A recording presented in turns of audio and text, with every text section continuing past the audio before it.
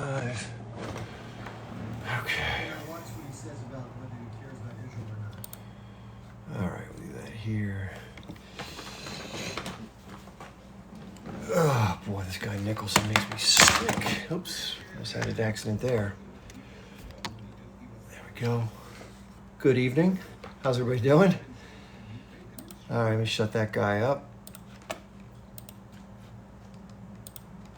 Hey everybody, good evening. Happy Friday night. How's it going?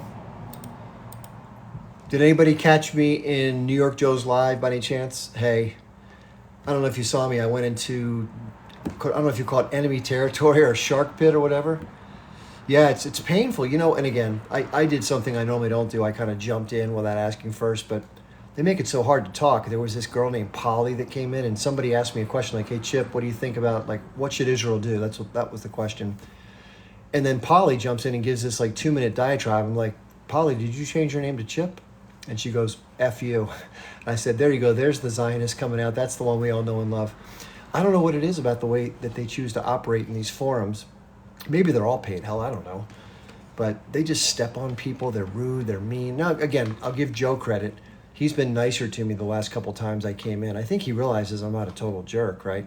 He may completely disagree with me, but he treats me with a little more respect, which I appreciate, by the way. And I think it's because Hebrew Hammer, I don't know if you know who Hebrew Hammer is. He came in the other night, he was driving somewhere and he was about to go like in a tunnel, but we talked a little bit. I think Hebrew Hammer, if you don't know him, I mean, listen, you can disagree with him. I think he's a smart guy, and I think he articulates his point well. I think he knows a lot of the history, probably better than I do.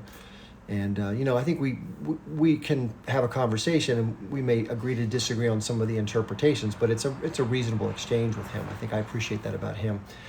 But what I was going to say to Joey, I didn't have a chance to say this, but I watched some of his videos today because I'm curious to learn more about these people, just like they'd probably do with me. And I saw one where he was riding around with his family. One was his wife, where they went to the spa together. Seems like he has a lovely wife. And then one while he's driving with his 4 kids. I think he has a son and 3 daughters, I think it is, or something like that.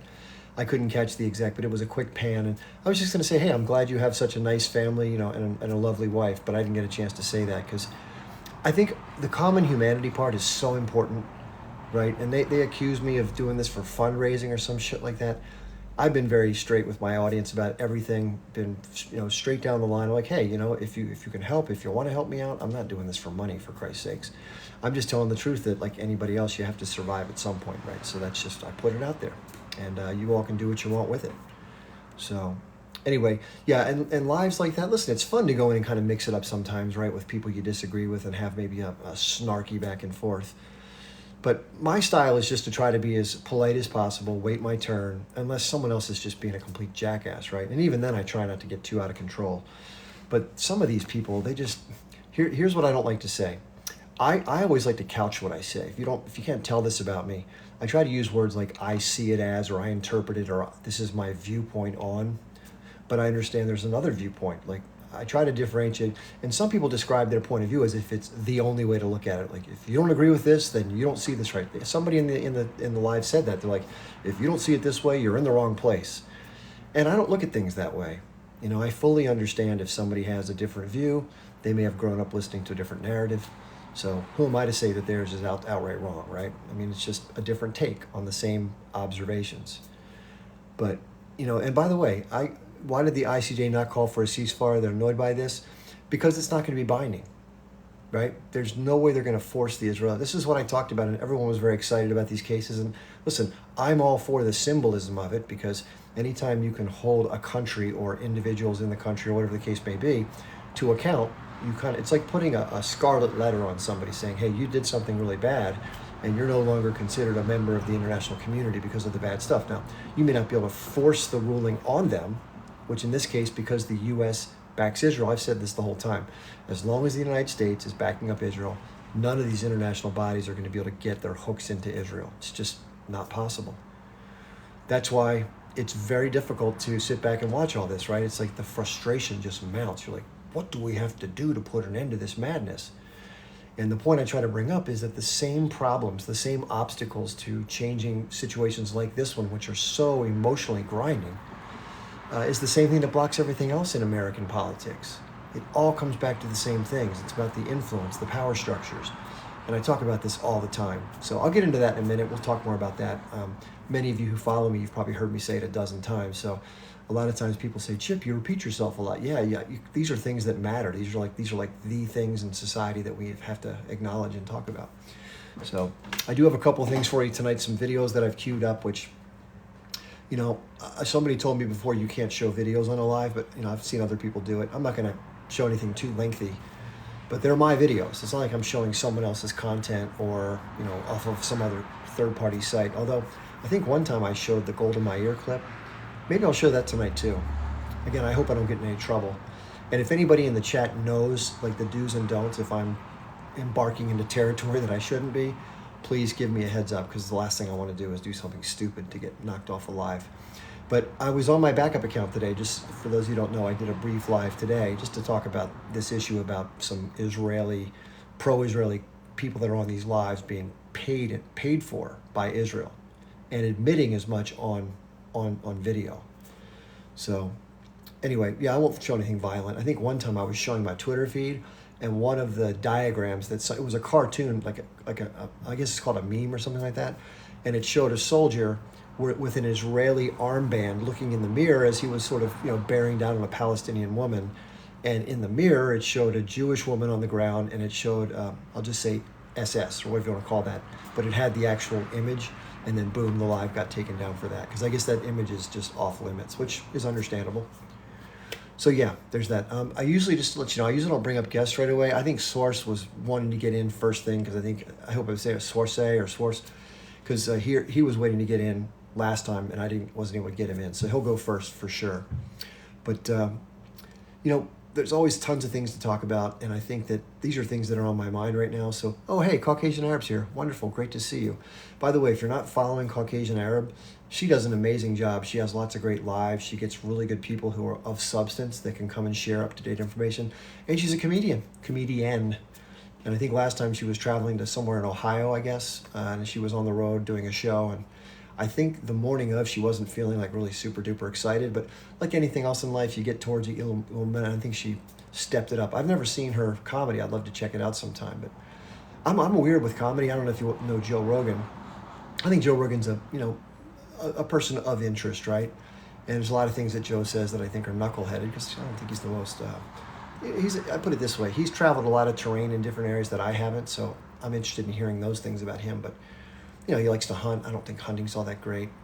He likes to do archery. That's okay, whatever. He's big into the UFC. Something about beating the living shit out of somebody's not exactly, my cup of tea. And, he has some people on his show that you might say, he's controversial, maybe, I guess you'd say that. But I also like free speech, so I don't really, I'm hoping to that. But he's had guys like Ben Shapiro on like 3 times. Why does Ben Shapiro get all this damn airtime? I'm not jealous of the guy. I'm just saying, he spits out vitriol. He talks too goddamn fast. I call him a little, twerp on Adderall. He's just a jerk. Anyway, if you're not following the Caucasian Arab, she just made another comment here. Let me see if I can pin it in the chat here. I don't know if I can do that here.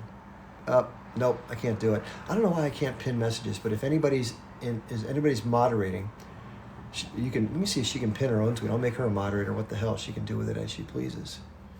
And I don't even know her first name. I've seen her enough. I've been in her lives. I hate not knowing people's first names, and some people prefer to stay anonymous, which is all good. But I like hearing people's first names just so I can refer to them by the name they like to be called.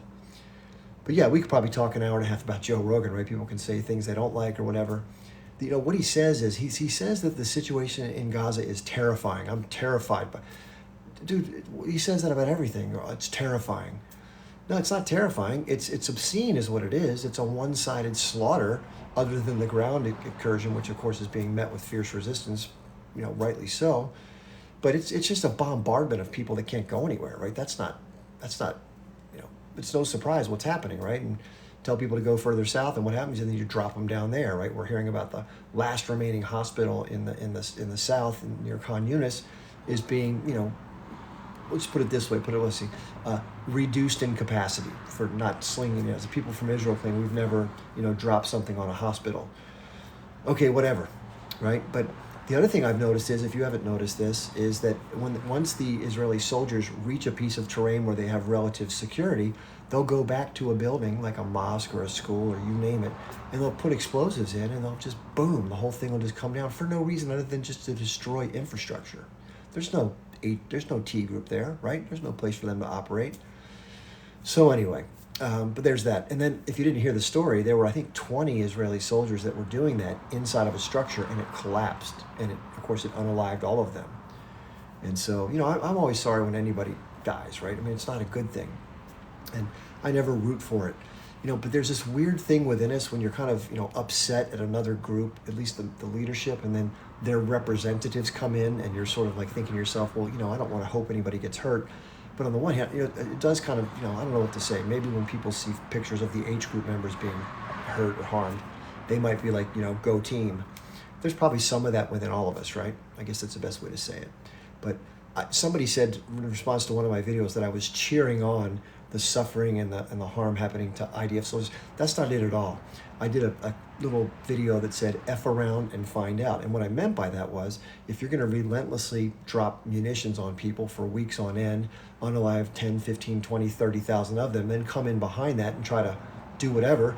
Hey, dude, you're in someone else's land. I know you said you had a primary objective of going after the people, the ones that did what happened on the 7th. Okay, fair enough. But all that other stuff you're doing isn't that. So then if you come in after that, after you've done that cowardly shit, well, it's like you deserve whatever the hell you get for having participated in a military that I would be, if I saw my government doing that, I wouldn't have done the second Iraq war. I wouldn't have been a part of it. The U.S. did all this shock and awe stuff where they just literally just drop stuff on civilian areas in mass. And it's equally horrific, whether it's done in Baghdad or whether it's done in Gaza, or pick your place, right? It doesn't matter where you do it or who does it. It's just a shitty thing to do, in my opinion. So anyway, hey, Abdul Rahman, thank you for being here. Yeah, a couple of housekeeping things. By the way, do me a favor. If anybody, happy Friday night. Thank you for being here, by the way. I know I've been yammering. I want to just ask if there's anybody new here for the first time that's never been on my live before, or never seen me before. Can you please type the number 1 in the chat? Because I don't want to go through my background with you if everybody here already knows who the heck I am. And by the way, this is from my dog. It's healing. It was worse before. Hey, Joe Bingo. Nice to see you. Hi, Aviator. My dog nipped me while we were playing. Hey, Lay, or Lee. Hannah, nice to see you. I think I've been on Hannah's lives before, I believe. It's the same Hannah. Somebody's seen me on Ask the Doc. Yeah, I've been on those lives before. Yeah, Ruby's here. Ruby's right. Let me show you Ruby. There's Ruby right there. That's Ruby, the sweet hound dog. All right, really quickly. I mean, for those of you who know me, you know me. I'll just give a quick update. And by the way, somebody said that because of what I'm about to tell you, they said, well, you claim to be a military expert. Not at all. I do follow people like Scott Ritter and Colonel Douglas McGregor and others to get, that angle from people with more experience. I was what's called a second lieutenant, which is a junior officer. So my name is Chip Barnes. I'm an Army veteran.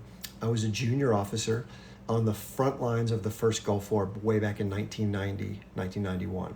And if you don't know what happened there, if you're young, you're not old like me, the American military, among other coalition of the willing, pushed out the Iraqi army from the state of Kuwait, the little Gulf nation where they had invaded and occupied. So that was our mission. We didn't go back to Baghdad. And so I've been in combat. I know what it's like. It sucks. It's horrible. Being in war in general is a terrible thing. And so I'm a peace activist now. I go to all the peace rallies I can go to and spread peace. But anyway, so a little bit more. I learned about the Israel-Palestine issue quite by accident way back in 1989, right before I graduated, before I went in the Army. And it just so happened that one of my classmates had done her senior project for political science on the first Intifada. And what that was a huge uprising of the Palestinian people. They just couldn't take being occupied and all the things we know about.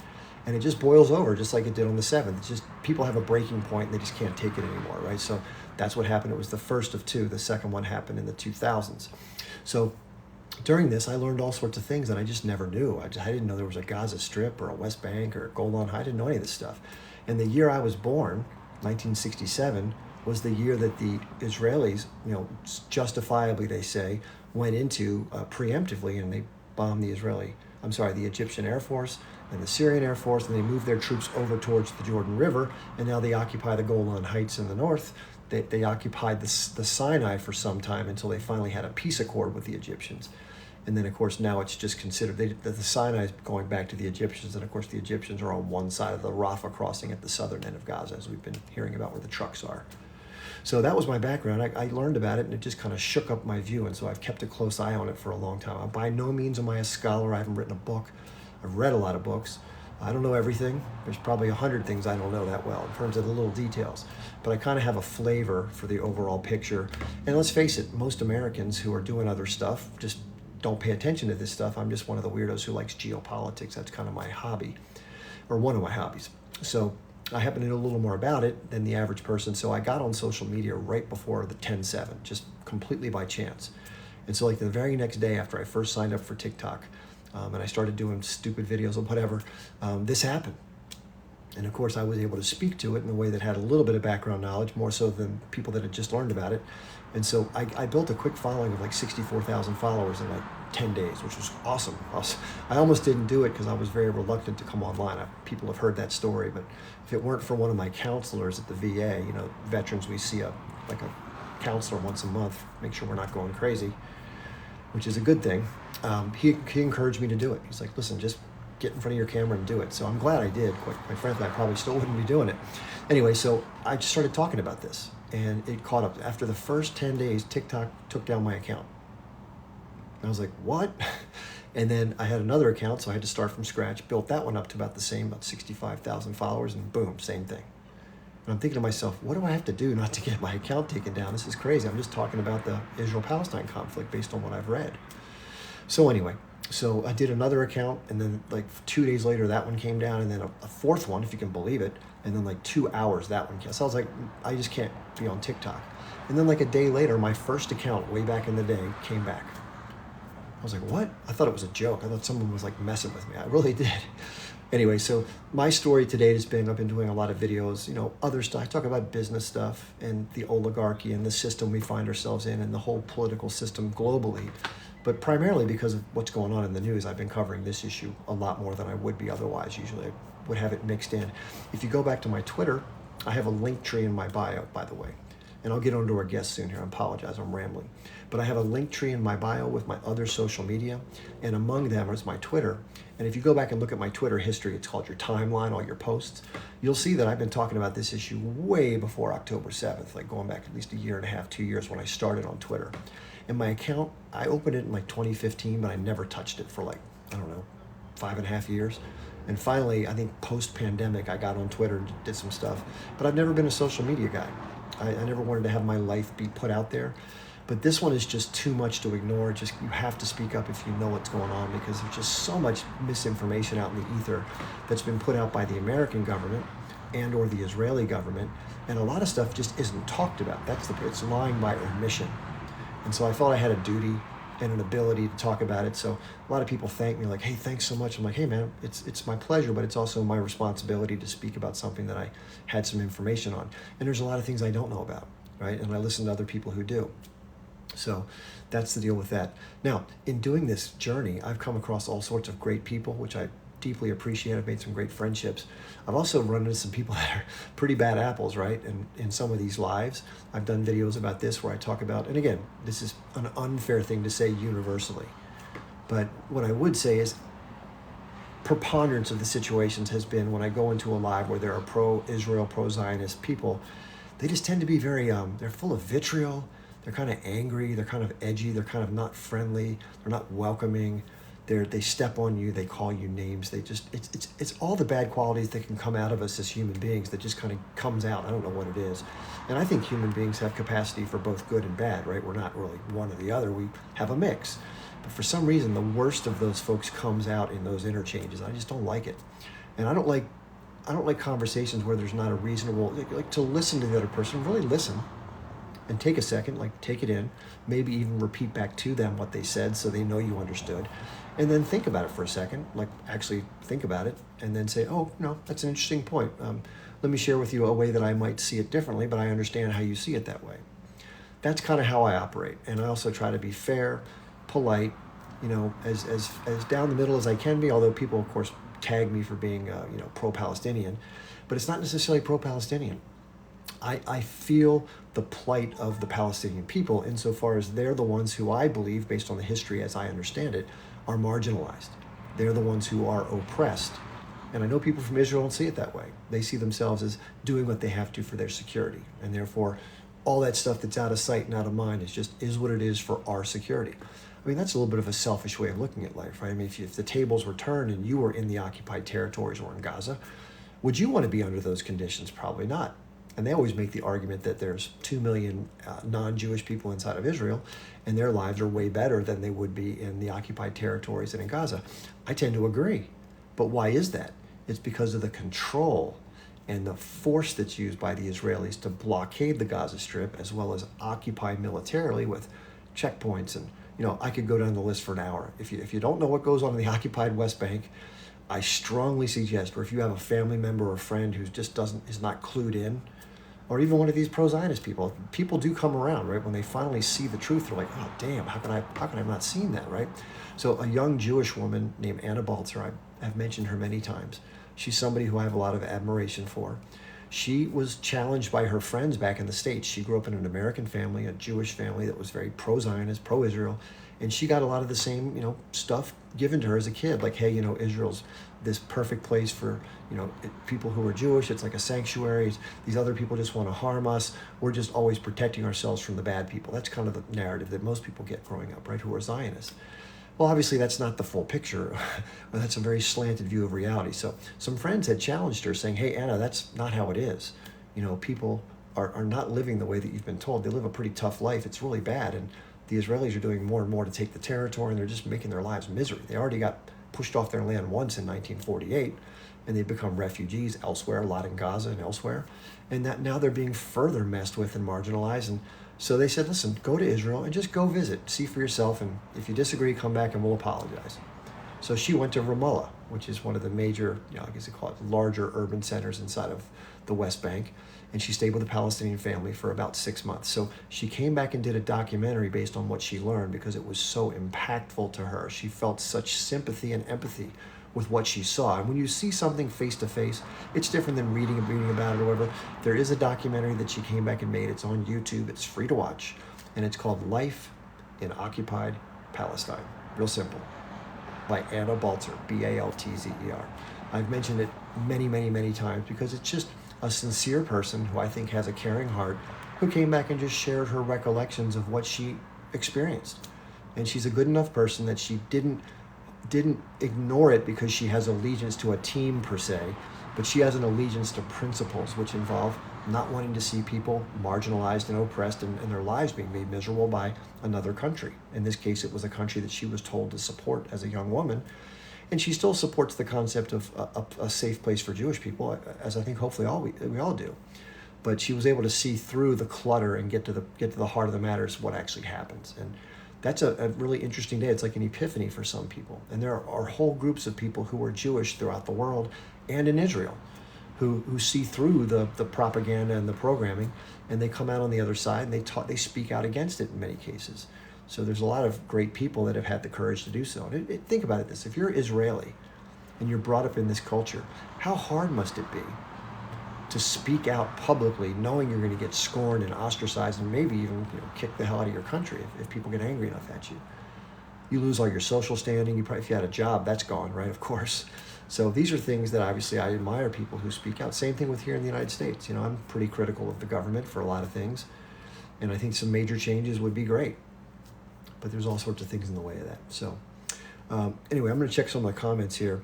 I did want to mention something. So I started with this earlier. So I gave you my background, but I've been mostly a business guy most of my life. I can't work for anybody for some reason. I just can't take it. So I'm now doing this full time, at least for now.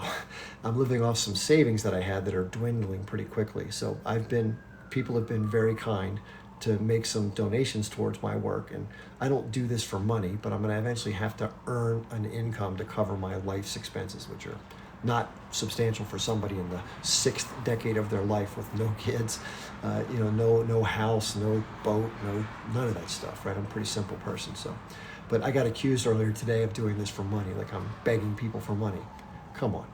I wouldn't. You can go back and review all of my lives. By the way, just as a side note, all of these are recorded in case you come in, if you miss something, or you want to go back and see it if you can't stay. And basically, they're all on my YouTube or my Rumble channels, which are accessible via my link tree in my bio. It just says Linktree Chip Barnes. Click on that, and you'll see YouTube and Rumble. Click right through, you'll get there. All of the lives are posted there, usually within a half day of us finishing up, sometimes a lot sooner. So recently, just some interesting stuff that has gone on. We had a guest who was a U.S. independent candidate for Senate in the state of New York. Her name is Diane Sayre.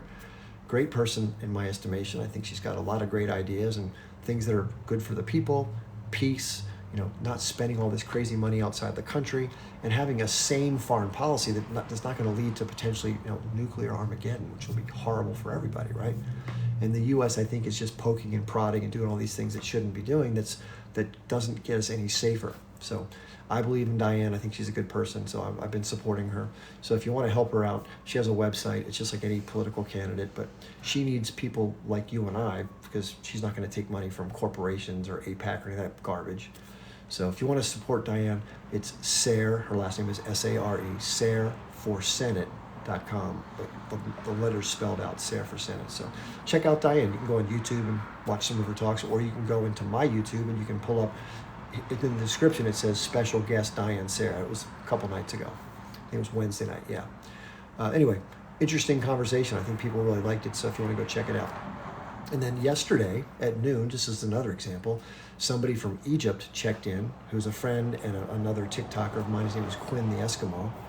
And it's from a song, by the way, for those of you who find that offensive. He's not doing it to be, inconsiderate towards people who live up towards the north, like the Inuit population. He just did it because it's a lyric from a song that he really liked, and he just used it. So he doesn't have a bad bone in his body, I can promise you that. Anyway, Quinn is somebody who traveled down towards Gaza with the goal eventually of helping get aid in and just meeting people and learning what he can do to be helpful.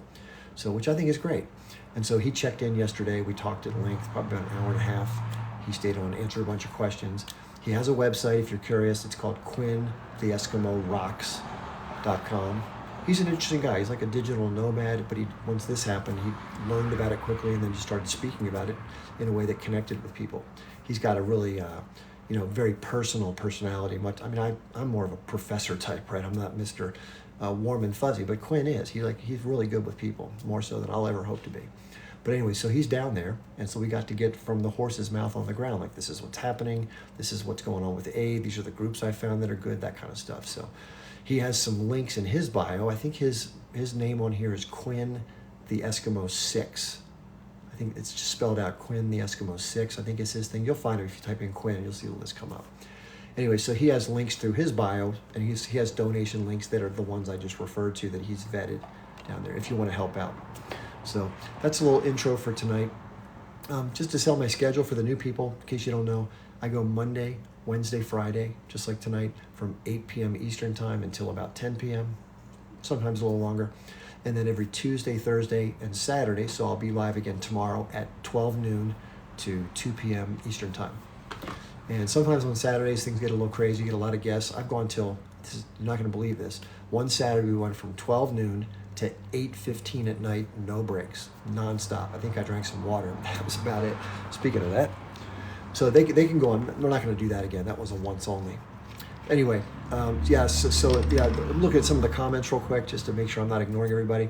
So one comment came in from Abdullah Malik that says, did I see that Trump has been sued for $83 million? Well, he wasn't sued for $83 million, just not to correct you. There was a judgment issued against him based on a civil case with this woman, E. Jean Carroll in New York State, who claims to have been abused by him to some extent, like an SA situation. Rhymes with actual bagalt. I don't know, I can't say those terms here, I guess. But anyway, so yeah, and she won the case. Just like, remember O.J. Simpson? He was not found criminally guilty for the crime of, Nicole Brown Simpson and that other person that was with her that night, Michael, what's his name? I forget his last name. I apologize for that to his family. But he went to civil court. The family then sued him in civil court, which is what this was, a civil case. And he was found liable for monetary damages, which is, a judgment, and then you have to collect the money. So getting a judgment is just the first step. Collecting the money from somebody can be sometimes next to impossible if they have good lawyers. Anyway, so that's just to answer that one. Somebody mentioned to me that Mansour sent a message. People were asking about a journalist from Gaza who had not been heard from for several days. His name was Mansour Shoman, and he had been providing updates every day for the longest time, and that kind of stopped suddenly for about 3 days, and people were really worried about him. I did see a message in my notes earlier today, my messages, that said Mansour has checked in with somebody, and it was like 12 hours ago. That's all I know. I've not corroborated it, but hopefully. Anyway, Dr. Bassam was kidnapped. Can you clarify who Dr. Bassam is? I'm not sure if I probably know the name. I'm just not making the connection right now. Somebody says that was a scam. Heidi, that was a scam. I'm not sure what you're referring to, Heidi. Are you talking about Mansour? Somebody's saying that Mansour is, I don't know how that just happened. Somebody just came on here. I don't know how, I did not do that on purpose. Anyway, let me put myself back up here. Stanley, I don't know how you came in. I'm going to take somebody else up first. In fact, what I'm going to do is, I hate to do this, I'm going to drop you for right now because I promised somebody else they'd go first. I'll put myself back up here. There we go. I apologize for, I have to go through this stuff just at the beginning every night. Anybody's waiting. The person who just came up, if you want to enter the guest queue, if you're in there, yeah, if you come into the guest queue, I can bring you up. I'm not sure how that happened. Anyway, so somebody's saying that Mansour's okay. He just lost his internet connection. So that's great news. I'm glad to hear that. Just get myself a little bigger there. Somebody says, I have his photo. I'll request later. I'm not sure what that means. I have a hard time understanding some of the comments. If they're, maybe you're referring to what somebody else wrote. I can't make heads and tails of it. Okay. One thing as far as housekeeping, I know people are sharing the live. Thank you so much for sharing it. This is standard fare. If you don't know what's happening on TikTok right now, I'll fill you in. So what's happening is, to content creators like me, and unfortunately many others, who are either critical of the Israeli government or their actions, or are saying positive things about the Palestinian situation, either or both, they're being downcycled. So the reach that we would normally have that would be, quote, normal, is shrunk down. So for example, all my followers when I go live are supposed to be notified, like that little blinking red thing. That's only going out to maybe, at best guess, 20% of my followers. I have people constantly coming in because they know my set schedule. They're like, hey, Chip, I didn't get notified. What's going on? I don't know. That's what's happening. So the way we can help get around that, as people have advised me, because I'm clueless, right? I don't know much about this stuff, is you can share the live with your friends, if you don't mind, by just holding your finger over my image for just like a half a second, and your list of friends will pop up, and then you can invite them. So that's important. And then the other thing you can do is tap on my face for these little likes to start coming up, and that ups the likes, which also then forces the algorithm to kind of pay attention to us. And then finally, I had no idea what this was. There's a little yellow heart at the very top of the page, and it does cost 1 coin, which is like a fraction of a penny. It's like maybe a penny and a half. And if you hit the coin, there's a couple things you can engage with. A little menu pops up. And what I've been told is TikTok likes the audience to, quote unquote, engage with the content creator. Now, quite frankly, I've never done it on anybody else's live because I didn't even know it till a couple days ago. So I'm going to start doing it for the lives I like. Most of the lives I go on are people that I really am not that excited about because they treat me like shit, right? So I'm not going to help boost their live. But for those people like Eric Warsaw and let's say, what's his name? Kasamis. He's a really well-spoken black guy that has a really good knowledge. I don't know exactly. Shimonius, I think is his name. I apologize if I'm butchering it. And others. There's some really great people out there that do a great job. So I'll boost theirs. So yeah, so anybody who can do that, thank you for doing that. I appreciate it. There is a little donation thing in here. And again, I don't like to talk about money much. I just want to make you aware of this if you're somebody who wants to join within TikTok. TikTok, good for them. They take 70% of anything that people do in the app. So if you give me a $6 donation, they keep $4.20 of the $6, which, seems kind of high to me, but good for them. But in my bio, that same link that I mentioned earlier, and I'm not promoting this. If you're somebody you want to help, great. If you can't, don't worry about it. But as you go towards the bottom of those links in my link tree, there's simple things like Cash App and what is it called? Cash App, Venmo, typical stuff. And then there's also something called Patreon. I'm sure you've heard of that with other people on YouTube and stuff. It's a recurring $5 monthly donation. So I don't do membership drives and stuff. I'm just making you aware of it. Enough said. Okay, we have a couple guests in the queue. Let's bring them up. We have SARS, bring SARS. If I'm saying that wrong, please correct me. Hi, Chip. Hi. Am I saying the name wrong? No, you're good. Actually, you could say it any way you want. It's sear, as in searing a steak, and then Yeah. sha. Sear sha. Sir. Sear. Sirsha? Yep, right. Sear sha. Okay. Thank Sear you. sha. Okay. What's on your mind? So, Chip, I had an important document that I sent you. I know you're just inundated in all kinds of emails and all kinds of things, so there's no way that you're going to kind of get a chance to look at that. I wouldn't think. This is important only because my grandfather was 33rd degree Mason of the Scottish Rite, and this is a verified, confirmed message letter that went back and forth between the Italians and Giuseppe Mazzini, which was an Italian activist at the time. He's actually very powerful back in Italy. He was part of a party that unified Italy back in the day. So this is a letter that was sent from the Freemasons to Italy, and take it how take it however you want. Um, Albert Pike, this is from Albert Pike to Giuseppe Mazzini, received a vision in which he described a letter he wrote to Giuseppe Mazzini, an Italian revolutionary. He's also a fellow 33rd Hey, degree real Mason. quick, Sarsh, can you just tell us what time frame in which this took place so we have Yep, reference? absolutely. This was dated 15th of August, 1871, and Okay. Thank you. there are there are multiple links to confirm that this letter went out. This is verified. It's not conspiracy. This letter graphically outlined the plans for three world wars and was seen as necessary to bring about the one world order. And let me just get into it. I'll do it like a 1 minute and then I'll jump off. The First World Can War. I just ask you a question? Can I just, before you do that, I mean, I'm not trying to slow you down because I'm curious to hear more. I think I've read it, but we do want to just be mindful that there is a thing for lives called misinformation. I just want to make sure you're aware of this, that I've had my lives taken down when somebody begins speaking of such things, because even somebody in the comments said conspiracy incoming. So before you do talk about it, can you put a caveat out in some way? I mean, what I don't want to do is talk in definitives about things that maybe aren't completely verifiable, or is it verified? Like, what's your opinion before you start reading it?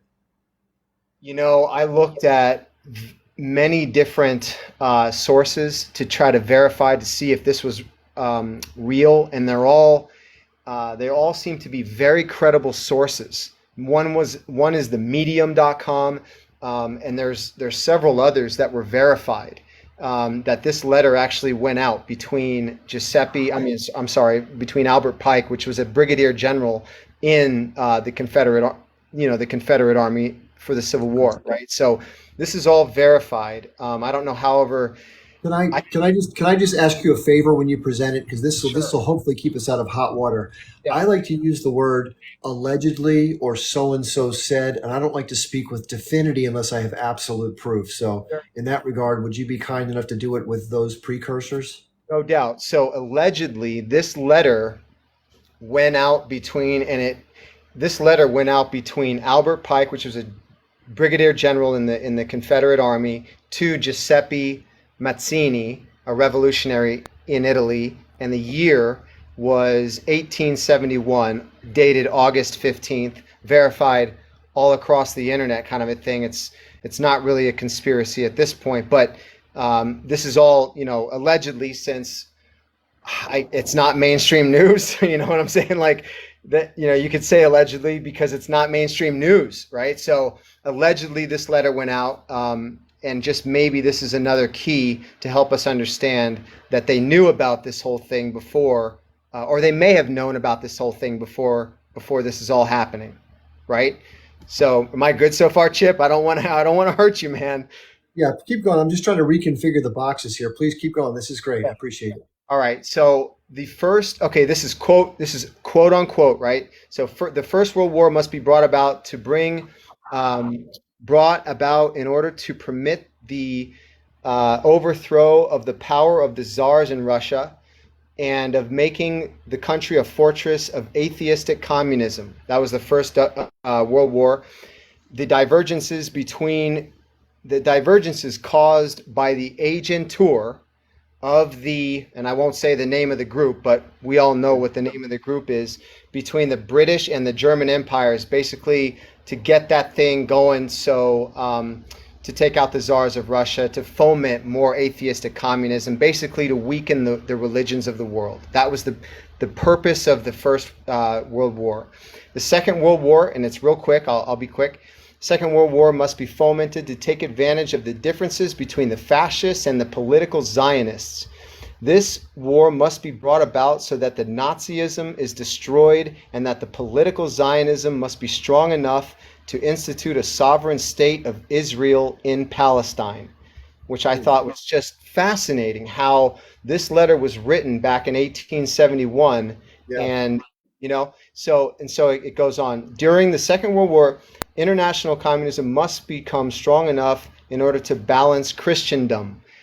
So they're basically building up communism at this point. We got about 30 more seconds to summarize it, okay? No doubt. Here we go. And so here's the Third World War. The Third World War must be fomented by taking advantage of the differences caused by the agentur of the quote unquote group between the political Zionists and the leaders of the Islamic world. The war must be conducted in such a way that Islam and the political Zionism mutually destroy each other. Meanwhile, the other nations, once more divided on the issue, will be constrained to fight to the point of physical, complete moral, spiritual, and economic exhaustion.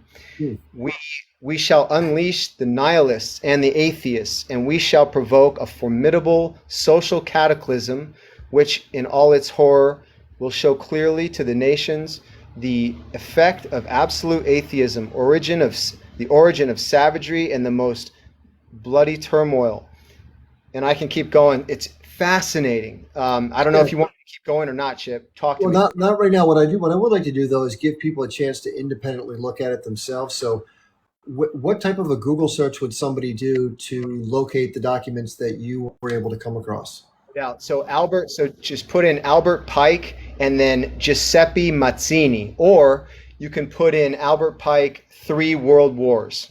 That's Yeah, it. let's do that. That's a lot easier. So, Albert Pike, Three World the number three, World Wars, Wars. hit enter, and then you'll find some documents.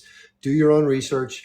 That's I right. don't embrace or deny what you've said. I just want to let you know it's been put up as a document of conjecture, although it has some interesting congruences with what we're seeing, maybe even eerily so, right? Yeah, Chip, and I just wanted to express my appreciation to you to keep the open dialogue open. A lot of people, when they hear kind of things that they haven't heard on mainstream, they're quick to just point and pull arrows back on conspiracy, which limits our scope of understanding. And so, if we're not keeping a wide angle, just wide enough to really understand all the nuances, or maybe I hate that word, but all the possible or the possibilities, we just we limit ourselves in really understanding the scope of this Yeah. theater, if you want to call it. So, yeah, Yeah. but yeah, Awesome. Well, yeah, thanks for coming up. I appreciate that. And again, it's going to be Albert Pike, Three World Wars to check it out. Do your own research. Maybe we'll come up, we'll talk some more if we get a little more corroboration on stuff. much love, Chip. Thanks for being here. Yeah, right back at you. Yeah, interesting stuff. I wish I knew more about it. I'm by no means well studied, and these are the kind of things that can get into the edges of things. I don't know whether it's conspiracy or whether there's accuracy. I just don't know. So don't want to go too deep. Okay, Insert Square was waiting next. Let me let Insert Square. I'll unmute you so you can share with the audience what you'd like to speak about. Yes, hi, nice to meet you, sir. I love your knowledge and thank you for your service again. Like I said, I came on your panel one time before. Goldie, one of my sisters, mentioned me. I don't know if you still remember me or not. Now, first, before I get on to the picture that's behind me, I'd like to share. Is my voice? It's a little faint. If you could increase the volume, it would help.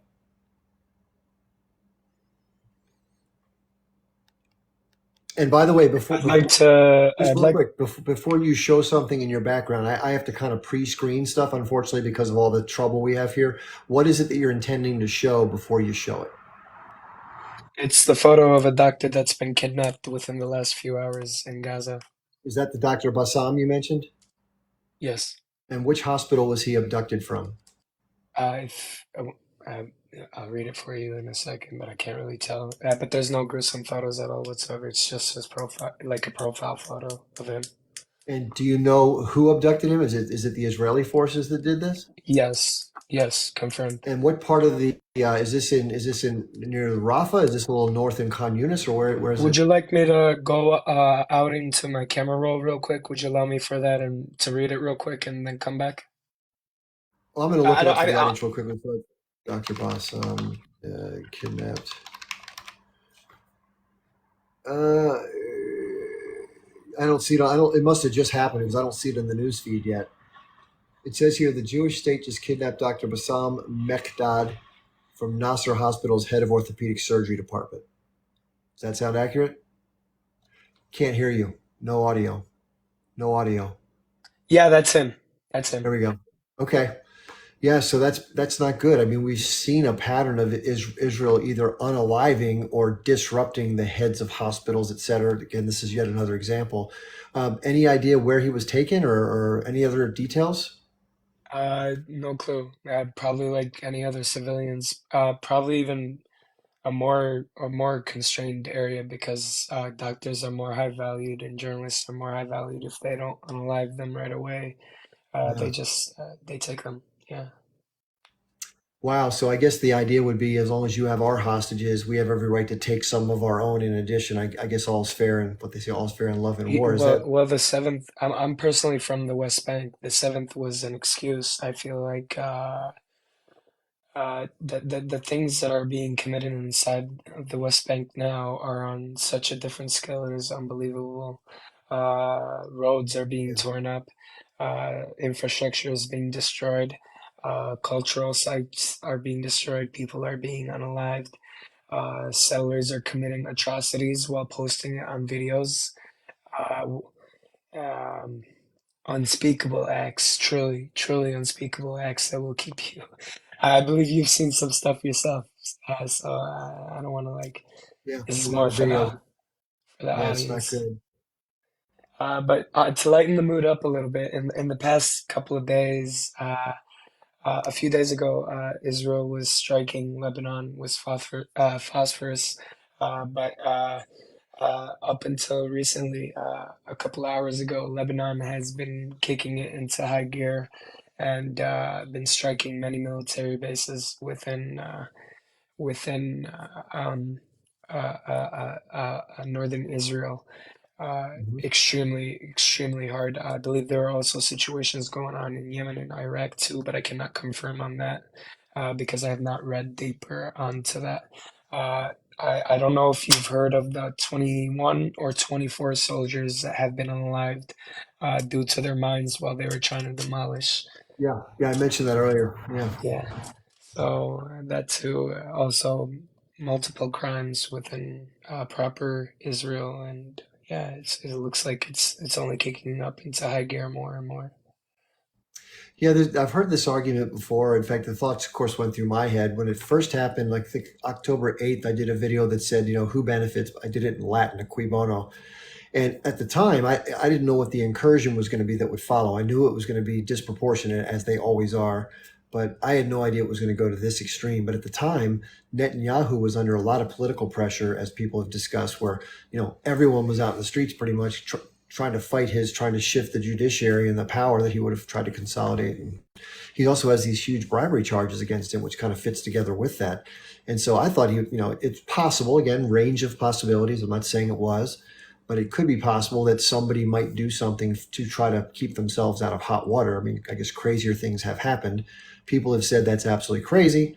Maybe it is, but everything can be and. Remember this too, is that it can be this and this, right? So there could be people that have aims on territory or the canal project people have mentioned, or it could be the resources that are off the coast, the hydrocarbons, or maybe it Zion could be, Oil, Gas and Corp. yeah, maybe it could be all of it, right? It could be, right? Possibilities. I'm not saying it is or isn't. So, but either way, we know what's actually happened, right? The forces have moved in. They've pretty much decimated the northern part of Gaza. They have troops. They're building a berm. It looks like about a very, very wide separation barrier of some sort with a big, big dirt berm.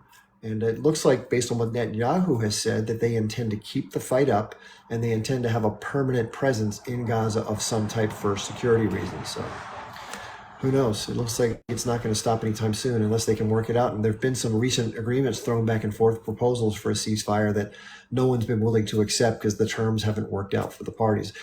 H Group wanted the aerial bombardments to stop. The ground war can keep going on, but no more bombings. And Israel said no dice. So Yeah, here we are.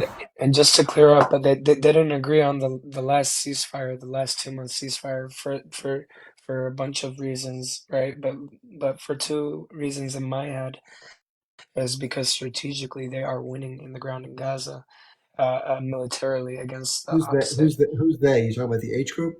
Yeah, Okay, in got my it. mind, I see them as winning, to be honest.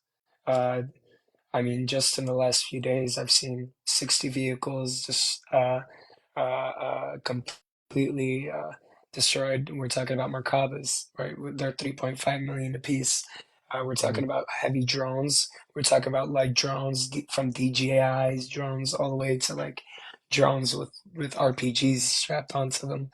And then we're talking about like they literally shot down a freaking Apache helicopter. I I didn't see mean, that video. they did actually. Do you I have a uh, copy of the video? Do you have a copy of the video? I will try to find it for you. Um, Yeah, but you could pull. I'm sure you've seen. I don't know if you've seen this, but on Telegram, it's listed on the link tree that I mentioned earlier through my bio.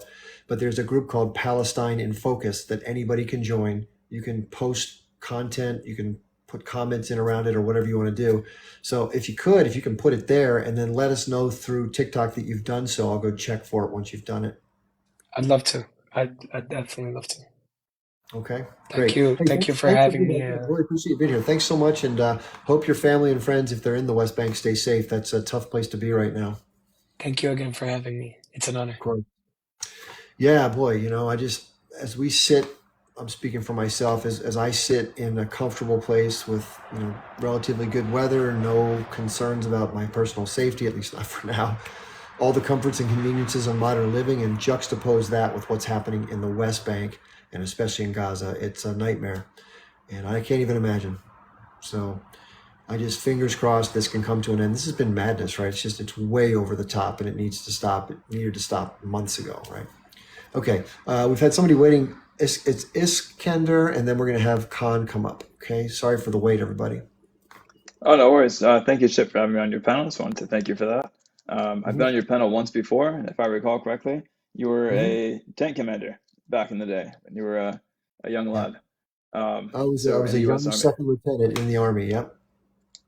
So I'm a first lieutenant in the U.S. Marine Corps Reserve myself. So I definitely, it's nice to see vets from yourself from the first Gulf War speaking up. Just to get some background on me. So my mother was born and raised in Lebanon, but she had me here in the United States. And long story short, the main reason I joined the Marine Corps was because of the Marines in Beirut. And Hmm. without going too deep into the history of Lebanon, it would take Can you just quite explain when a. you say the Marines in Beirut? Can you just tell the audience who may not know what happened in 1982? So in 1982, U.S. Marines were deployed to Lebanon to oversee the evacuation of about 3,000 Palestinian Liberation Organization fighters, to include Yasser Arafat. The agreement was that if the U.S. Marines evacuate the PLO, then both Israel and Syrian forces will withdraw from Lebanon because they both had converged upon Lebanon to get Yasser Arafat. And and so the Marines did that. That went off without a hitch. That was August 25th through September 10th of 1982. 4 days later, Basir Jamal, who was a radical, insane Zionist who wanted to turn Lebanon into a Maronite ethno state, was assassinated by Abiy Shartouni, who is a Lebanese national, but he was sympathetic to the Assad regime, which wanted to take over and annex Lebanon.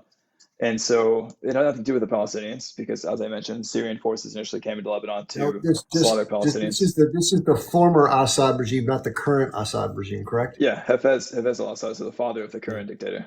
right. So Hafez al-Assad hated Yasser Arafat and was no fan of Palestinians.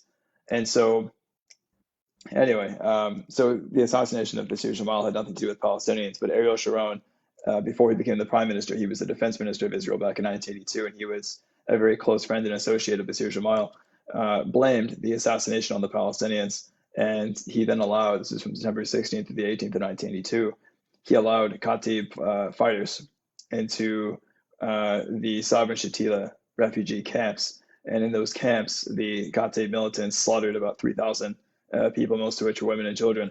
It became known as the Sabra and Shatila massacre. So if you see Sabra Hamas, now you kind of know the origins of that name and how ironic it is that the Wow. Israeli government would name Hamas after a Sabra refugee camp where Shatila, they you said slaughtered Sabra Shantila massacre.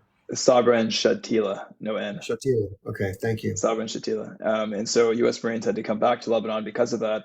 And my mother remembers when they were getting shot at and cussed out and harassed. She remembers hearing gunfire down the road because the Marines used to patrol the neighborhood that she lived on. And What she happened? remembers, What happened with the Marines? Can you share what happened with the Marines? yeah, getting to that. So they were attacked and harassed by the Israeli government repeatedly because after Sabra and Shatila, U.S. Marines they were given very vague orders. Reagan set them up to die, just to put it up front. Hmm. So the Marines were given very vague orders. They were told, don't advance past Beirut and don't fire unless you're fired upon, and help the Lebanese army rebuild itself. And so those orders were very vague. And so when it came to protecting civilians, I mean, the Marines at first weren't really sure what to do when Israelis were going around on search and destroy missions trying to snuff out and execute every last Palestinian in Lebanon. And that led to them getting shot at and fired upon when they tried to protect Palestinian civilians.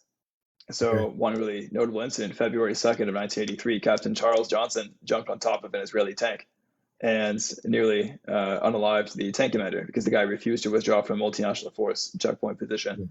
And perhaps even most notably, the commandant of the Marine Corps back in March of 1983, Robert Barrow, wrote a letter to Caspar Weinberger, Ronald Reagan's Secretary of Defense, where he openly criticized the Israeli government and denounced them for shooting at, cussing out, and harassing his men. So it just goes to show what a great ally we have. And so, anyway, so in terms of the Marines, a month later, the U.S. Embassy was bombed, and the Marine Corps barracks were hit October 23rd of 1983. Took out 220 Marines, 18 naval corpsmen, 3 soldiers, and 6 Lebanese civilians.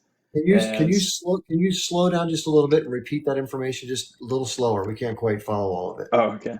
So in April of 1983, the U.S. Embassy in Beirut was bombed. It was sponsored by Iran. The government of Iran bombed. They sponsored with the support of the Assad regime and with the support of Shias in Lebanon, namely those that would later come to support the H group in Lebanon.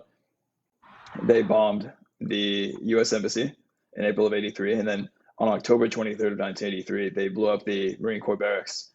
That's where 220 Marines, 18 naval corpsmen, 3 soldiers, and 6 Lebanese civilians were unalived.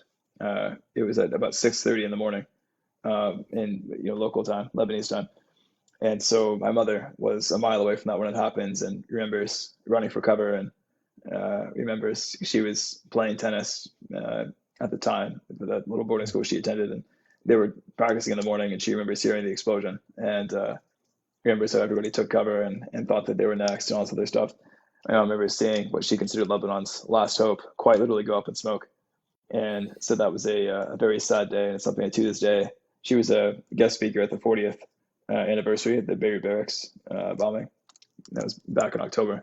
She traveled all the way to Jacksonville, North Carolina, to attend it and to speak.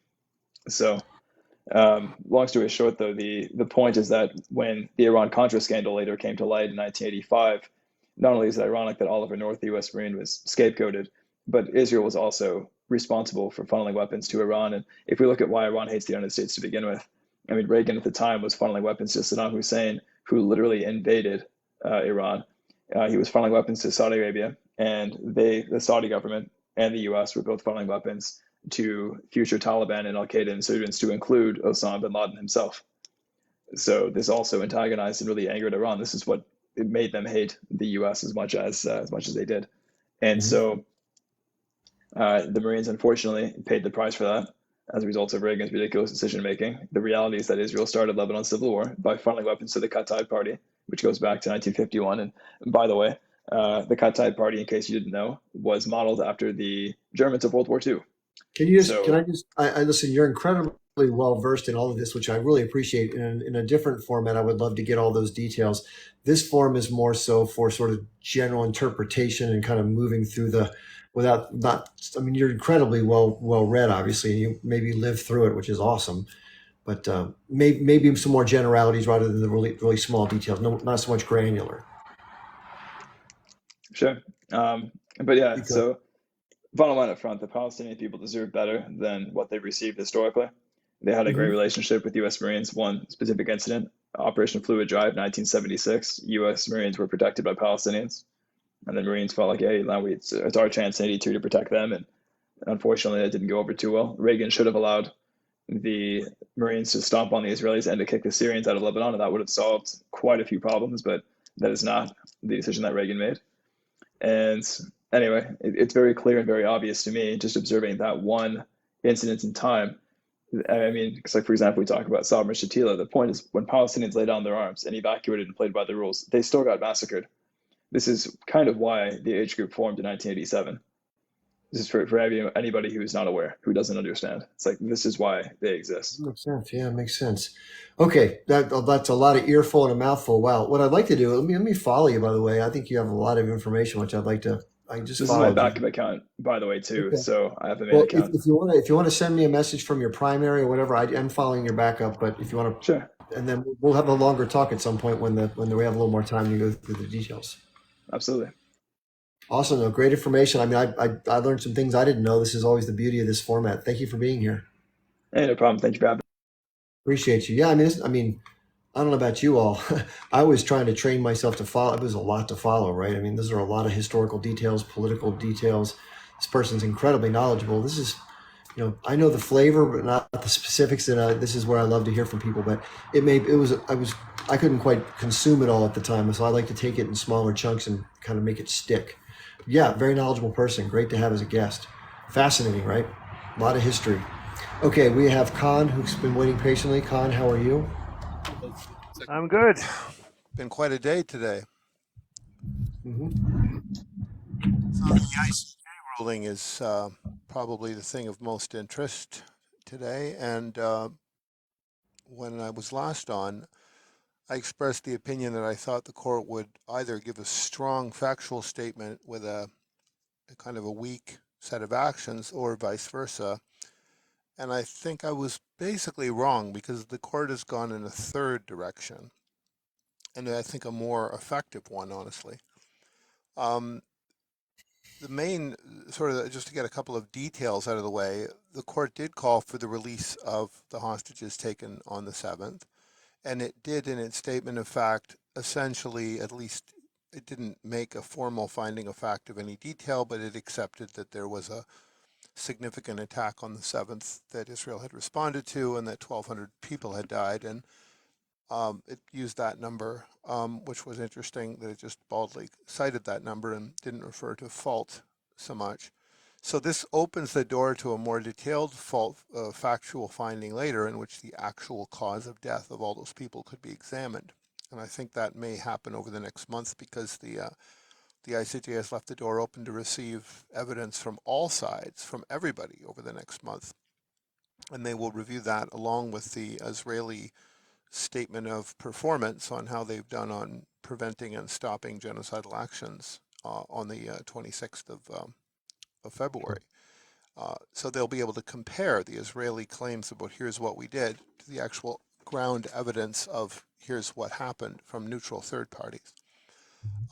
So that's an interesting contrast. They're still going to be receiving evidence from others, but they will accept the Israelis' official report, and they'll be able to contrast the two. And if Israel is deceiving the court, that will go rather badly for Israel. So it's kind of a trap, in a sense. They're being invited to be honest, but if they're not honest, there will be a lot of evidence on the table that the court can use to condemn them. Now, it's a very large hammer has been raised. The court did say that it was not restricted to the remedies that South Africa had asked for, but it reserved to itself the power to use any of the remedies in the Genocide Convention, which are rather extraordinary. These are the kinds of measures that were used against Nazi Germany and Imperial Japan at the end of World War II. The 48 Genocide Convention post facto authorizes those. These are the measures that led to the erasure of apartheid South Africa and Yugoslavia, both from the map. So by basically reserving the right to use any of the extensive measures in the Genocide Convention, they have really aimed a giant cannon at Israel. They're not firing it yet, but they've aimed it.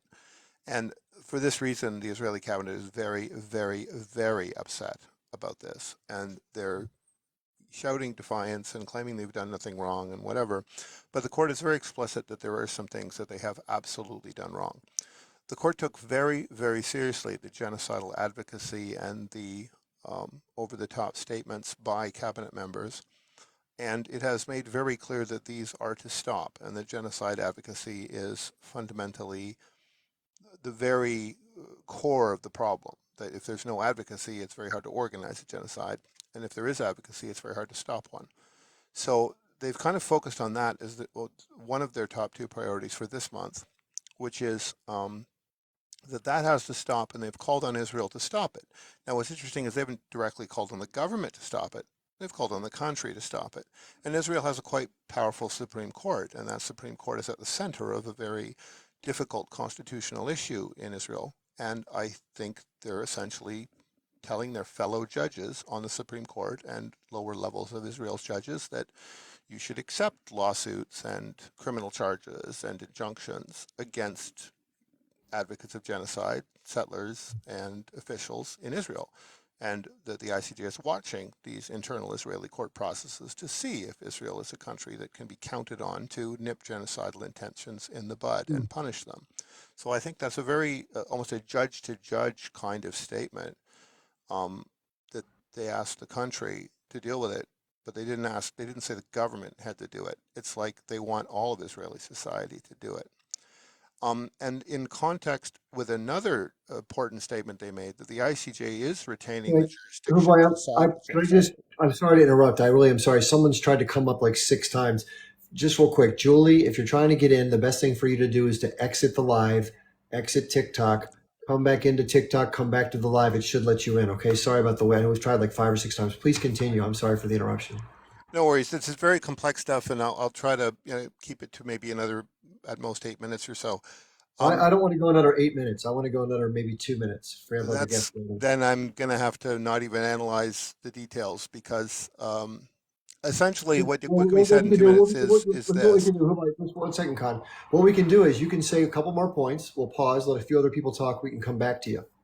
Yeah, I don't know if I'll be able to stay on, but I think Okay. if I'm going to take 120 seconds, then I'm going to note that the ICJ did reserve itself the right to define what genocide is. It did say that every ICJ signatory country was obligated to respect its definition of what it is and a finding of genocide if it happens.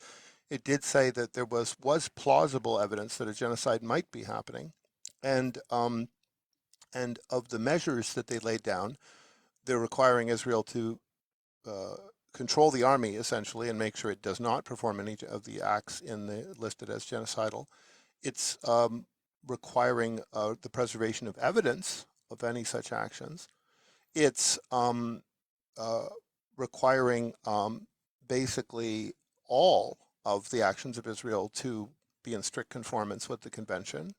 And it has, most importantly of all, I think, demanded that humanitarian aid be allowed in without restriction. So this is going to save the most lives, because it's the areas where Israel is not actively attacking that are at the most risk: starvation, medical relief, and so on.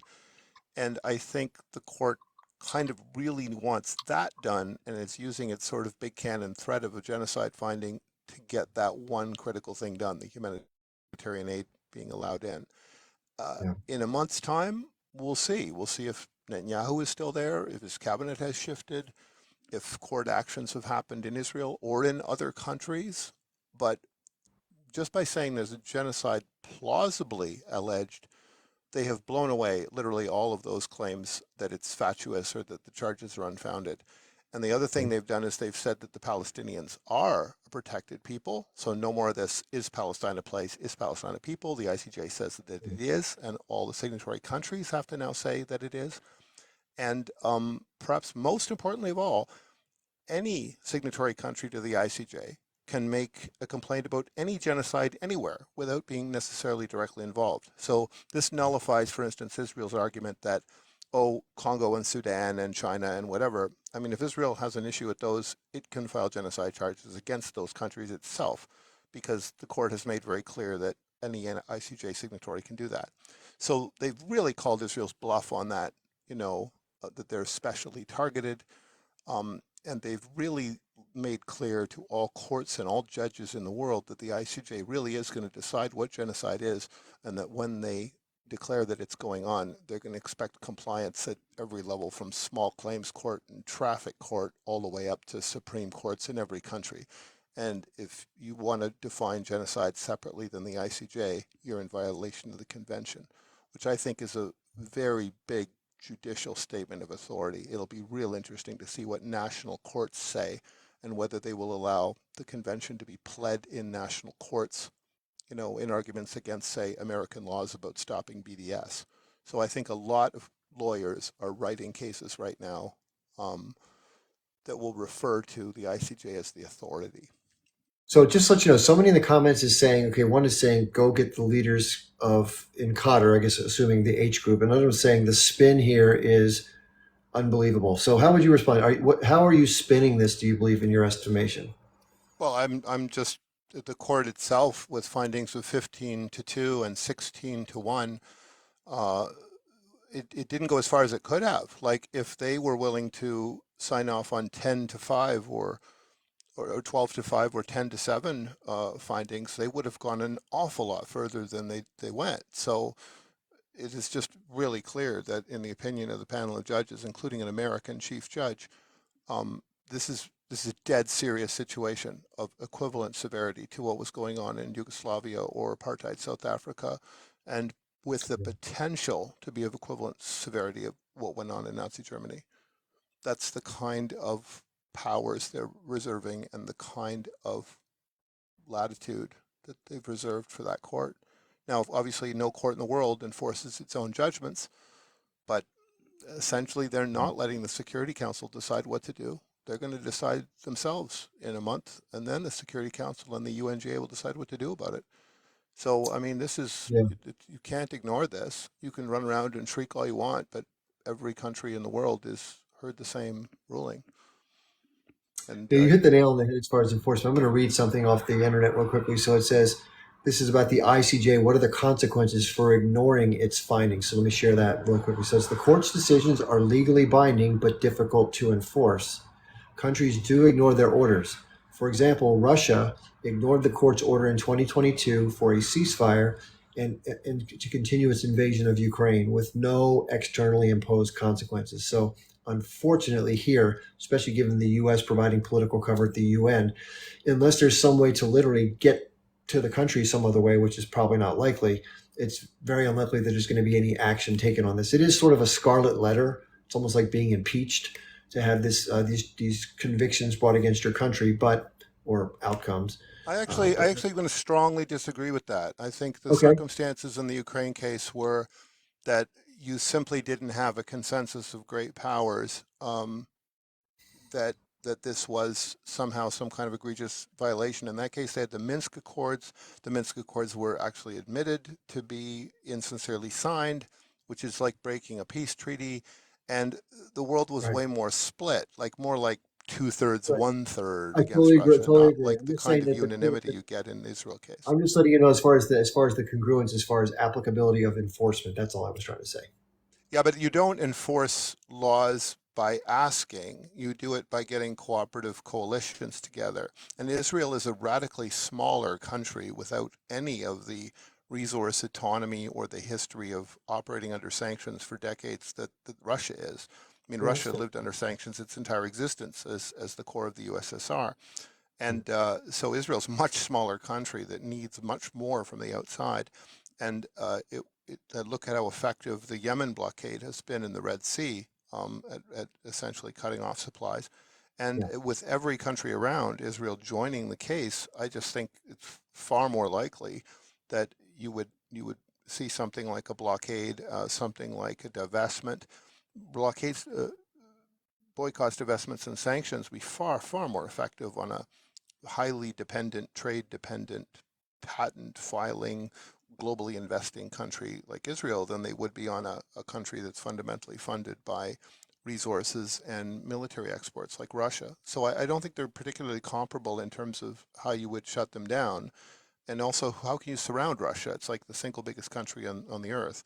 but it's much easier to surround and cut off Israel. So I don't think that the cases are comparable. But in any case, the ICJ did not order a ceasefire, partially because ordering ceasefires is too much like telling sovereign states what to do, and the ICJ is a civil court. It has immense powers over business and trade.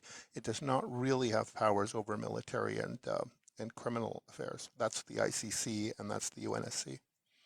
Yeah, I think the point of the underlying point, and you brought up some important distinctions. I think the underlying point is that enforceability is next to impossible. Now, you could argue that some of the other influences may be brought to bear, but we saw what happened as Yemen was starting to do what they're doing as far as interdicting, ships traversing up through the Gulf of Aden into the Red Sea, and obviously the British and the Americans struck back to some extent. I don't know if that's going to flop. I have to move on to somebody else. Thank you for being here, Khan, to share your point of Last view. note, though, that's one reason why I kind of think the court did what it did with respect to focusing on the definition of genocide, the binding nature of a finding, and essentially appealing to courts all over the world to use their enforcement powers at lower levels to do things like stomp on genocide advocacy all over the world. Like, I think they've just aimed at something courts tend to do better than enforcing military orders, right? They're focusing on definitions and on agreement on what is a genocide and a global agreement that genocide advocacy is bad. If they achieve that, it would be a great thing. Okay. Thank you for being here. Thanks for sharing your point of view. I really appreciate you coming on. No worries. Thanks for Thank having you me, very Chip. much. Can I have a second when you have time, buddy? Yeah, it's going to be your turn next. Just give me 1 second to answer, to say one thing, and I'll bring you right up. So, yeah, that's someone who has a lot of deep knowledge as far as the legal implications.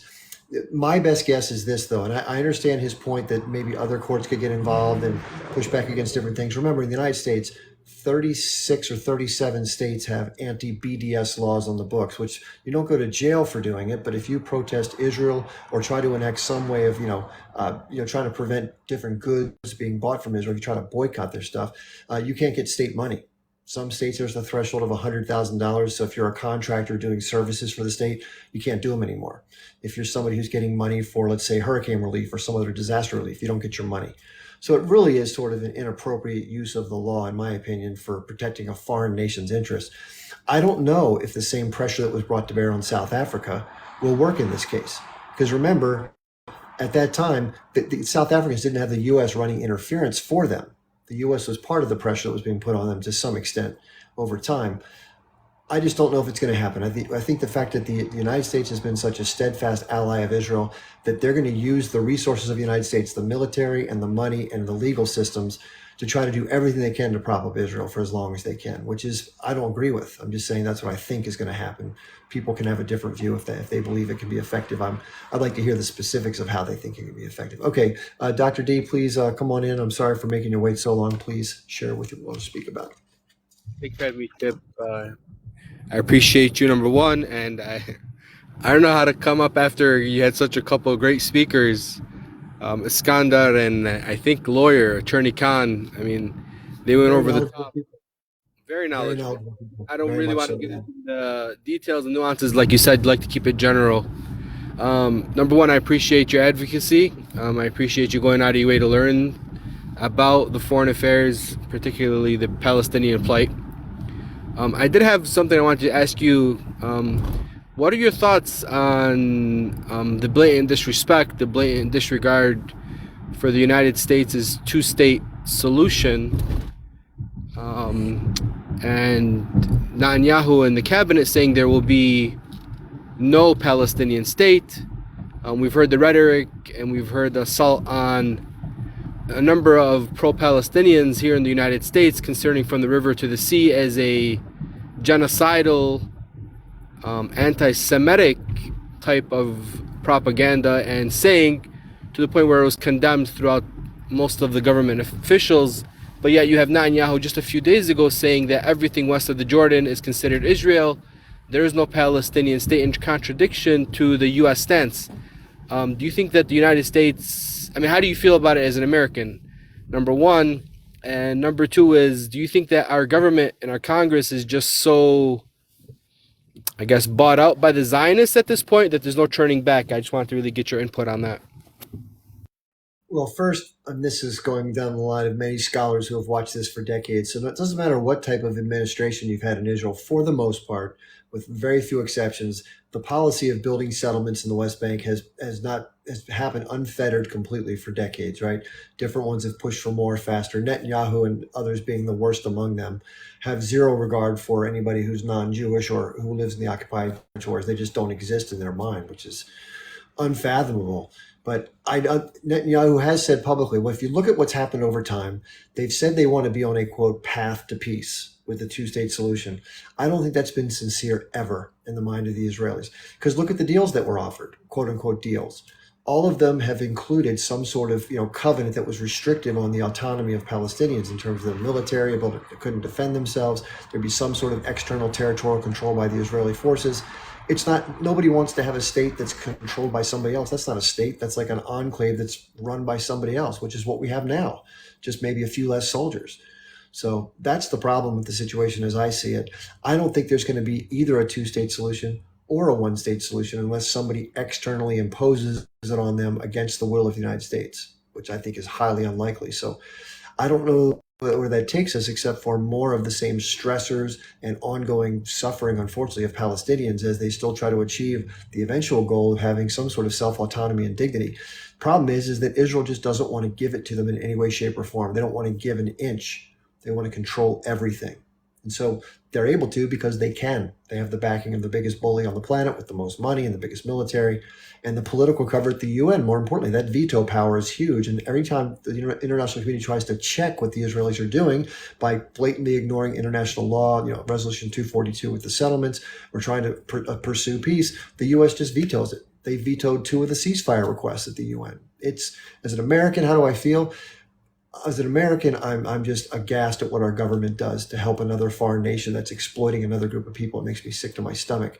Most Americans don't know the details of what Palestinians endure, unfortunately, because the media system is highly sanitized in the United States and the Western. Now, as we've talked about, though, during this conflict, the only thing that's been good to come out of this in the years I've been watching this is that there's been much more awareness than ever before of the plight, and also people being completely shocked and disgusted by what the Israelis actually do versus what they claim they do and the rationales they give. I totally agree. If there's any silver lining with this conflict, I think it's really woken up the world to the atrocities that are being currently and have been committed by the Israeli occupation. And it's tragic, and I don't think that this will go without consequence, though. I know you don't maybe have some reservations about how this ends, but I do believe that the Israelis are overplaying their hand. And I do believe that if they open up multiple fronts, particularly in the north against Lebanon, they open up a front in the West Bank, they open up a front in Gaza, you open up a front with the Iraqi paramilitary and Yemen, it doesn't play to their interests. And I don't really necessarily know how far Netanyahu is going to push his country to the brink of possible collapse just to keep his seat. And honestly, it's surprising that the Israeli people don't realize what's happening. And maybe it comes from an area of arrogance, but I don't really see this ending well in a full-blown escalation. Because the U.S. military could only do so much, right? I mean, what are we going to do with our aircraft carriers? And we're not going to put troops on the ground to invade. I doubt it. I hope not. I doubt it. I doubt that we will send troops to the Middle East again to fight off whatever invasion happens. But it was nice talking to you, Chip. I appreciate you having me on board. Sure. And Free Palestine. And thank you for having me. You're welcome. Yeah, thanks for coming on. Yeah, just so you know, if you don't know, there have been troops that have been mobilized that are in the arena right now. There's some Marines that are there, some Army. So I don't know exactly how or when they would be deployed, but there are troops mobilized. I think it's up to like between the Marines and the soldiers about 3,200 at this point. That's still a very small force given what it could turn into. Remember, the Israelis have like 300,000 reserves that have been called up or alerted for service. So, but the quality of those reservists is in question. People like Scott Ritter have talked about it at length and said that he doesn't believe the U.S. or Israel can fight a broader war. So I don't know where it's going. I hate to make predictions, but I don't think that I think the Israelis are trying to draw in Hezbollah into the war, but I think that they're being very cautious and very sensible not to be drawn in because that's what's going to blow this thing up, and I don't think anybody of sense wants that to happen. Okay. We have somebody who's got their name in Arabic, and unfortunately, I don't read Arabic, so I apologize. I can't say your name properly. Chip, how are you, buddy? Good, thanks. Yes, Mehmet. What do you say your name is? Mahmoud. Mahmoud? Yes. Okay, thank you. How are you? Okay, just excellent. Thank you. Hope you're doing well. Just a Good. few quick things that I'd like to mention. I heard some very, very intelligent speakers on your platform. Here's what I would like to say, and I hope they would listen to this. I hope they're not gone, and they hear what I say. Two things we got to understand about the ICC or the ICJ. I apologize. It is it was created by the UN. It is not like a supreme court of the world. It is part of the UN. So all its decisions, and I praise them for the decisions they came out with today. It's not like going to through courts, administrative court, then to state court, then to federal court, then to Supreme Court for Is appeals. it possible the background noise there? Is it possible to mute that, or is that not possible? No, no, no. It is. It is. I have my, believe it or not, my There we go. Thank you. my Jewish ex-lawyer with me watching TV. How about that one? Okay. Coming from a Palestinian. Okay, so what I was saying is, the ICJ is part of the UN. It is not an isolated world wide Supreme Court of the world. It is not the Supreme Court of the world. It is part of the UN. It's not like the administrative, like you go to administrative court, then you could appeal, then you could go to then you could go to state courts and appeal to federal courts and appeal to the Supreme Court. We have to understand that. It is very important to understand that. I'm not a lawyer either, okay, Chip? The other thing is, this was like an injunction court hearing. It was not like, it's an injunction, and this is a preliminary orders. Like, these are only like, okay, we know that there's something wrong, and from the evidence we have seen, that there may be some genocide, there may be some wrongdoings, there may be, and we're not going to deal with that. But what we're doing is, are saying we must stop whatever is going on right now until we have final orders, which is going to take probably a couple of years. These things are very important to understand, and people don't understand that. They seem to miss the whole point of this whole thing. Who missed the whole point? Who are you referring to?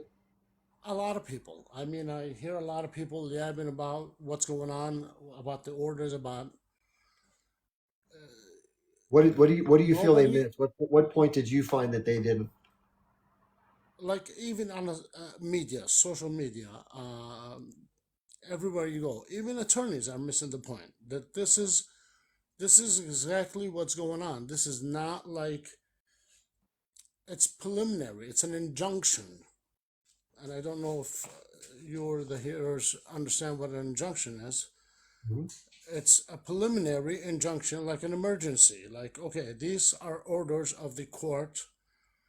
There are emergency preliminary orders that we ask you to stop all this. We're not going to get into the point of ceasefire or whatever the case might be, because there's the argument of, does Israel as an occupier have a right to defend itself? What started this? Okay, we have the age group who supposedly, which is incorrectly viewed, started this. Um, so they're not going into the deep ruling of the case. But they're saying is, no, there is some issues that we see, and we're not getting into the deep of who started what, or who's defending what, or who Mhm. is the oppressor, or these issues are very critical in the ruling, so they cannot get into these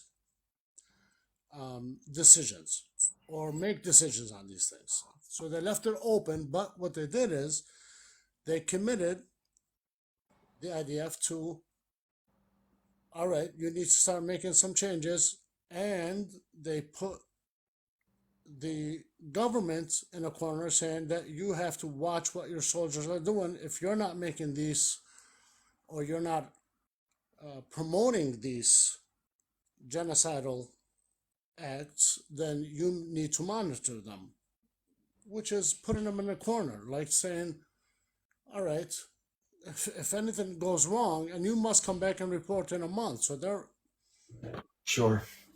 they're telling them to come back and report, which they don't really have to. They usually just take the orders, put them out, they're preliminary, and they leave it open, and the parties that were in the case would come back and say, "Hey, court, you know what? Here we go." No, they're committing them to come back in a month, and I think they're going to do that on a monthly basis until they stop. And the orders is committing them to stop. These orders, all that what happens now is the countries, any country like Algeria, is already stepping up to the plate and saying, we're taking these orders and we're going to move to the General Assembly, and we're going to ask the General Assembly and the Secretary Assembly to cease fire or to implement the orders. So they got them, but they could not set out an order saying that, yes, you are committing genocide, or yes, you need to cease fire now. But they laid out a playground of orders that commits everybody to play along the rules. And nobody expected the amount of judges to be on the side of stopping or ordering against the state of Israel, the occupier. So this is a good thing. This was a beautiful thing. Nobody expected it, and that shows us hope. That gives us a lot of hope and gives us faith that it will eventually get to where we want it to. I don't think the U.S. or the Biden administration is at a point right now to veto anything, especially after these orders. So politically, it was well played by the courts. They understand what's going on. Everything is going accordingly. Everybody is happy. Even South Africa is happy with it. They're not complaining. They're like, yeah, we would like to, but we're okay. We got it. People must understand that things are not as easy, and the court could not provide the orders immediately to ceasefire. But they gave and laid out the whole playground for a ceasefire. That's very important. And people must understand that. And people are like, oh, we wanted them to provide a ceasefire order. They couldn't. It's a preliminary injunction. And they don't have the jurisdiction to go and implement a ceasefire. The UN has the jurisdiction to do that. They have the power. Through the Assembly and the Security, the UN Security, they have the power to stop this. And I think that's where it's going. At the end of the day, it's a win-win situation, believe me. And people are missing the legality of this. And I'm very surprised because I see lawyers coming out and speaking about this, but they're missing these points. And these points are very, very critical to understand so people don't lose hope in the ICJ. And Okay. what came out of Thanks this for today. Thanks for sharing that point of view. I appreciate that point of view. Yeah, I'll definitely weigh that in there. Thank you for being off. I appreciate you. Share your work and Have a good all evening. your. Thank you very much. Thank you.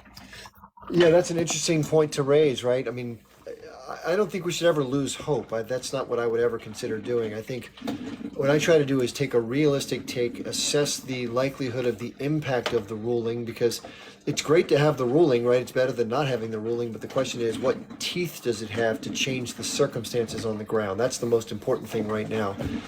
And I don't know what's going to force a ceasefire. I mean, the Netanyahu administration has said publicly that they're going to keep this going until they eliminate the H group. That's their public statement. And the Biden administration has called for them to be more cautious, to avoid civilian casualties, which we haven't seen much of. In fact, I heard people on a live today claim that the Israelis have pretty much stopped bombing, which is, of course, absurd because I'm still getting photographs from Khan Yunis and elsewhere that are showing bombings that are happening, and people are unalive and injured. A lot more injuries than unalive, thankfully, but they're still there.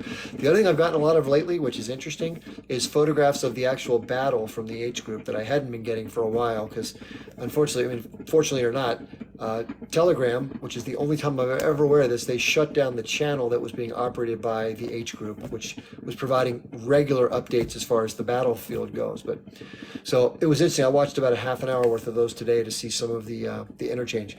It's a fascinating battlefield. It's one that I did not fight in. I was in more of a desert terrain, which is much more open. The urban terrain is so much harder to fight out of, and it's so easy to get unalived. It's absurd. So I wouldn't want to be there as a soldier. I sort of feel bad for the Israeli troops that have been, the people that had to come up to serve. It's the hardest way to fight an enemy that's using guerrilla tactics with tunnels. They can go into buildings. You can't see them.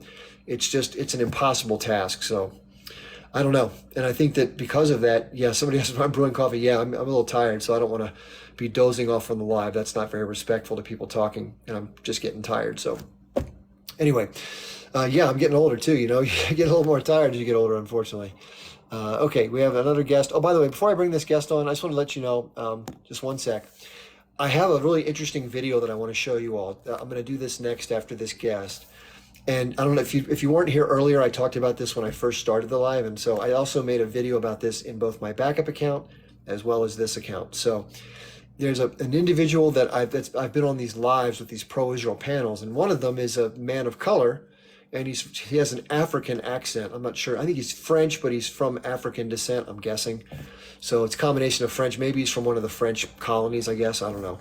Anyway, so he was on the panel, and he's very, very vociferously, very loquacious, just always jumping in. And I was like, who is this guy? Like, he doesn't seem like the typical Israeli or pro-Israel person. Well, sure enough, my spidey sense that was tingling was verified, because it turns out this guy is a paid operative that goes on to these lives to try to talk down people who are trying to be critical of Israel. And he has no allegiance to Israel. In fact, the reason I know this in the video you're going to see, and I don't want to spoil it for you, but he basically says as much on video. Yeah, his name is Nicholson. Yeah.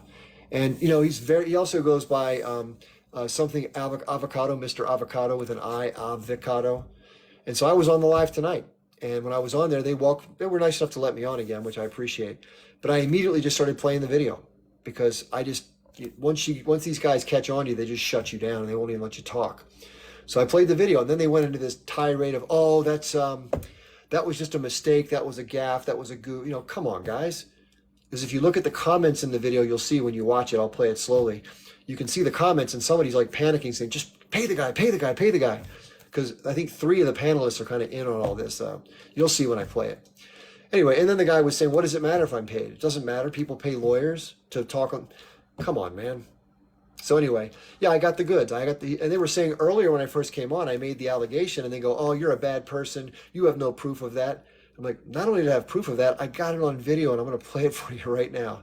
Anyway, it is what it is. I'm going to let the next guest come on. I'm going to show that momentarily, though, for those of you who want to see it.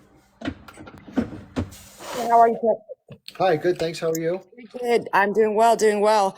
Yeah, I actually just wanted, before I kind of go in and kind of discuss my point of view on what we were discussing, one of the things I noticed early on was there were individuals. So they have, the individuals, pro-Israeli individuals that'll pop in and they'll make really benign comments in your comment sections in the hopes that it starts getting comments and responses back from people, and then they would report. So I actually lost an account, one of my first account.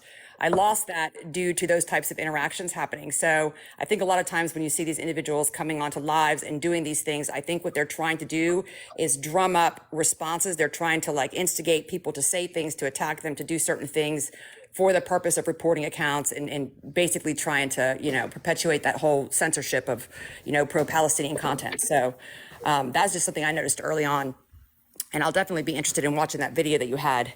But a couple of things I did want to touch on. So, this morning I watched the issuing of these provisions. I watched it live, and I initially was a bit critical of the ruling because of the fact that it fell short of calling for that ceasefire.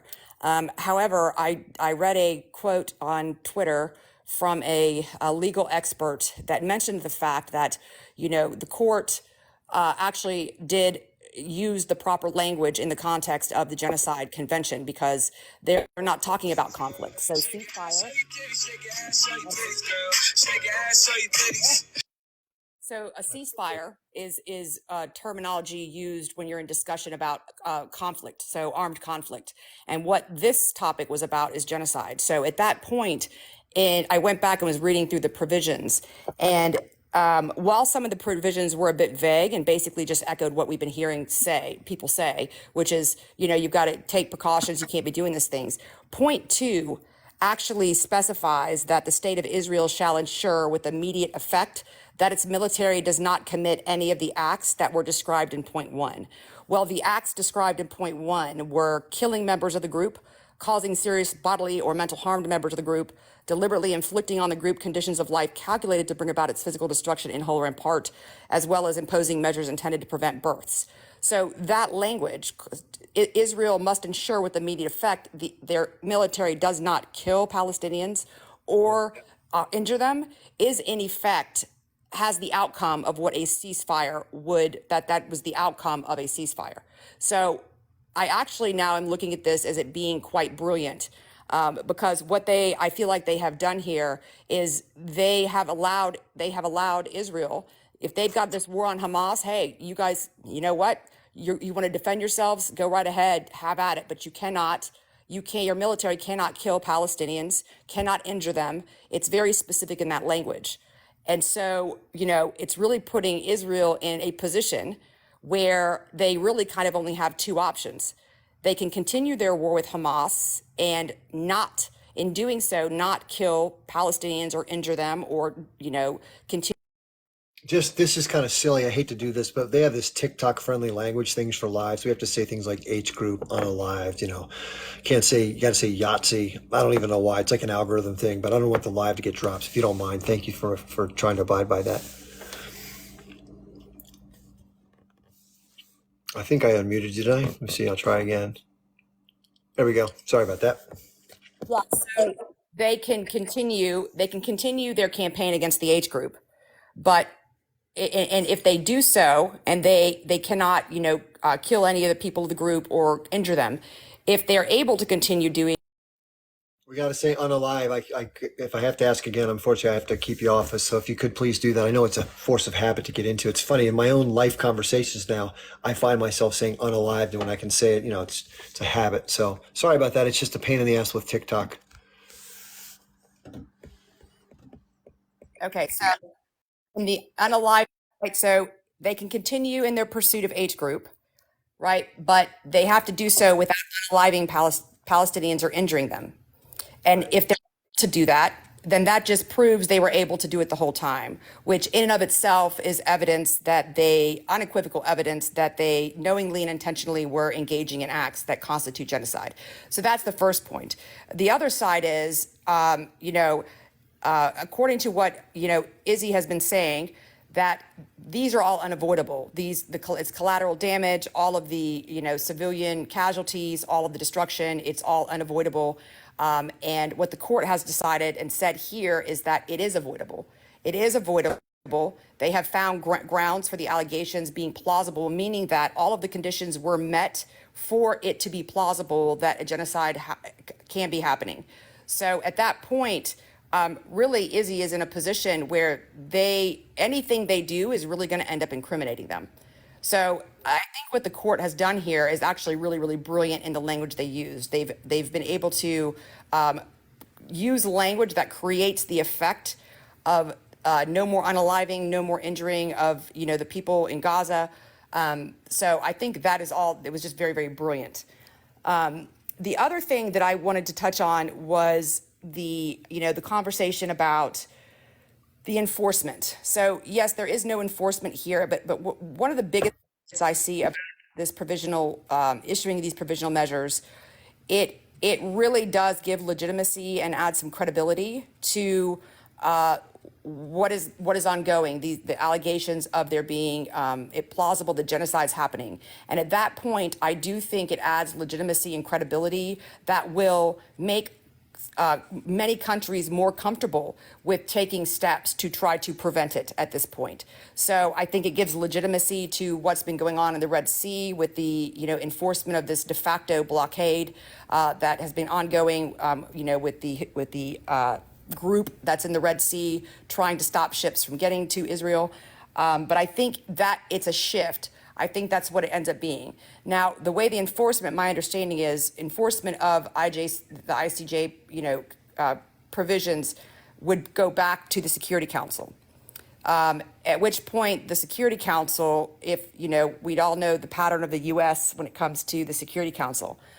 However, the alternate there is, once again, we saw back in November, we saw the invocation of Article 377, which was the Unite for Peace, where due to the inability of the Security Council to uphold their responsibility for security and peace, bringing about security and peace, it reverts the situation back to the UN General Assembly.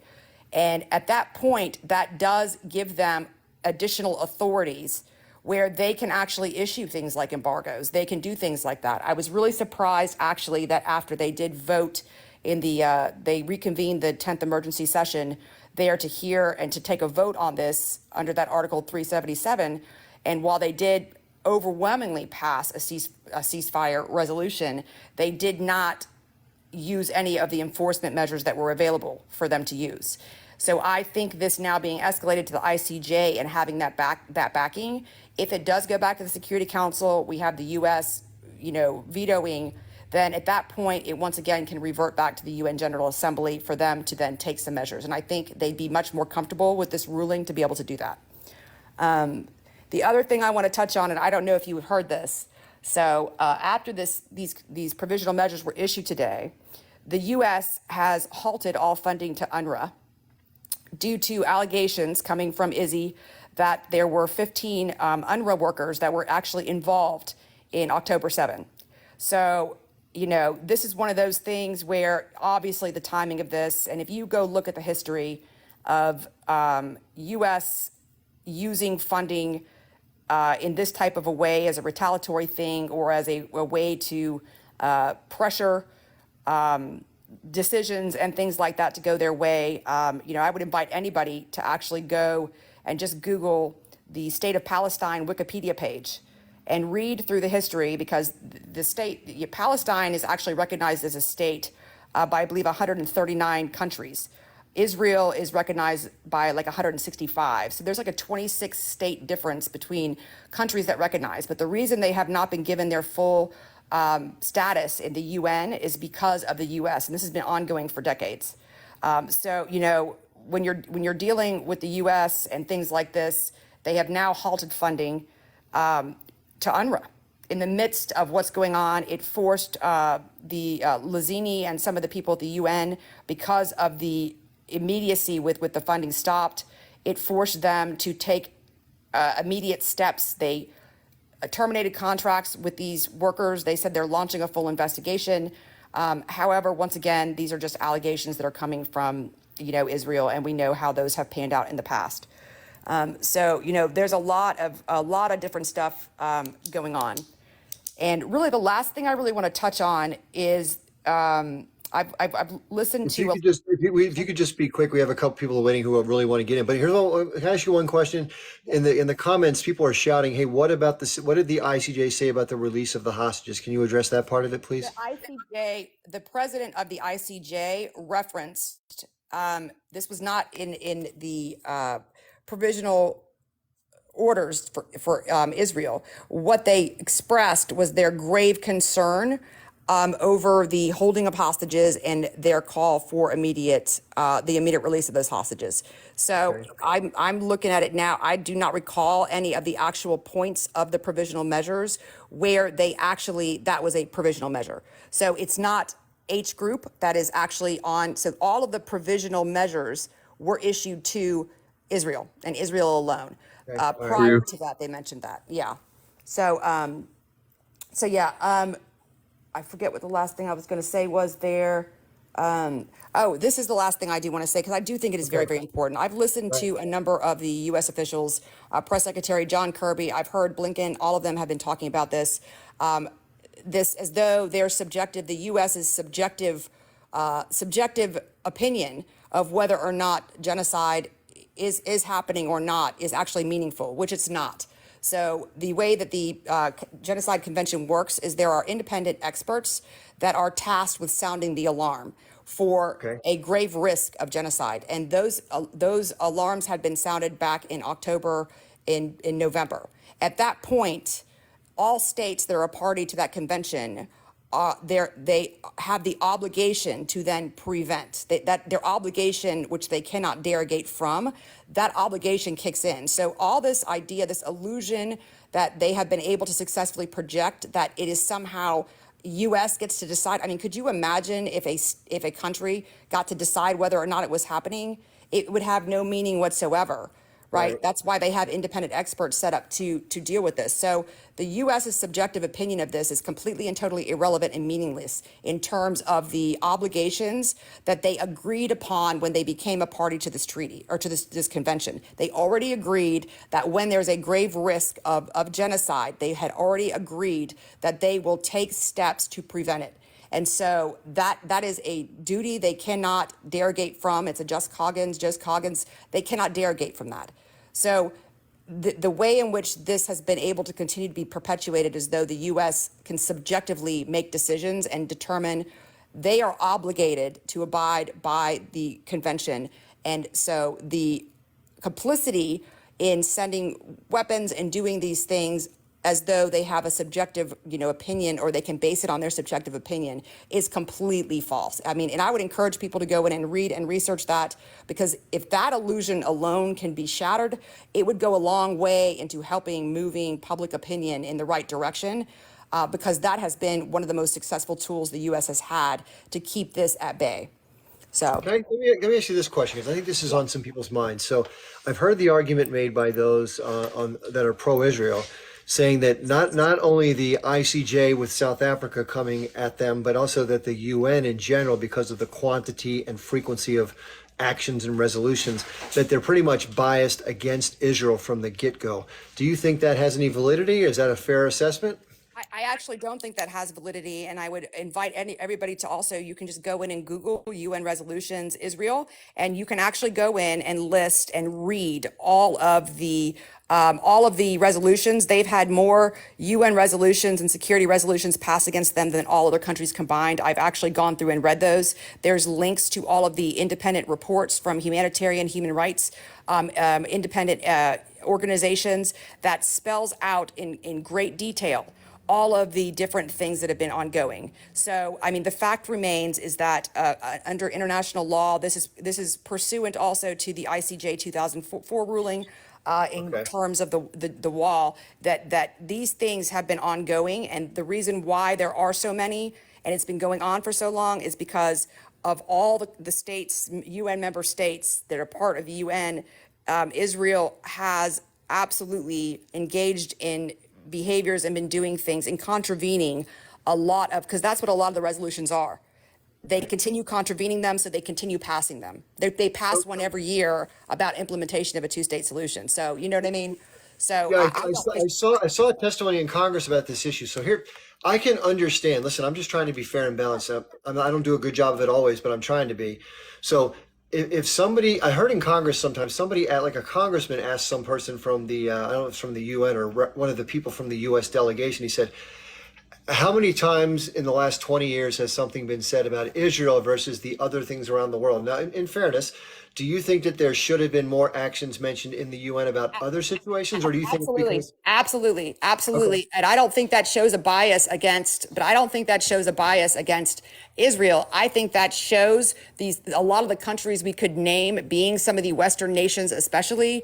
And that's what Israel uses. I mean, Mark Regev, there is barely a time when they're giving an interview where they do not compare what they're doing to the Allied forces in World War II or what U.S. has done in their war on terror. So I don't think that it's a bias so much as going after. They are doing those things.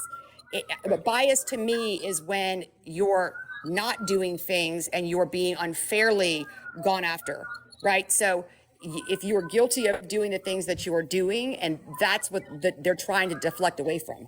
Everything that's listed in there is stuff that has occurred. And I also think, Can I respond to some of this? This is a huge monologue. No offense, man. yeah, go ahead. Oh, I can't hear you, Chip.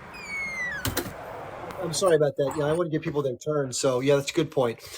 Yeah, thanks for being patient, by the way, those in the queue. I know we have some different points of view to bring in, which is going to be good, actually. So thank you for those points. I did follow you back. Maybe we can bring you back on to flesh things out even more when we have a little more time without so many guests waiting. Excellent, though. I mean, just excellent point of view. I really appreciate. In fact, why don't you stay up? I'm going to leave you up in case we want to have some back and forth. I normally go till about 10 p.m. We're close to that now. I'm going to go over because of the guests we have. I don't want to exclude their ability to interact and share their point of view. Just to let you know, I apologize for this. I did promise the audience I was going to show a video. It only takes a couple minutes. I kept a very short version of it. So let me do that first. I'm going to turn my screen around and show it to you. I have it queued up. Remember that what this is going over, just for those of you who are coming in, I came to my attention. I was really curious because I was in some of a guy named New York NYC Joe. He's a host that hosts a lot of panels that talk about this predominantly from the Israeli point of view, which is fine, right? And I go on there. And I had some initial bumps in the road. I came back, but there was one person on the panel that kind of struck me as odd, although you never know. He was a person of color. I believe he's from France or lives in France, but he seems like he's from African descent. I'm not sure. But it just seemed a little strange. I don't know. It just kind of gave me that sense. And then I came to discover some things that I thought, okay, maybe I wasn't off in my feelings. So, the spidey sense. And it turns out, and I just made a video on my backup channel as well as on this one about this issue. It turns out there's a video that says, and this is strange, obviously, right? That the person was upset, the person that was, supposedly being paid to represent the Israeli point of view. And I guess that's fair enough. You can pay anybody to do anything, right? But we try to have these conversations in earnest, right? Other than the times that I request for small donations from my followers, I'm not doing this for, no one's paying me externally to do this. This is just me sharing what I've learned in my life. And I'm somebody who tries to do right, I guess. I don't know what you want to call it. Some people think I'm a jackass, so be it. So, but the point is, I don't like talking to people who are being paid to represent a point of view. I want to talk to people who are in earnest, believe that for their own reasons. The person in the video says they don't really care which side they're on. They just want to make money. So I'll let you see it. You make your own mind up. I'll let you see it. That's my take on it. Let me pull up my TikTok account here. I'm going to flip my camera around. I'm going to try to put my volume up. My neighbor's probably going to freak the hell out, but sorry, Jane. Okay, let me turn my camera around.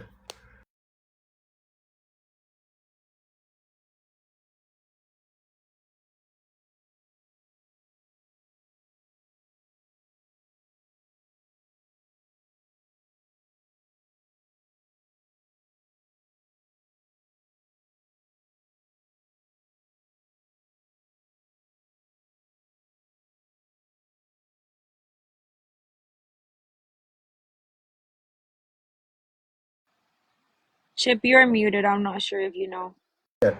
This is the person who was speaking. I apologize. Thanks for letting me know. This is the person. His name is Nicholson, but he goes by Mr. Avocado as an alternative name with an I, Avocado. So he's very, very frequently on the panels, and he speaks a lot during the panels. In fact, when I've been on, he's jumped in a lot. Let's put it that way. So that's why I was a little curious. But anyway, so listen to his own words and see what you think. So I'm guessing he got his pay because the same Hold on. guy still happens when he found. Here we go. Sorry about that. I had it ready. Here we go. Here we go right now. Trying to stiff him for his payment. This is awesome. I work for the Jewish agency and now they refuse to pay me. Because of one slip up, one thing that I said that they didn't appreciate, and now they refuse to pay me. So I'm going to put out all the Zionist dirty little secrets. The IDF is actually a T group? Do you truly believe Not that? just the T group, not just the T group inside Palestine, they're a T group outside. They know I'm good at psychology. Now watch what he says. We don't care Zionist, pro-Zionist, and all. We just need our money. Just give us our money. That's all it is. Simple. Everyone has been saying I'm being paid, and it's true. There you go. My neighbor's freaking out. So I don't know how much more clearly you can make that, right? And my neighbor was freaking out, by the way, so I apologize to Jane. Anyway, that's, listen, I don't know. Everybody can do whatever the hell they want, but I'm trying to represent a thing from my heart where I feel I am. I could have it wrong, right? I'm open to that too. I'm not Mr. Perfect, but I'm not a military expert either. I've been accused of saying that. I'm not. I don't even know all the details of everything with the conflict. I'm just a guy who knows enough to talk about it, but I read a lot and that's about that. So let's bring one of our guests on to see what they have to say. Nate, did you want me to let the other person go first? I think you said that, so I'll let the other person go first. Please share your response. Okay, cool. So, real quick, I think that you should message Nicholson about that video and maybe he can explain it a little bit better about what actually happened with that, because there was a whole slew of messages beforehand which actually are going to make you look pretty. I mean, listen, I know you don't know Nicholson, right? So I'm not going to say that I'll give you the benefit of the doubt that you're not aware of that situation of what actually happened. Just Chris, so in other words, do you think I'm taking it out of context or what? No. I don't think that you're purposely taking it out of context, right? I think that you don't know the end result of why he did that and everything along those lines, right? So, you're not that you're taking that video out of context, right? That's definitely real. He definitely did say that. Okay. But he also did, before all of this, speak to Joe, right? And have messages with Joe explaining why he was doing this, why him and Joe were doing this, right? They created, I would rather him explain it, right? So I think you should contact him directly, right, Nicholson, and actually talk to him and let him provide you with the evidence to disprove what you're showing. Well, hold on a second. So listen, I'm not trying to do anything fake. Let's just listen, I'm just going to go with what the person said. Okay. I don't know what I'm the saying you don't know. Hold on, wait a second. Let me finish the thought. I think it's fair for me to say this. Now, listen, you may say I don't know the context or the backstory. Fair enough. I mean, I don't know exactly everything that went on in the world prior to or after this. But in fairness, what does the person say in their own words? I don't know how else. Listen, it's also possible, let's face it, that somebody after the fact who's not flattered by what was said in that video, they want to try to work a narrative around it. So I understand that too. That's fair. But my point of view is, for the average person, I think maybe you think I don't know what the hell I'm talking about, but that's what the man said. He seemed to be upset that somebody hadn't paid him. He had tried to work it out in some way, shape, or form. He then decided to go live for whatever reason. Even Joe says, why the hell are you going live in front of 75 people? Call me. Okay, yes. So I understand. Hold on, let me finish, and I'll let you go, I promise. So to the average person, like reasonable man standard, right? You let her monologue. Why can't me and you have a dialogue? Hold on, we're going to have it. I just need one more second to finish my thought. I'm going to let you, I always will let you back on, I promise. I'm not going to cut you off. I'm just doing this because I don't want to get interrupted. So the point I'm trying to make is, if anybody listened to that, what did the man say? He said, A, I want my money. B, I'm getting paid. I'll put out the secrets of the Israelis if you don't pay me. And then he said, I don't care about this, that, or the other. This group is a T group inside and outside of Israel. I just want the money. That's what he said. So maybe I'm not understanding it. Do you say I'm not understanding it? Why would I need to contact somebody to clarify that? I'm not saying that you don't understand it, right? What I'm saying is that entire thing was a complete setup and a complete joke. That was the point he was making with it, right? So he actually came out and posted the actual text messages from before that live, before he started making the comments about him being paid, right? He posted all of these. They're time-stamped with this entire thing. Okay, there's an hang on, wait. There's an audio message, right, between him and Joe that say that they're going to do this plan to set people up and make them think this. It's published. What's the point? That's why I said you should talk to him, right? Because I've talked to him about this, but Sorry, I not really buying came it. onto Not the buying it. panel Wait, to what else address did you what. listen? Let's park that aside. What else did you want to talk about? I'm going Yeah, to yeah. put So that I, I, aside. I, I What you're came saying. mostly onto the panel to talk about what Sense was saying, right? So I would like the same level of respect that you gave her, right? You completely let her finish her point. I would like the same respect back. Okay, just Um, let you know, I'm already 5 minutes past my end time. So if you're gonna go, you think you're gonna go for more than 5 minutes or no? how long did she go for? I don't remember exactly, but again, I wanted to keep the guests on, but I don't want to go till like 11 o'clock at Can night I because ask I. you a question? Why when I was on your panel last time did you not invite me up? I was the third person in the queue. You I, invited 6 people. I counted. I don't have an answer to that because I try to take people in the order they come in. I don't do anything purposely to avoid people. You have my word on that. Let me let you speak. I'll The go on the mute. whole Okay. comment section was saying to bring me up though. I listen. I never purposely exclude anybody. So I don't know what happened. It was not purposeful. Okay. Okay, Promise all you. right, all right. So yeah, so basically this is basically the problem I have with the argument that Sen is making, right? One thing that she said was that there was more what was it that Israel had more prosecutions against them. What was the terminology? I'm sorry, I'm kind of blanking here. Resolutions, UNGA resolutions and Security Resolutions. Council. Okay, so yes, so Israel had more resolutions against them than every other country combined, and she said that doesn't show bias, right? And I would actually argue, how many resolutions does Iran have? How many resolutions does North Korea have? Um, and I would say that it absolutely does show a sense of bias, right? You mentioned that, Western countries' resolutions and this and that. I would argue that the UN, as it sets standard of equality, sometimes is not a set standard at all, right? You agreed that the UN is not a remotely perfect measurement, and that it completely like undermines other aspects of other conflicts. And so I would say staying away from the UN as a standard overall would be a better topic of conversation completely, because it doesn't necessarily hold weight.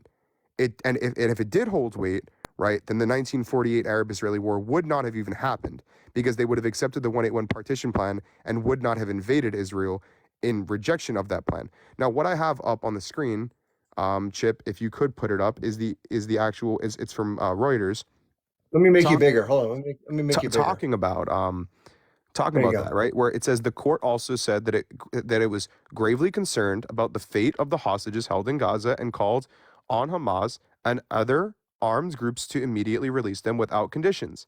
Now, you're saying that they didn't necessarily. Oh, you're saying that they didn't necessarily do that, but like they literally did. I mean, I just let you know, for the record, I didn't say that. The guest said that. I no, was I I was just know, asking. I I didn't know, say I that know, either. but I I said it I wasn't also a want to I provisional also want order. to say this. I also want to say this.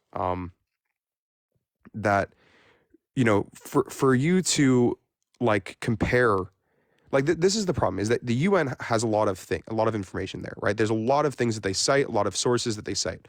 One of the sources that they cite is are you aware, in urban conflicts, roughly what percentage of civilian injuries and unalivings are usually civilian? 10 to 1. Close. Sense, do That's you a know? I mean, that's my best of my knowledge is 10 to 1. I thought it was 10 civilians for every one combatant that gets Very, unalived. very close. It's 88%. So 88%. so nine Do or you, so, right? do you Close know to what nine. it do you know what it is in this conflict? It's It, probably it, for less. for for It's injuries and unalivings. it's probably less, but the numbers that we have from both sides are still No, in no, no, somewhat no. It's dispute. not. It's not necessarily less. I'm asking you. Do you know what percentage? What I'm trying to say is this: I've been trying to get accurate numbers from everybody. In other words, I'm trying to be a fair broker. I'm not saying that I trust the health authority of Gaza. I'm not saying I trust the reports from the Israelis. I'm trying to get to the bottom of what's actually correct. So, my understanding is that based on the Israeli claims of about 9 or 10,000 militants or T words, whatever you want to call them, therefore the comparable number of casualties are very low with respect to that ratio you're referring to. I Yeah, don't have that number verified yet. That's my point. yeah. So the number verified for you, Chip, if you want to take a look into this, Yagil Levy, in the first 3 weeks of the conflict, did an analysis, and what he found is that the estimated civilian casualty rate was 61%, and that so that would mean 39% are combatants. Now, if you scale that to the current numbers of this conflict of 25,000, you do 25,000 times 0.39, right? What do you get? 9,750. So do you believe which that which roughly 25,000 lines up with what the IDF's numbers would be. And this was, by the way, this study was done in the first 3 weeks of the conflict. Did you say 0.39 at 20,000 people? Is that what you said, or 25,000. Okay, yeah, then you're right. Yeah, that's different. Yeah, your math is right. Yes. So when you actually take a look overall at this conflict, and you say to yourself, well, in urban settings, if you include injuries, because unalivings rate is about 9-1, right? But if you include injuries in it, you say injuries in urban settings and unalivings, that number is 88%. In this conflict, including injuries, the number is, for this conflict in Israel, is 88.5%. It's almost exact to what was to be expected by the UN's numbers in urban settings. So, when we take a look at these numbers, we're not seeing an indication from the actual numbers of a G side. That's why the ICJ said that there is no G side, right? That's why there is no conviction on Israel, and it has nothing to do with the United States influence of money, and that's why the UN voted the way it did, right?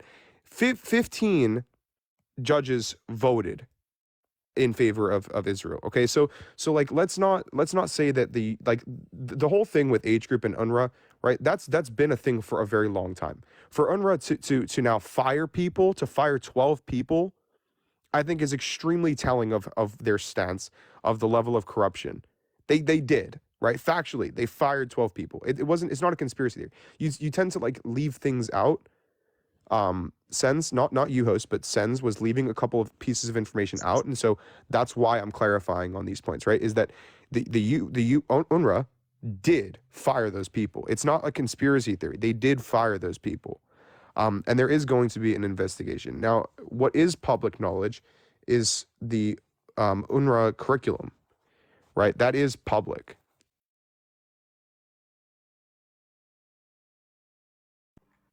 Do we lose you, or are you still there? Let's give just 1 second. You said a couple things. Let me just let should she leave? Yeah, she might. No, she's still there. Let me let her just answer any of that just for a brief second. Then I'll let you continue. Just give me 1 second. Okay. So Essen, do you want to say? I don't know your first name. Yeah, that's fine. So first of all, I actually did mention the fact that they mentioned the release of hostages and their grave concern over it. I said it wasn't issued in the provisional measures, which it's not. So that's number one. Number two, you can compare this conflict or the deaths with any other urban setting. But it's irrelevant because what distinguishes this from those others is there's an intent.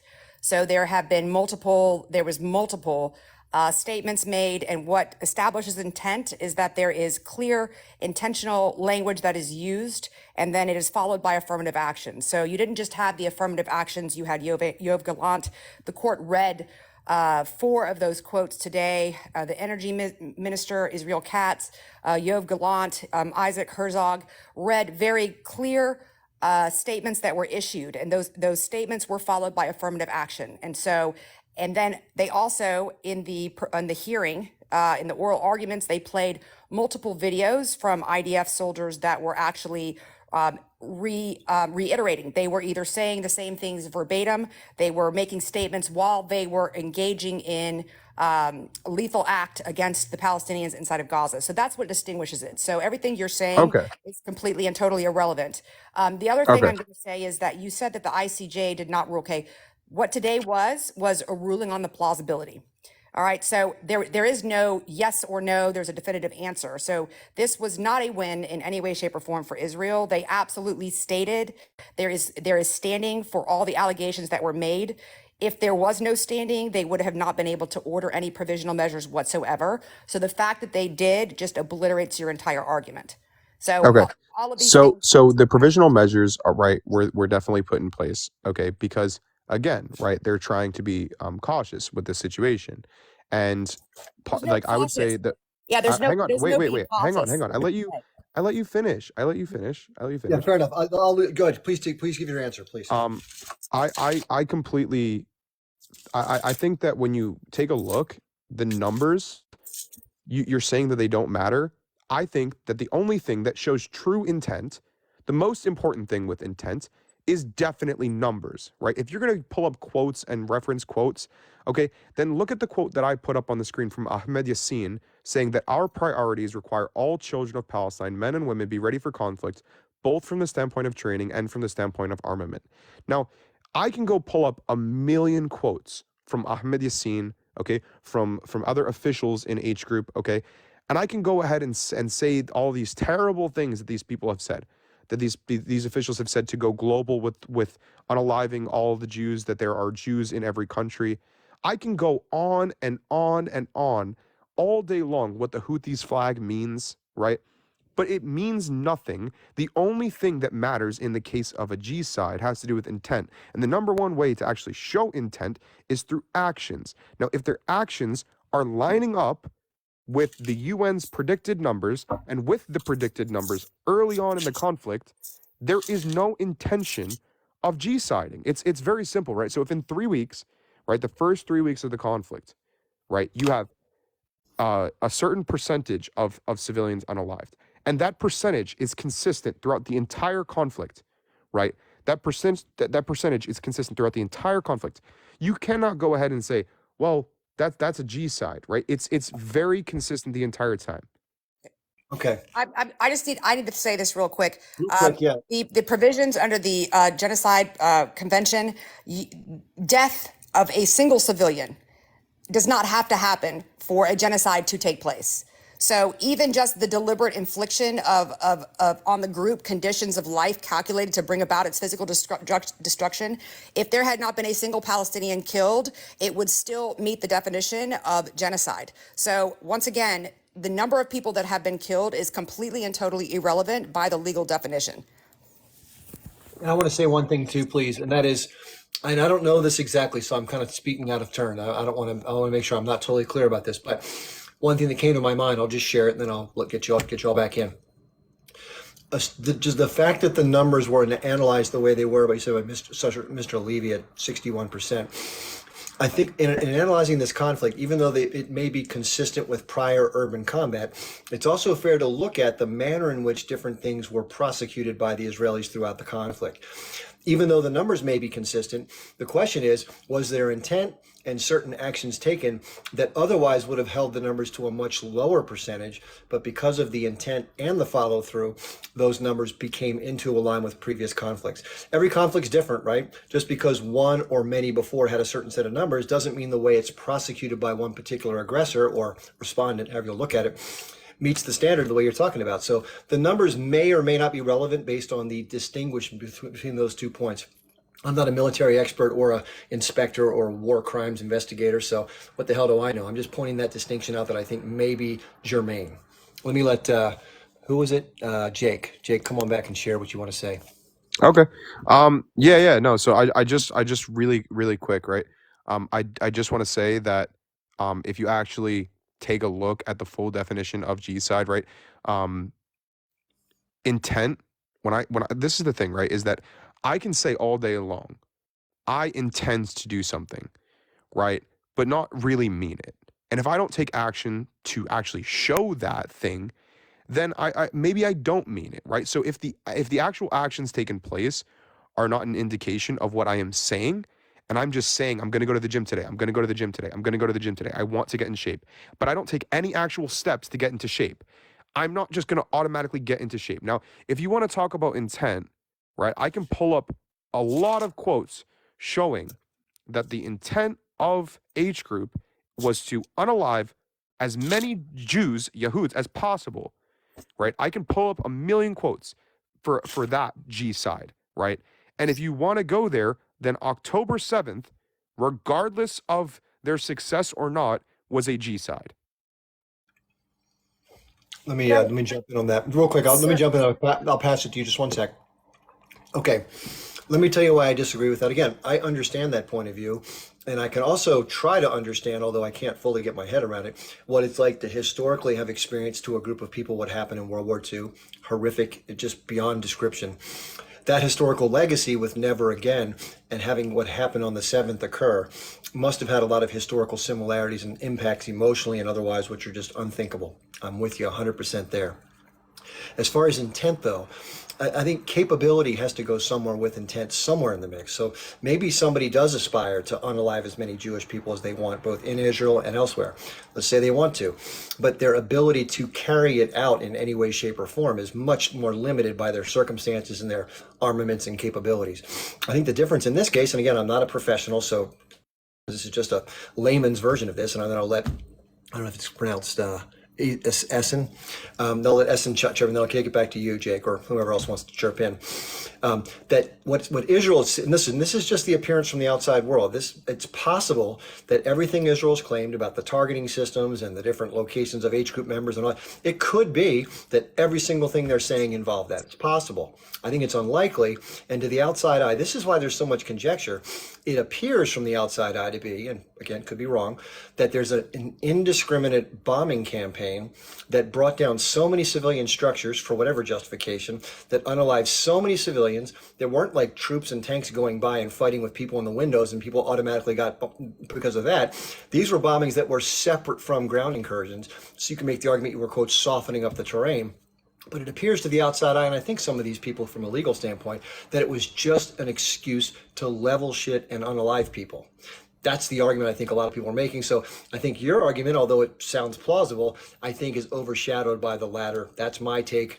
I could be wrong. Let me let Essen say one thing, and then Jake, you're next. Yeah. So, once again, when we're talking about a genocide, constitutes a crime against humanity. All right. So even if you are being the target, your group is the target of a genocide, you cannot commit genocide as a response, even if there is a genocide being committed against you. It is a crime against humanity. The status of the crime alone constitutes that. So once again, everything you're saying about H group is absolutely irrelevant to whether or not Israel is committing genocide. It's completely and wholly irrelevant, has no legal basis whatsoever. When you are talking about intent, you had Yoav Gallant, who is the defense minister, the minister of defense, announced on October 9th that he ordered a complete siege of Gaza and said, quote, there would be no electricity, no food, no fuel. There was an effective siege that was enacted on that day. They cut the electricity, they cut the food and the fuel immediately. The intention was stated. There was affirmative action that was taken, and that is a violation of the provision under Article 2 that prohibits deliberately inflicting conditions of life calculated to bring about the destruction of the group. That in and of itself, if nobody had died, if the rest of the stuff we talked about with people, with the bombing and the civilians and all these different things, if none of that happened, that in and of itself constitutes an act of genocide. Full stop. Yeah. Fair point. I'm going to say If you can give me the big screen, I'll define it for you. Real quick. I want to say one thing.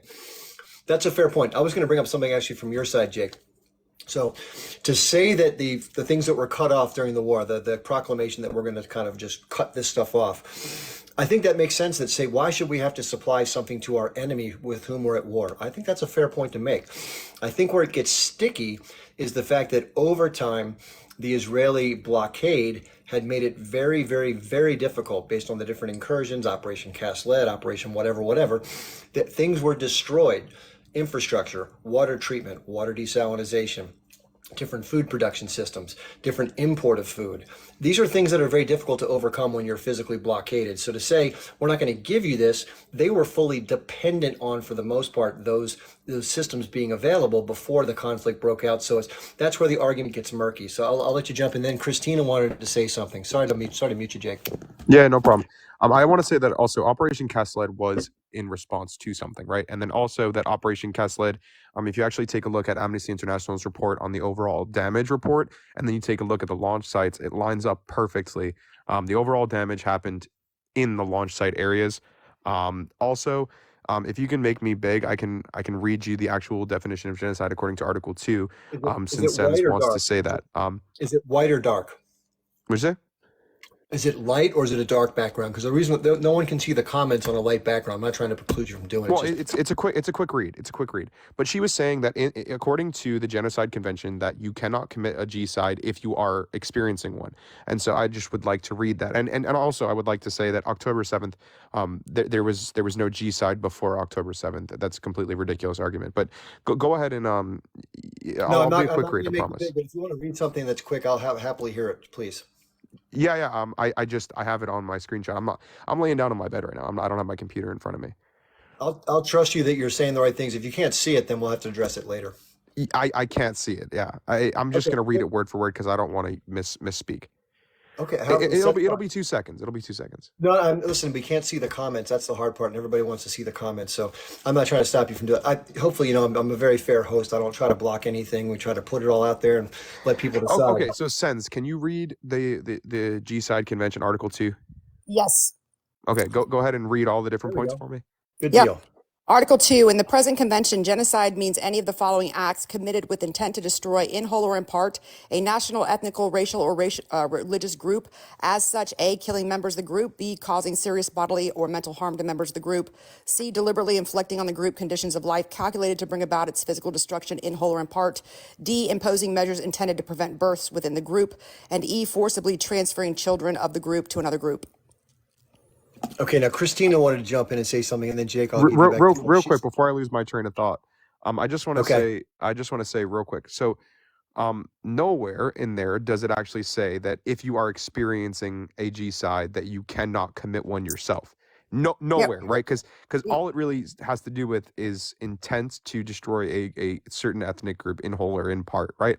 Now Israel has the ability to. Right. And so if their intent is to destroy a certain ethnic group in whole or in part, then I would argue that they would have. Right. They've dropped, Chip, correct me if I'm wrong. What, 45,000 tons? Or is it 60,000 tons of munitions? Yeah. It's a lot. I don't know the exact number. Okay. I can look it up. So let's go with 45,000 tons. Right. Because in the first, I think in November, the report on November 2nd was 25,000 tons. So let's say it's 45,000 tons by now, right? Which I think is a conservative estimate. Let's say it's 45,000 tons. So you're telling me that Israel's goal is to genocide Gaza, and they dropped 45,000 tons of munitions, right? So that's 3 Hiroshimas in a more densely populated part of the planet, right? The third most densely populated part of the planet with 2 million people, okay? Their goal is to unalive as many, in whole or in part, okay? And you're saying that somehow their intention was to unalive everyone there, and they failed that miserably.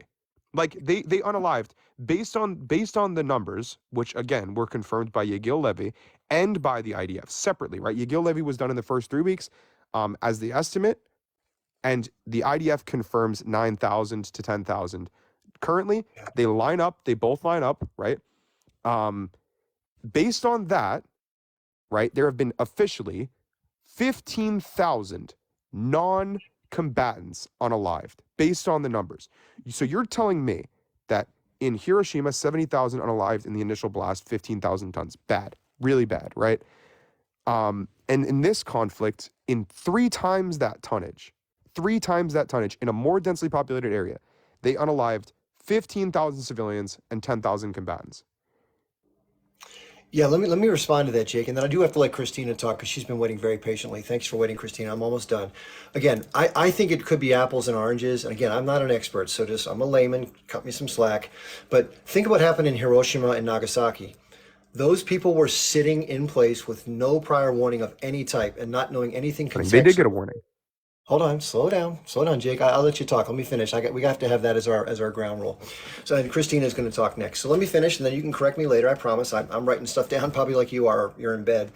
But my understanding is that when people are in place and doing their thing, the atomic bomb was all at once. The pervasive nature of how that thing works is much different than individual munitions that collectively add up to that type of explosive power. The delivery is totally different, though. So the magnitude of the blast radius and the time in which these things occur it's apples and oranges completely. So I understand the argument, completely disagree, and I think most people who look at this objectively as from a scientific standpoint would make that point and that distinction. One last thing. The way this, again, it all gets back to intent. Various people, as Essen said, or Essie, that there various ministers of government in very high positions made comments like, "Our goal is to inflict maximum damage, not accuracy." Those kind of things show intent to do mass destruction rather than being precise. The other thing, you keep referring to this person, Yagel Levy or Yagel Levy in the IDF. I'm just going to share this one point. And I'll let you get back in a second, Jake. I know you want to keep responding because it's fresh in your mind, but we got to give other people a chance. And I'm going to shut up my yapper. This is just my experience. I've been watching this thing for a hell of a long time, not just since the 7th. I've shared that. I have unfortunately seen so many instances over the decades where the Israeli Defense Forces and their representatives lie through their teeth. And I hate to say that, but that's been my observation. We have so many examples of that happening both in the West Bank as well as in Gaza. So many times. It's so difficult. It's like the boy who cried wolf. You're like, well, listen, it's right this time. Trust me. It's so hard to do that, man. And I wish, listen, I talked at the beginning of my show today. I would love to say good things about Israel and trust the people that say things for Israel, because I don't want to give anybody a bad rap. I want to be, kind and nice to everybody. I criticize my own country and I criticize Israel for most of the same reason. They have a terrible track record of lying. So let me let Christina say something and then we'll go back. Doesn't mean it's not true. I can't say for sure because I'm not an expert. I want to say something just 2 seconds, literally 2 seconds. No, Jake, we gotta let Christina talk. You can come back in, I promise. Let's just give her a chance. She hasn't had a chance yet. Hi, Christina. Hi, Chip. How are you? Thank you. Good, thanks. All right. So there's been a lot of points made, but I will try to address as much as I can. Firstly, being that the UN is biased. We have heard it so many times from people that are siding with Israel that the UN is biased. And Essen gave the best example to that. If somebody gets convicted of 25 DUIs, would you say that cops are biased for putting a charge of a DUI on them? Or would you say that they just have constant violations to the law?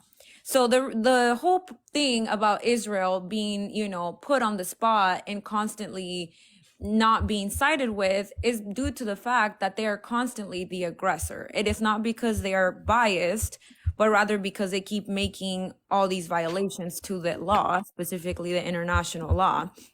As far as the G-side, we all already know the 10 stages of G-side. The intent is clear, not just by the quotes, but by the things that have been done, not only by the IDF, but by the civilians. Prior to October 7th, they received 500 trucks a day, meaning that there was a process nailed down as to how to swift through all the humanitarian aid trucks, how to make sure that none of them contained anything illegal. So how convenient is it that after October 7th, all of a sudden this method was no longer efficient and they weren't able to provide the same, if not more, humanitarian aid trucks? Adding to that, we have recently seen videos of Israeli civilians blocking the humanitarian aid. So if we're talking about intent, what could possibly be the intent behind blocking humanitarian aid from coming in and people being able to eat? There are so many things that Israel is doing to G-side these people. 85% of their infrastructure has been destroyed. Most of the population has been displaced. Their so-called fair warnings about the booming have not been accurate. People have received the so-called leaflets that were also done during the Holocaust. And then there have also been explosions done in places that were quote unquote safe. No place is safe. Actually, most recently, the IDF also sent in boxes that contained cans with food that were actually explosives. They have been debunked many times. When they boomed the Al-Shifa hospital, there's articles where they had one weapon, and then on the second video, they had multiple weapons, showing, like Chip said, that they are not honest, that they shouldn't be trusted, and that they're using the excuse that there is age group in every single infrastructure in every single area of Gaza as to destroy the entire population. And as far as you saying, Jake, that this was a win for you or that the Palestinians are not going to win, I think it is very clear by the judge saying that they're not going to dismiss the case, that first of all, there is a case. And second of all, as far as like what they're expecting Israel to do, I do not believe Israel is capable of not committing the atrocities that they have committed so far. In fact, I believe they're going to turn it up a notch and they're going to be declared the T group that they are. And they're going to be charged with G-side. So that is my take. All right, thanks, Christina. Let me let Jake respond. Just 1 second. I want to say one thing real quick, and I'll let Jake talk. I'm be fair. I'll give you plenty of time. So the DUI stuff. Just want to make sure the arguments are straight, Jake. So she mentioned the fact that the focus on Israel is not so much because it's being singled out, but because it has so many actions that meet the standard that need to be condemned by the UN. There's 10 steps involved with the G soda thing. That there's clear violations. That there used to be 500 trucks of aid a day. It's been vastly limited based on the Israelis' decision to let things pass or not, which continues to this day, by the way. That they've been blocking aid at times. The leafleting has still not led to safe passage and or safe zones that have been repeatedly hit by munitions for whatever reason was justifiable.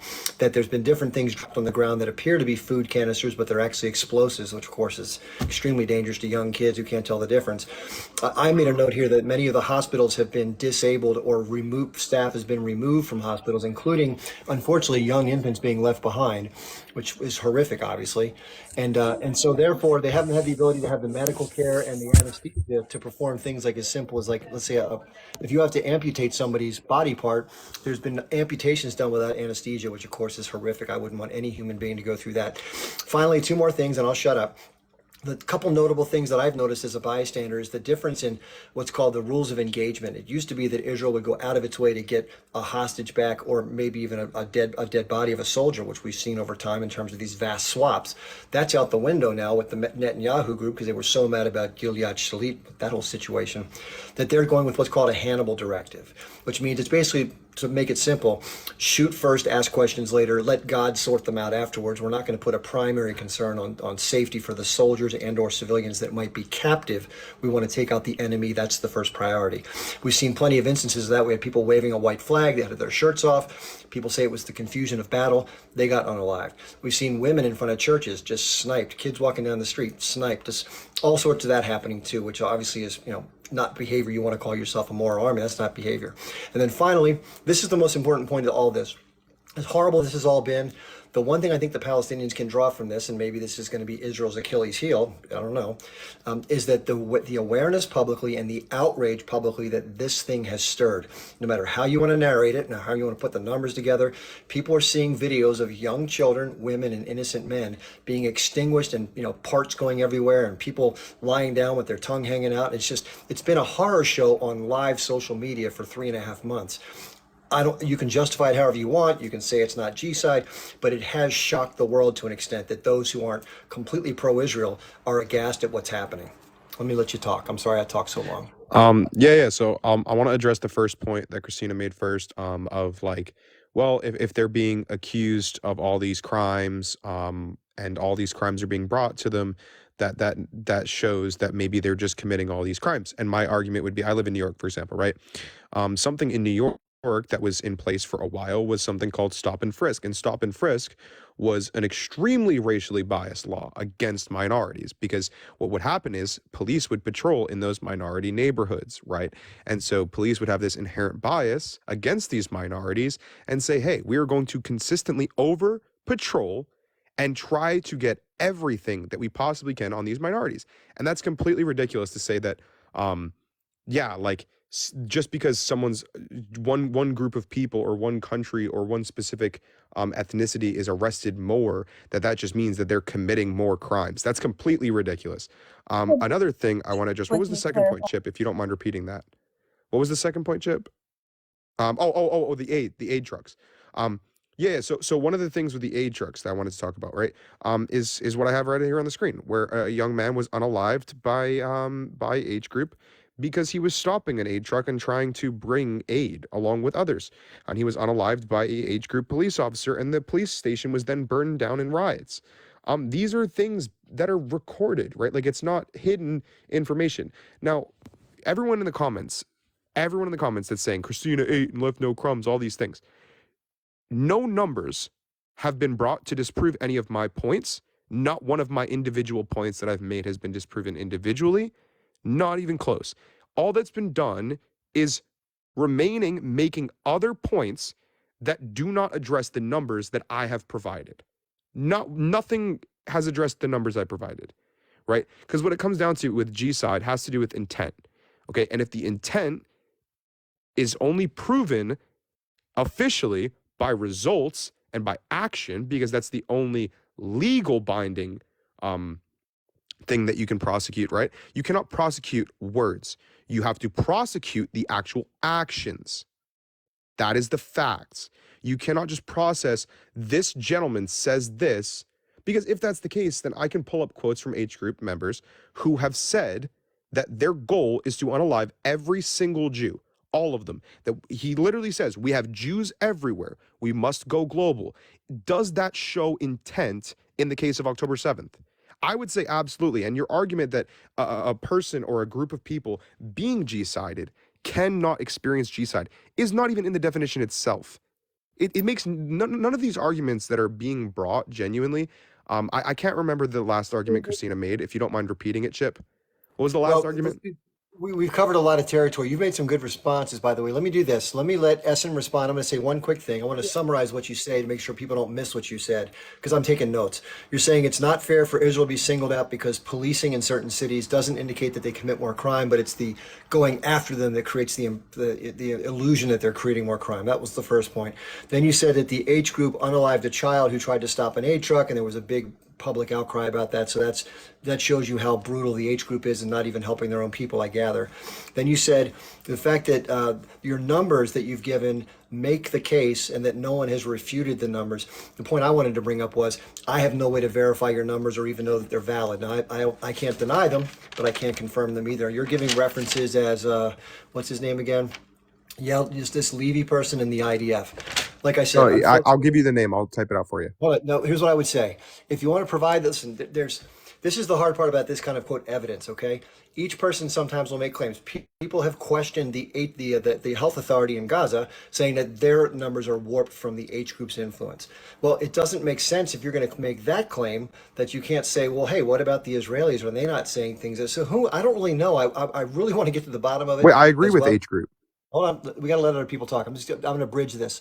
I'm going to make sure it gets so that who knows. I would put that in question. The certainty. You're putting words in my mouth, though, Chip. Hold on, no, I'm not putting words in your mouth. You said that you were certain of it because of the evidence that you have with the numbers. No one's refuted it. That's what you said, summarized. What I'm saying is that still some questions surrounding that aren't clarified. Just because you declare it so doesn't necessarily make it so.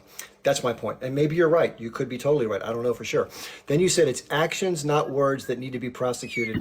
H group's quotes that have gone about Jewish people around the world are indicative of an intent to genocide all Jewish people. So I want to say one last thing about that before I hand the mic over to S. And again, I'm taking a lot of time here. I apologize. I'll give more guest time. But this is just stuff that I feel strongly about. I'm not trying to say that, I'm trying to be fair as best I can. So with regards to that, I don't know if you can make that claim, because the people that are saying jackass things that are in the H group is not the entire society that's being punished for what's going on right now. And in their charter in 2017, if you really read it from top to bottom, the language that was officially in their charter that was abhorrent in 1988 has been eliminated in its entirety. And they rephrase things about Zionism and the fact that it's the punishment and the oppression they want to overcome, not the individuals or religious or ethnic backgrounds. It's right in writing. It's the same thing they just repeated in this document they released recently about the Al-Aqsa flood, the summary. I'm not for H group. I'm not for their mission. I'm not for their charters. I'm not for the resistance things they did. If to whatever extent the atrocities, I totally condemn the atrocities.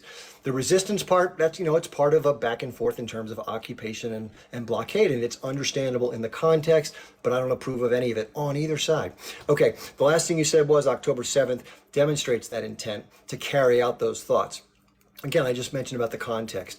It's unfair and disingenuous to not look at the broader context of an inability to reach a peaceful solution through marches and protests and different agreements that have tried to be struck that never included freedom from Israeli control, which has been the crux of this whole thing. The Israeli offers have never been free from control. Therefore, no autonomy, no self-determination, no internal security systems, everything being controlled from the outside in by Israel. That's why these deals fell apart, not because they were sweetheart deals that the Arabs, quote, didn't want.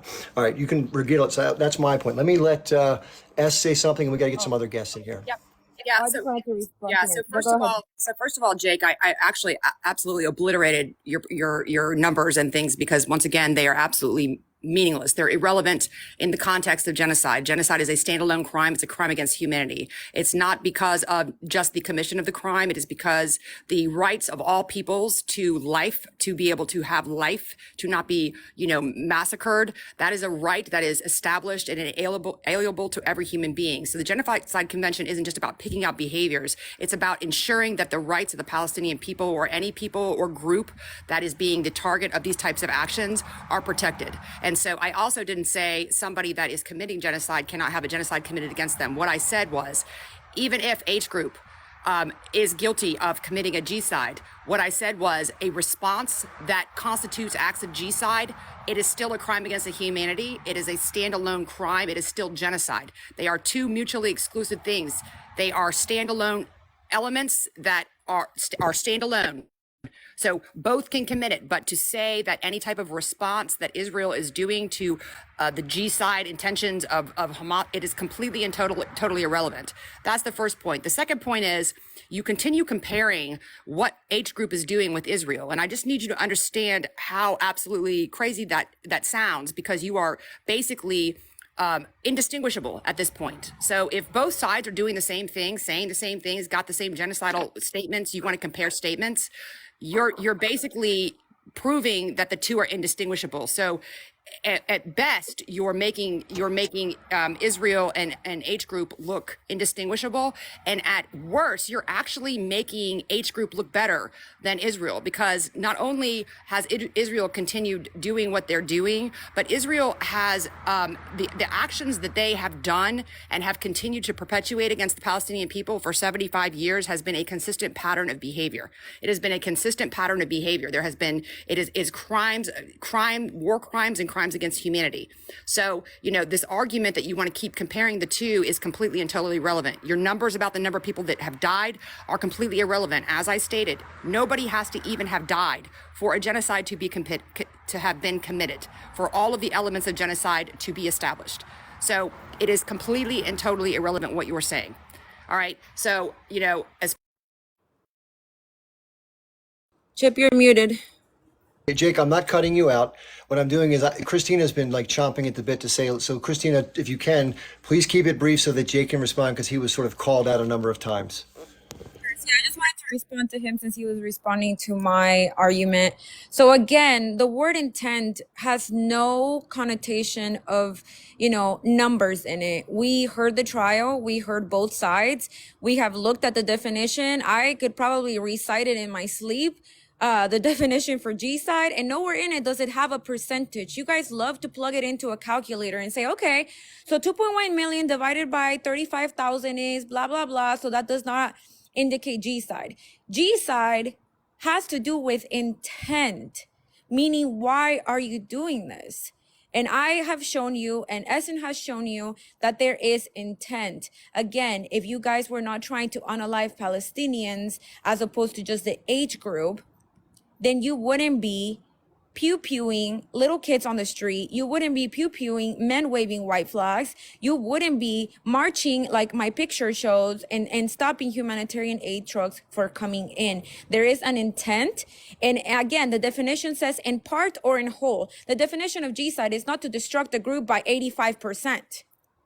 It doesn't show, if a group is destroyed by 75, 25, 55%, there is no percentage. Attempted murder is attempted murder. You guys have committed a G-side, and I mark my words, you guys cannot help yourselves. You are going to escalate this. You have a month to prove the world that you are a moral army and that your intent is not to commit a G-side, to pick up your slack and provide the humanitarian aid truck that they deserve, to stop booming shelters, hospitals, and blocking the fuel, blocking medicine from coming in. Prove yourselves that you are only trying to destroy the H group, and then you can try to say that you did not commit a G-side. That's a great point, Christina. Let's going to hold on that. Can I please just, respond while it's fresh? you can't, Jake. It's just be 1 second. I'm not trying to. I'm not going to say any more about the subject. I just have to point out we're in the middle of a great discussion, and this is a really good dialogue. First, I want to thank the panelists for being so civil, and I want to thank Jake for being patient because he's got a lot more of people on the Palestinian side than on his side. Nate, I wanted to ask you, since you haven't chiped in, you wanted Jake to speak before you, but if you want to say something, please let me know. I'll let you in. Jake, just one more second. This is for the benefit of the live. It'd be great to get some more people into this. So for those of you who, if all of your friends aren't in here right now, because this is a great discussion, right? And I'm trying to do my best to be fair to everybody. Please hold your finger on top of my face for a half a second. All of your friends and your contacts will pop up, and please invite them into the live. This is a really good one, by the way. I'm really liking this. And hopefully we're getting a lot of good information out. I've learned some things, and I think Jake's doing a great job, as are the other panelists. So I appreciate that. The other thing I want to mention is, just for housekeeping, I go live every Monday, Wednesday, Friday, like tonight, from 8 to 10 p.m. Eastern time. So I'd love to have you follow me and come back and visit, be a part of the panel, or just listen in and comment. And then every Tuesday, Thursday, and Saturday, like tomorrow, I'll be live from 12 noon to 2 p.m. Eastern. So I do 6 days a week, probably about 20 hours a week of doing this stuff. So one more thing. There are some links in my link tree. If you go to my bio, there's a thing you can click on. It says Chip Barnes link tree. You'll see a wealth of stuff, including other social media sites. All of these lives are recorded. This is a great conversation. It's going to be up on my YouTube page as well as my Rumble page. If you don't know what Rumble is, it's another site just like YouTube with a little less censorship. A lot of people are moving their content there for that reason. So you want to go the entire live. We might will say Friday. They'll say TikTok live Friday, the date, and then it'll have a little description with the kind of things we're talking about. So I invite you to check it out. There was also 2 really good recent ones with a U.S. Senate candidate, which was great, Diane Sayre, and then one when Quinn the Eskimo came in with an update from Cairo, Egypt. So I invite you to go there and check it out. Again, it's through my link tree in my bio, Linktree Chip Barnes. For those of you outside the U.S., I had to write it in my bio because TikTok has taken that link off. So all you have to do is type that into a web browser, hit enter. It'll take you to the same place. Let's let the conversation continue. Please hit the likes, get more people in, please share. And there's a little yellow heart at the top. If you tap that, you can do some interacting that further increases the interactions, or whatever they call it. Okay, Jake, you've been very patient. Thanks for being patient. Chip, sorry, I realized you muted me. I just want to say one last point, and I'll drop. I'll let everybody else speak. Quick, please. If that's okay. If not, I understand. Well, just let Jake's been very patient. I'll tell you what, I'll bring it back to Yeah, Jake. go Okay, just 1 sec. Jake, please respond. Okay. So the first thing I want to respond to is your argument. Your argument that you originally made was talking about the sovereignty of an official Palestinian state, right? And my agreement or my understanding of this ties back into Sen's idea of 75 years. Now, I think that this is really interesting because when you actually go and you actually take a look at the 75 years, and you actually take a read. I can give you a couple of readings that I would since you're writing things down. 1920 Land Ordinance by the British Mandate, and then the 1940 Land Ordinance as well, along with the 1936 Peel Commission report. That's a great read, and the 1937 Peel Commission first official plan. All of those plans, right, and all of those reports, along with the McMahon-Hussein correspondences between 1915 1916, along with the Balfour Doctrine, along with Sykes-Picot and all these things, all these documents that I'm mentioning here, all tie into the significant history. And it's really funny that you say 75 years of an occupation when in 1947, right, after the Peel Commission. I've only talked about occupation since 1967. I know exactly what the dates are. Okay. And I'm cool. If you want to talk about 1967 from that point, right? Then we can go into the history from the mid 60s, right? When the Syrian-backed Palestinian guerrilla militias were definitely attacking Israel, and even in April of 1967, right, which would have been months before the 6-Day War, how there was a significant air and artillery campaign against Israel from Syria, right? And that part of the reason why Egypt mobilized its troops to the border in the first place was bad information from the Soviets. By the way, I am not a Catholic. Do not lie on my name in the comments. I am not paid. I'm not a Catholic. If you do not know me, do not lie. Okay, I appreciate everyone else. Thank you. Nick, let me say one thing, just in terms of the comments, guys. This is really important for me. Please respect me by doing this. First of all, if people have different opinions, don't slam them for that. Don't, I don't like having my integrity impugned. You don't know the person, like Jake said. You don't. So the people who do it to me, they don't know me, and same thing. You never know where somebody's heart's coming from. So don't say. And listen, if somebody else makes a good argument, this isn't about crushing each other, because we're never going to have peace if we crush each other. We want to be conciliatory and find common ground as best we can, if at all possible. That's the whole point of all this stuff. Okay, Jake, please continue. Back to 67, if that's where you want to start it. I know Sen said 75 years, so I wasn't sure where she wanted to go ahead and start this. That's why I mentioned what I mentioned, right? Because if you go after the 181 partition plan, right, on November 29th, when the plan was actually passed, one day later on November 30th, right, 7 Jews were unalived in a bus attack directly after the passing of the 181 partition plan. And I would take a look into that if you guys don't know already. The formation of the Haganah was formed in 1920 because of the Nebi Musa riots and the Arab riots of 1920 as well, where over 180 Jews were injured and 7 Jews, I think, were unalived. So all these things, right, are extremely important for the history of this. But to go to 67, if that's where you want to go, we can definitely talk about that. And I think Syria really started it, and what it came down to is Egypt was given bad information by the Soviets and ultimately expelled the UN peacekeeping force, which had been there for over a decade. Now, after expelling the peacekeeping force, which has been on the border, guarding the border for over a decade, right? Israel took that as, hey, you guys are going to attack, right? Because they were given bad information. And on top of that, right, you don't expel a peacekeeping force if your goal is not to attack. So Israel was already at war at that point in 67. They were already in conflict with Syria, multiple conflicts with Syria, right? Throughout the 60s, and then leading up to the 6-Day War, those conflicts were definitely expanding, even through Jordan as well, right? The Syrian-backed Palestinian guerrillas were also in Jordan and in Iraq as well, actually.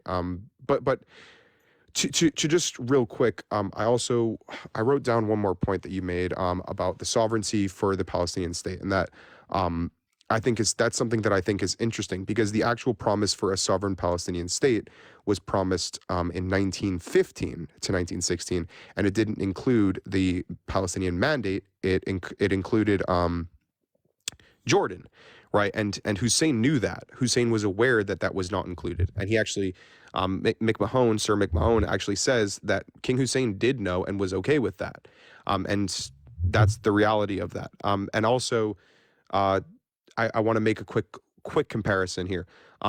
If the goal is sovereignty, and the goal of your organization is sovereignty, why attack the nation which can liberate you and give you sovereignty, right? It's kind of like Japan after World War II. We stationed 430,000 troops there. We controlled their economy. We converted their entire economy, right? We re-educated their entire society. They were under the impression that if you had a camera and you took a picture of someone, that it actually took their soul.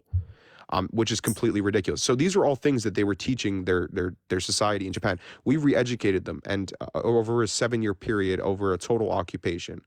Now, if that didn't happen, or if Japan continued to attack the United States during that period, there would be zero peace. They would not have gotten their sovereignty ever. Japan would have still remained under the United States control 100%, right? The Allied control.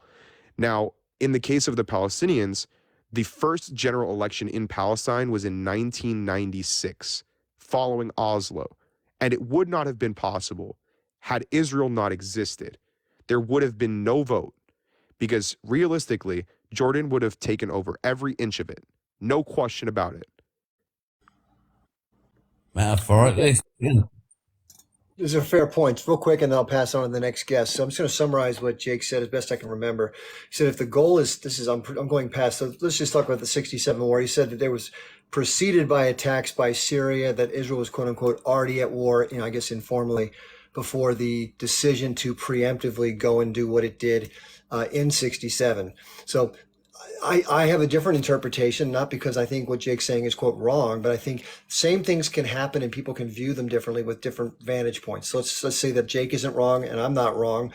They're just different views. So the what I understand, and again, I could be wrong, but the scholars that I've studied, this is what their take is. Again, it's a take, that they perceive that the Israeli leadership used the circumstances of the 1967, let's just call it unease or tensions, as a excuse or a precursor to do what it wanted to do, which is to have a military incursion into the territory that it eventually sees as theirs through the eyes of many or most of those who share the vision of a greater Israel. Okay, that's an interpretation. What they did was, just to let you know, so the Egyptians were doing exercises in the Sinai. I don't know the specifics of what the Syrians were doing, but I do know this. What the Israelis did was they said they were under imminent threat of attack. They then bombed the Egyptian Air Force, rendering them neutral, which was a big blow. Because if you don't know much about the military, having air superiority is everything. I mean, it is everything. Then they bombed the Syrian Air Force and they took over. They moved up into the Golan Heights, which is a very strategic high ground in southwest Syria, northeast to Israel. And they went across towards the Jordan River, fought off the Jordanians, and pushed up and secured all the territory, including down in the Sinai. They completely, listen, to their credit, their military performed admirably and did a great job. I think their military is much better in the past than it is today. You can argue about that, but that's contested, by the way. So the version that Jake shared is one version. That's the Israeli perspective, and you can justify it according to those statements. The other perspective is what most of the world maintains, and it's backed up by what's called UN Resolution 242, which calls for the Israelis to shift back to their pre-1967 borders because it was an illegal war of aggression based on an incorrect assumption of imminent attack. There is a preemption doctrine available in the world. If you can prove that somebody was going to attack you or harm you, you can legitimately attack first. That's in there in the ether. Just like the United States, though, weapons of mass destruction, Saddam Hussein, they used it as a pretext to go to war against a sovereign country, took over territory, put in the multinational oil companies, created a government that was untenable, and then got the hell out and let the whole chaos ensue. And it's been chaos ever since, let's face it.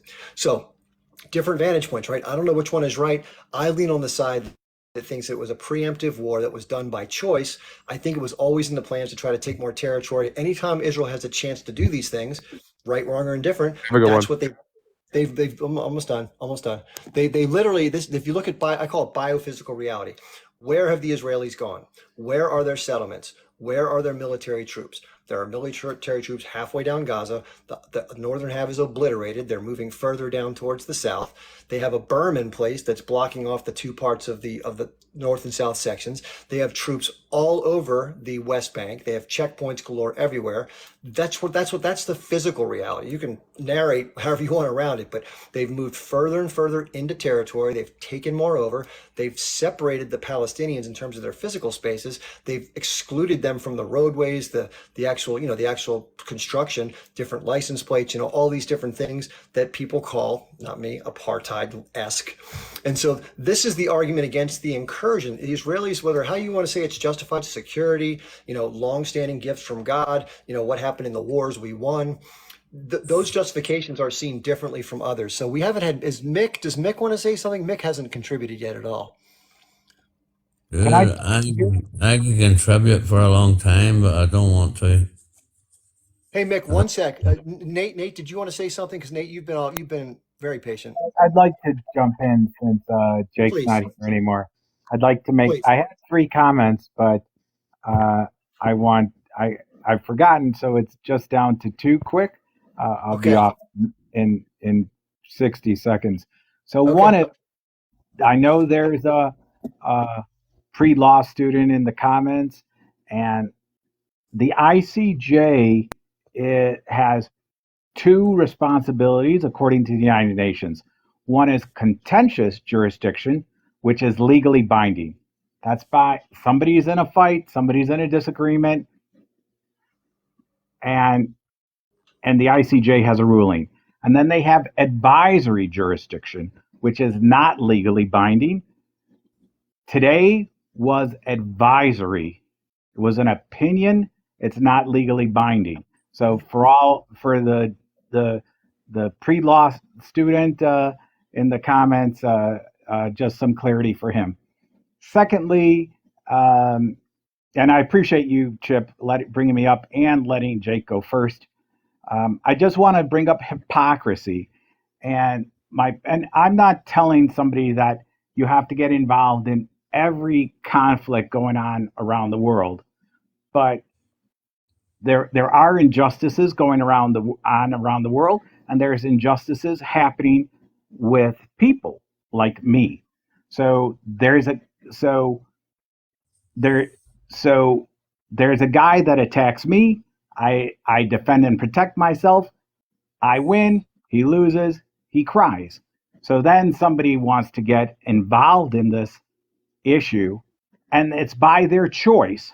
And then when I discuss this one on one with that person, they say, well, this is not important to me because my country is being attacked and that's more important. Well, then don't get Hey, involved in my. can you just clarify? I'm not trying to cut you off. Can you just clarify what you meant by injustices and then winner, loser, cry? Can you be more specific about what Yeah. that entails?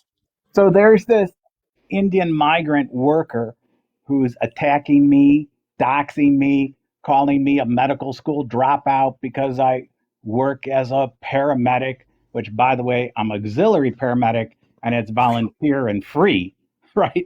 So, and and before that, I was actually, after that, I was auxiliary police because, it's straining on your body. And I also don't get paid auxiliary police. So he called me KKK. He called me a Russian Z. He said that my grandfather was a guard at Auschwitz.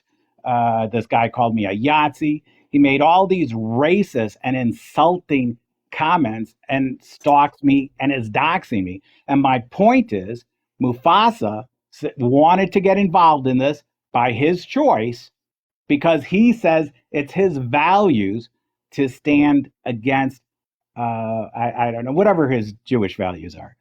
And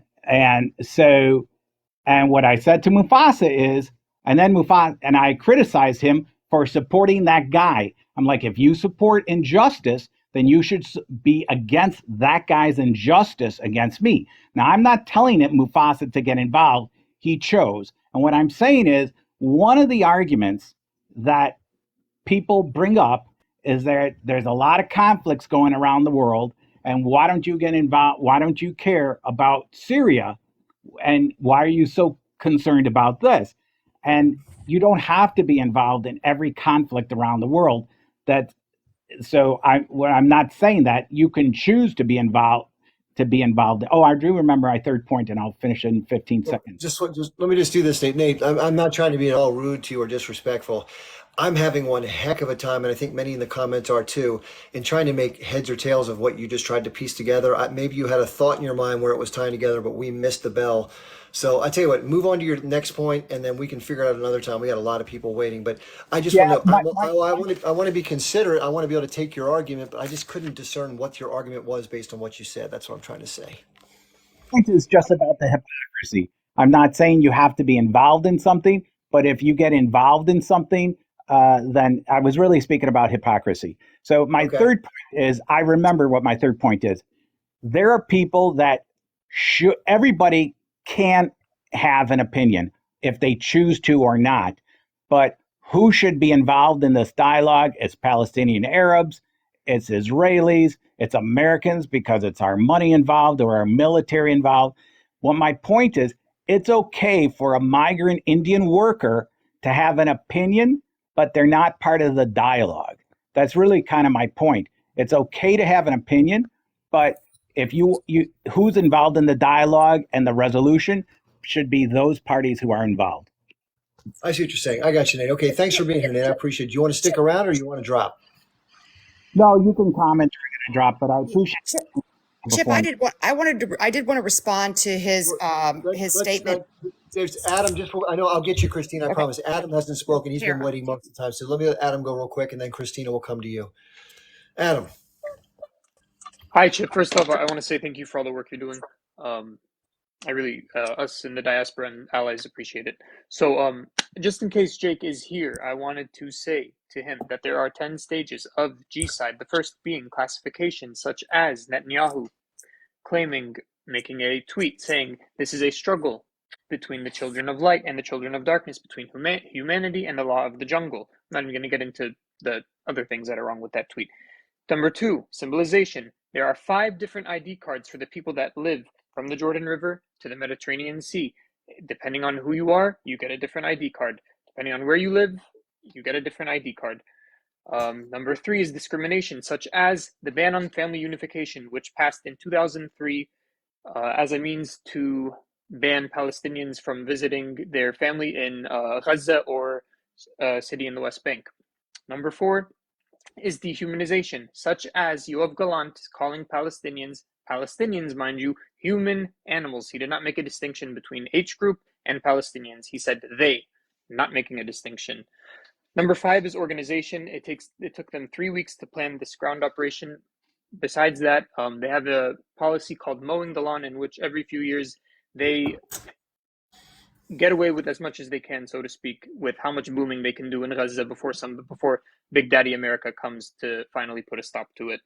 Mind you, this is the longest running that we're going. 6 is polarization, such as spreading propaganda, spreading lies about 40 babies being, which we now know to be false. 7 is preparation, saying that such as the statements released by an Israeli official saying that there is only one and only solution, such as to completely destroy Gaza before invading it. I mean destruction like what happened in Dresden and Hiroshima without nuclear weapons. Number 8 is persecution, such as putting people in the ghettos. The West Bank has become a series of bastions, such as in South Africa, where these cities in the West Bank are completely cut off between the other parts in the West Bank by Israeli settlements and Israeli-only roads. And we know the Gaza Strip has been cut off from really the rest of the world. Number 9 is extermination. We have 25,000 civilians that are now unalived, never to be heard from again. We have families that are completely wiped off the face of the earth. There will never be another person with that last name again. 10 is denial, which is the stage we're at now. We're literally having people question, such as Jake, whether this is a G-side or not.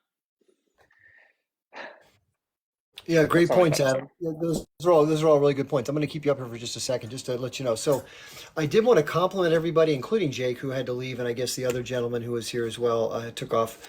But this is how you can have a good exchange without getting too intense, too emotional. People can say their points. They can be passionate without going over the line and like attacking each other. And this is the way it's supposed to be. So, for those of you who are running the pro-Israel, lives, I'm not trying to tell you what to do. It's your live, but I would really appreciate it as somebody who comes as a guest on your live if you could try to run it somewhat similar to this, because I think this is the best way to get the ideas out for everybody and take turns and stuff. Listen, I talk a lot, so maybe that's not perfect. Maybe I need to shut up more, but I enjoy talking a little bit here and there and sharing what I know. We were going to get to, I know Christina's dying to say something. Will Mick hasn't said anything much. Christina, quick reply, then Will Mick, then we're going to let Nichelle, then Riri, and then I'll get back to Essen. Sorry for the wait, everybody. Of course. Thank you, Chip. And by the way, I'm learning from you as well. It's really hard to run panels when you have so many differing opinions and different, characters. So we try to do our best. Hopefully, next time you come back to my panel, we have a little bit more organization. The point that I wanted to reply to with Jake, and by the way, I'm not by my computer like usual. Oh, Mick, you have some echo. Mick? Do you believe Mickey. Okay. The point that I wanted to make was a lot of times people from the Israeli side, including Jake, kind of make it seem like the H group is just these savages, this unorganized military that, randomly attacked on October 7th. There was no previous attempts at making peace. And I think that is the furthest thing from the truth. Again, I'm not by my computer, so I can't read you one by one. So I'm just going off what I know off the top of my head. There has been over 12 peace resolutions brought on by the H group to Israel since just 1993. One of them being with Ahmed Jabari. Hopefully, I'm not saying the name very wrong, but Ahmed Jabari came and met with a mediator from Israel, and they were trying to come up with a resolution for permanent peace, for a permanent truce for peace. Okay, and it was only hours, Chip, only hours after they had met for this resolution that was supposed to be put into place, that Ahmed Jabari was assassinated by Israel. It was a missile attack, okay? And so the mediator from the Israeli side that said that was the biggest mistake Israel could have done and that was going to cost the lives of innocent people on both sides. So if you guys just go on Google and look up Hamas peace treaties that were offered to Israel, you will find countless peace resolutions, as well as protests done by the Palestinian people that were put before October 7th. Also, one more thing and I'll drop. He mentioned, about some kind of statement made by somebody that they wanted to get the Jews all over the world. However, words are nothing compared to actions. As we saw, the previous IDF soldier actually attacked students in the US. I believe it was a few days ago, and they were injured. And so that is actually Palestinian people that are pro-Palestinian people that are being affected outside of Palestine in the name of Zionism. So that's all I wanted to say. Thank you, Chip, very much for the time. You're muted, sorry. Sorry, thank you. I always forget to do that. I try to be so polite. I don't want to talk over anybody. Okay, I think we said we have Mick that's next, then Nichelle, then Essen, and then Riri. How about that? That sounds fair. Mick, do you want to say anything? Yeah, I would. Yes. Yes, sir. Does anybody actually realize how corrupt their governments actually are? Whose governments? Western governments in particular. But, yeah, I'm very much aware. But others as well. There's countries that are masquerading as honest players that are not honest brokers. That they're not honest brokers. They're in it for the money, the power, and the control. And they're not. Mick, do you want to? Is there any government in particular you think is the worst case of this, or are they all equally bad?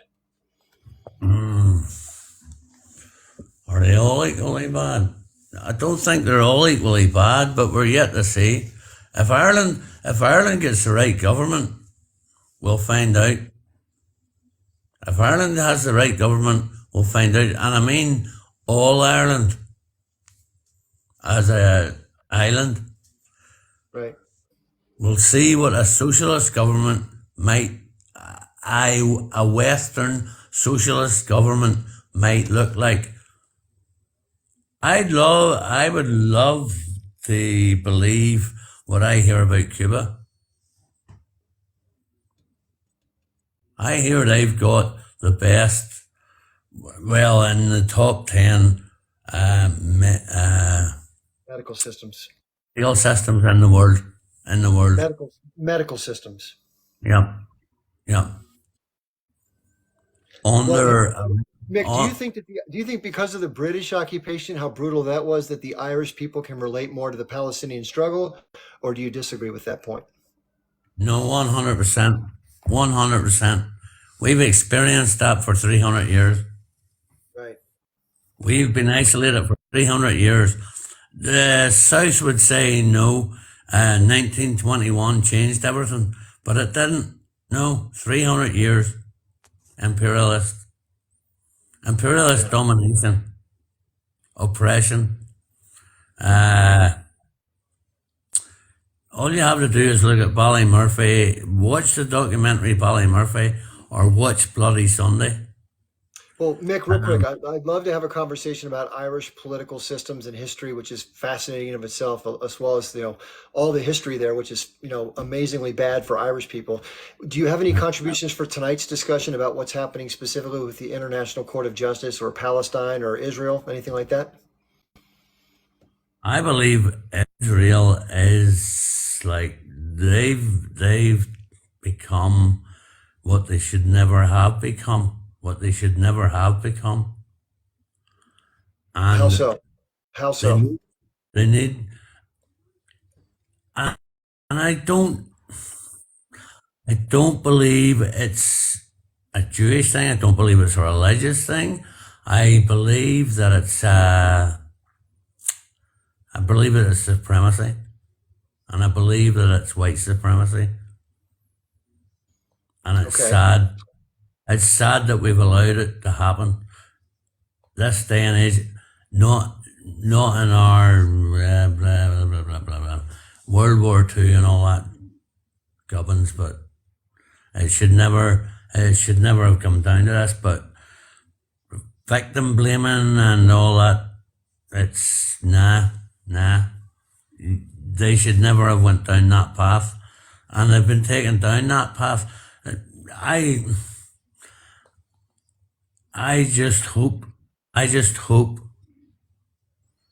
that Israel is an honest broker and they're being run by the corrupt. I hope they're being run by the corrupt. I hope Israel can live. I hope Israel can live with its neighbors. All right, good points, Mick. I appreciate you coming on, and let's hope that let's be glad that the Irish are now free of English occupation. Which, by the way, if you read the history books about that, wow, I mean, just brutality like you just wouldn't believe. I mean, it's just I don't know how people can do that kind of stuff to other people. Real quickly, I think Nichelle's going to come up and share. She's an expert at TikTok and stuff like that. I just want to make one quick mention, and that is in my link tree. And I've been accused of doing this for money, which I promise you I'm not. But like everybody else here, I still have the day-to-day stuff that we all have, like rent and food and that type of stuff. And I live incredibly simply. So if you are somebody who wants to support me, I'm trying to make this a user-supported platform of mine that has different, like everybody else does, who does independent work like I'm doing. So if you want to help out at all, in my link tree, in my bio, it says Linktree Chip Barnes. I'm not asking for much. I have a little Patreon thing for $5 a month if you can afford it. If your finances aren't situated that way, please don't. I don't want to pinch anybody. But if you like what I do, you like my style, you want to support the continuation of this type of independent dialogue and courtesy and respect and objectivity, hopefully, you'd be going a long way to helping me continue. Otherwise, I got to get a JOB, right? And that's going to SUCK.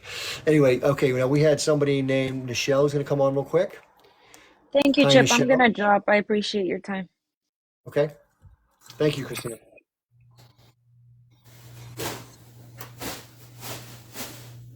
Are you there, Nichelle? Okay, let's go. Oh, you're there. Okay. Okay, great. How you doing? Good. How are you? Good, thank you. This has been an interesting day, huh? It's been fun. I love these kind of conversations. I know. Me too. So two subjects. I would like to give my personal take on the ICJ. But before I do that, I'm not really an expert per se, you guys. I'm the nerd that reads the rules and the all the tutorials of TikTok. So here's my PSA. There are 341 amazing people in this chat. I can say, as a baby content creator, being a host is an incredibly rewarding, but sometimes, hi, kitty. Hi, I've seen the dog. I've never seen the cat. Hi. It's a challenging job, and I'm grateful to Chip, who makes time every day to make space for us to talk and share our thoughts about things that are happening in our world. And the way that we can show TikTok that we enjoy this content, we know about tapping the live and sharing, but if you guys click on the orange heart by his name, you can join his team. And when you do that, for any content creator, TikTok loves engagement, and they reward both Chip and us, the users, for engaging and using their tools. This is different from a subscription. This costs 1 coin, and it pulls up a dashboard, and you'll notice, thank you, Demi, thank you, user 901, sorry, thank you, Smurf.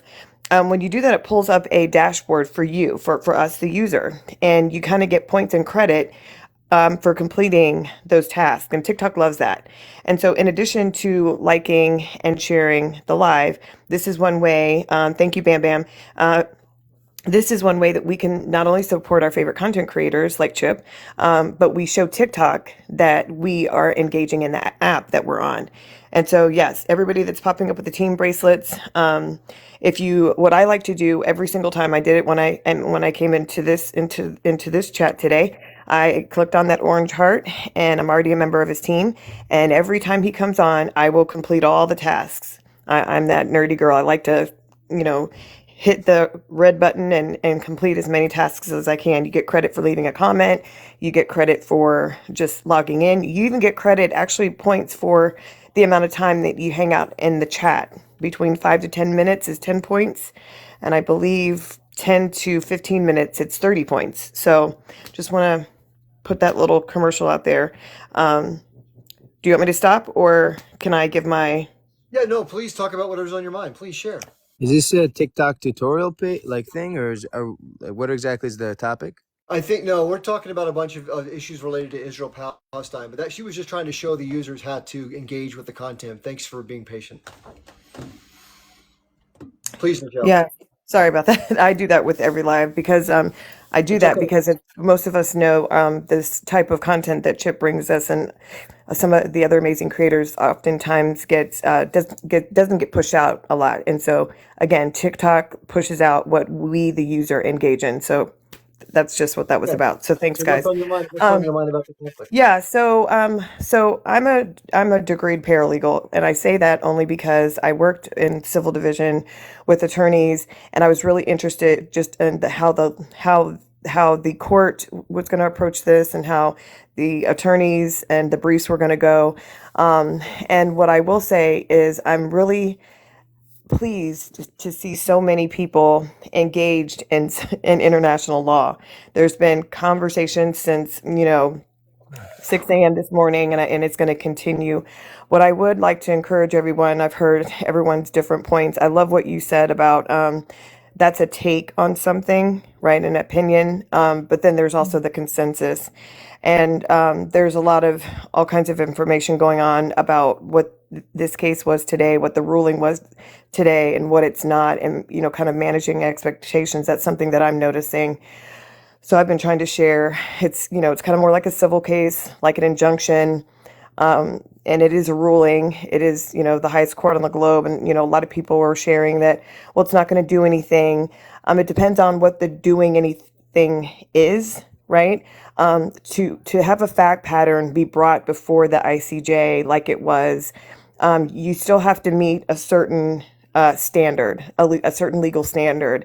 And I was really impressed with how South Africa's fact pattern that they brought together was really impressive. And legal scholars and experts on interviews that I'd watched had said the same thing. Now, does this ruling equate to, boots on the ground? No, it does not, because the court doesn't have that type of jurisdiction. Does it have tremendous political weight? Something that could pan out into something bigger or more extensive? Absolutely. I'm sorry, you just don't get called up on, G-side or intent to G-side for nothing. And today's ruling was an injunction. The merits of a G-side, a full G-side, that's going to take years to do in the court. But South Africa was successful in presenting a case that said, "Hey, we need you to look at this urgently." Everything that we're looking at shows a pattern of intent for G-side, and we need you to step in and make a ruling immediately. And what South Africa asked for, they got. One of the most impressive things, or things that caught my ear immediately, was that the ICJ judge said, we're not going to rule out or throw out the case. Israel asked for the case to be completely be thrown out. That was the very first thing that she addressed. So that was a loss on their side.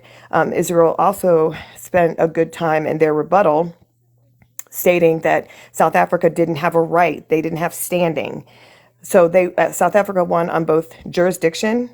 Yes, there's jurisdiction, and also merit and standing. They tried to tie Africa in with the H group or South Africa into the H group and all this other stuff. The court ruled that out. And so they affirmed that the fact pattern that South Africa brought forth was in fact, it met the standard. So I thought that was that was really interesting. So the last thing I'll say is, like you said, there's a lot of conversation and analysis, and just I would encourage everybody. I had to do this because I'm, like I said, I'm not a lawyer. I'm not an international lawyer. And even people who are lawyers, if you're like a real estate lawyer or a divorce lawyer, that doesn't automatically make you an expert in international law. But there are places that we can go to kind of get, unbiased information. And so I would encourage everybody to look at those things, and look at the people who have analyzed the cases, with the credentials to try to, form your own opinion about it. All right, Michelle, thank you so much for sharing that. Appreciate that. And thanks for the tips too. You want to stay on, or you can stay up if you want to. I don't need to take you down. Yep. Okay, but you can stay up if you want to, unless we need to make space. Okay, I usually don't do this, just to let you know, but I think it's kind of interesting to have a lively exchange. And so there's someone who just came into the chat. I believe it's somebody who's pro-Israel. I want to give him a chance to get involved. I think it makes for a more lively discussion. I want to get to everybody who wants to share their thoughts as well. We'll let other people respond to what this person has to say. So we have Zohan that just came in. How are you doing, Zohan? If you're there, I think I unmuted you. Yep, there you go. You should be good. Yeah, sorry about that. Give me 1 minute. I'll be right back. I'm gonna All stay right, up. we'll bring somebody. We'll get you next in line when somebody comes back up. Okay, let's go with Riri because she's been waiting patiently as well. Hey, Riri. Hey, Chip and everyone. How are you doing? Good, thanks. I've been listening for a while, and I have a few things that I wanted to comment on.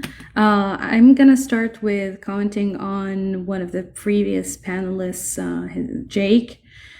He had an interesting way of interpreting the ICJ ruling, as he interpreted that, interestingly, in favor in Israel.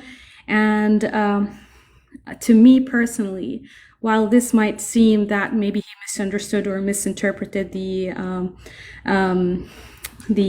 session that took place today, this sounds very familiar. It sounds like propaganda, like spinning the facts to fit the Israeli narrative. Although the Israeli Prime Minister Bibi Netanyahu himself today came out and said, this was ridiculous, and kind of acknowledging that what Israel was accused of. But I also wanted to comment on a few other things. Before I move to Israel, I want to also comment on the Judge Sibutende. Did you say you're going to move to Israel? Is that what you said? Oh, no. Before I moved to another comment about Greater Israel. Go ahead. I was just having fun. Sorry. So I wanted to comment on the Judge Julia Sibutende and her contribution. And I just want to know that for everyone who might be wondering, why would an African country vote against the South African case? Just perhaps let's check out what the role of the Ugandan country in the occupation of the Republic of Congo and the involvement of the Israeli government with the Ugandan authorities in what they're doing in Congo. So that's very important to keep in mind. But I also wanted to mainly comment on so for a lot of people who watch the news in the United States especially, there are two faces of the Israeli government. One that's in English, and it's polished to really target the American audience, where Bibi Netanyahu would come out and say, we abide with international law, we respect human rights. And then there is the Hebrew narrative that you guys don't get to hear. And unfortunately, that's where he quotes the Amalek and where they call for the complete erasure of Gaza. And opposite to what Jake said, that these are intention, you can have an intention, not act on it. They literally acted on it. They have erased complete cities and neighborhoods in Gaza Strip. I have a colleague who lost more than 80 people from his immediate and extended family, just completely erased. So it's not just an intent, it's an action, and people have evidence now, and this has made it to the ICJ, not based on nothing. I don't want to repeat the things that Christina, Adam, and Essen have touched on. Like, actually, they discussed that in a very great manner. But I wanted to talk about, the last thing that I wanted to talk about is with this double-faced narrative that the state of Israel carries, one must keep reminding, like we must keep reminding ourselves and reminding other people about the ultimate plan that the Israeli colonial state has, which is creating greater Israel. And this is very important to keep in mind with every crime that's being committed, because the way that they discuss this as if it's two states next to each other, one like they have a conflict, when in fact one is a settler colonial state and it has plans to extend. The Israeli flag itself, the blue lines, if anyone wonders what the blue lines stand for, these stand for the Furat and the Nile River.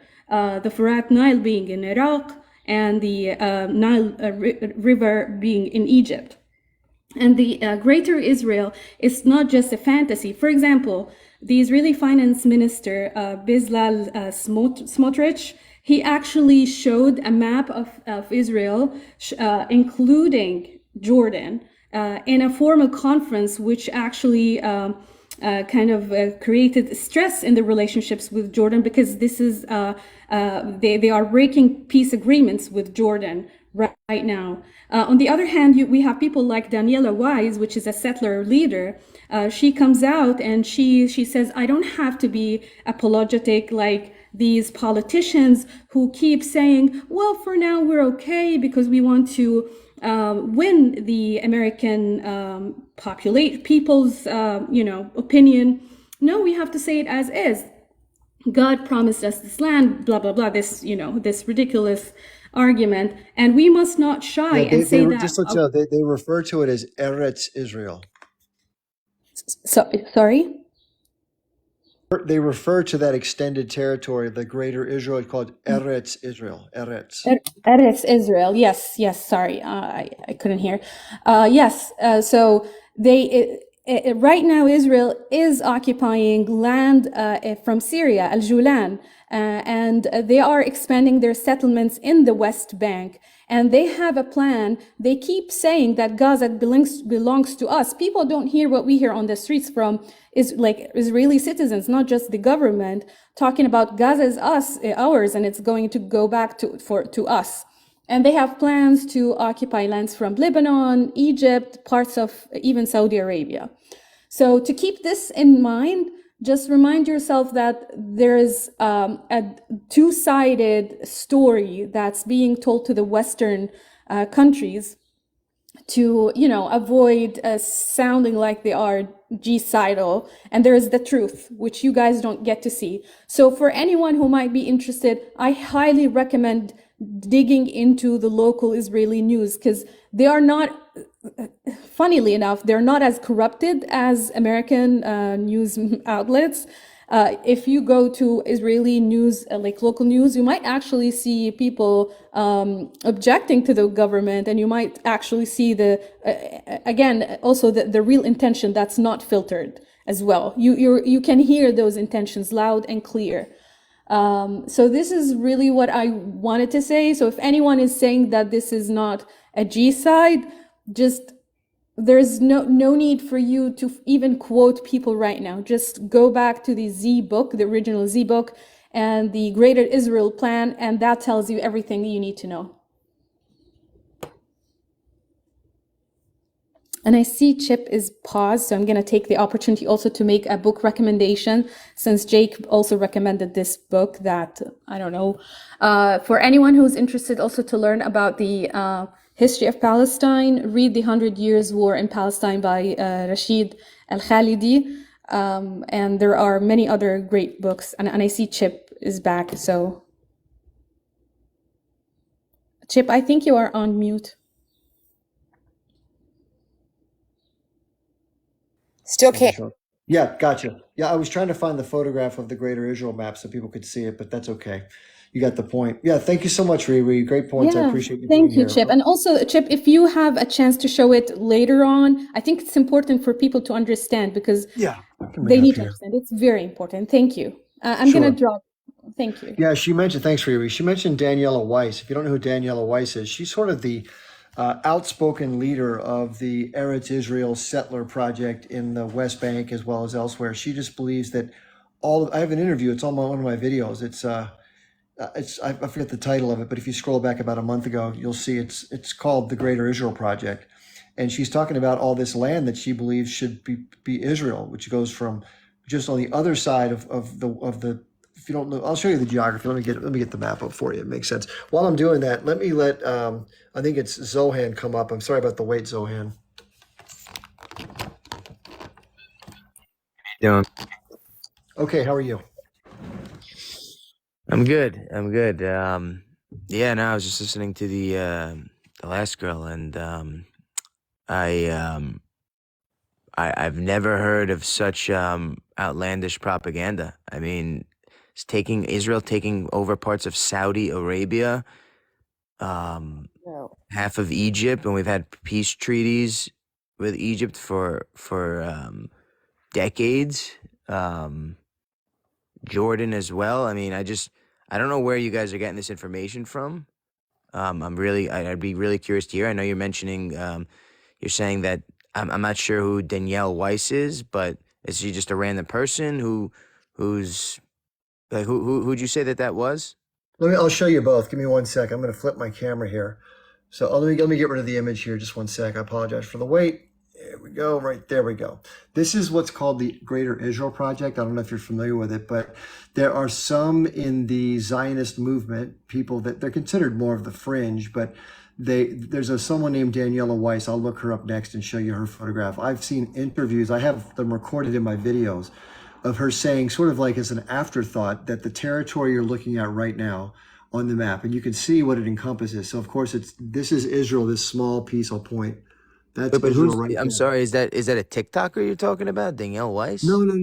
This is a settler in the West Bank who's a leader of a group of very aggressive Greater Israel proponents, where she believes it's called Eretz Israel. And Eretz just means the land of Israel. Like, well, that's what I'm trying to say is, if you just let me finish, she believes, and others who will follow with her, that the territory you're seeing right now and then some is considered all of Eretz Israel. That's her belief. And so she's leading a movement of trying to convince the government and others to try to keep expanding into the blue territory that you see on the map here. I'm not saying that she's the predominant thought process in Israeli society. I'm just letting you know who she is and what she believes. right, but this is how propaganda works. When you choose a random person in the West Bank who's Israeli that says that, and then you're kind of painting it as the entire Israeli movement. I just said specifically it's not. I just made that Right, point. but why would it really be brought up if you're not trying to really push a narrative? You understand what I'm saying? First of all, I didn't bring it up. Someone on the panel did, but I can tell you I did a video on it once because I thought it was noteworthy, and it is noteworthy that somebody that's a very prominent leader in the settler movement has designs on a much broader set of territory that may or may not come to fruition over time. I'm not sure what's going to happen. But you understand that that the Israeli government has shown no attempt at that at all. I mean, if anything, it's the opposite. I mean, 2005 they gave land to they gave Gaza to the Palestinians. So I think it's the opposite. It's actually have been giving land in exchange for peace instead of taking more land in recent years. So I'm not really sure where this becomes any sort of reality. Let me respond. Besides it coming out of this woman's mouth. Is it okay if I respond back to the claim that you just made? Is that okay? Sure, go ahead. Okay, so the statement, as I understood it, was you said that. Let me turn my camera around for a sec.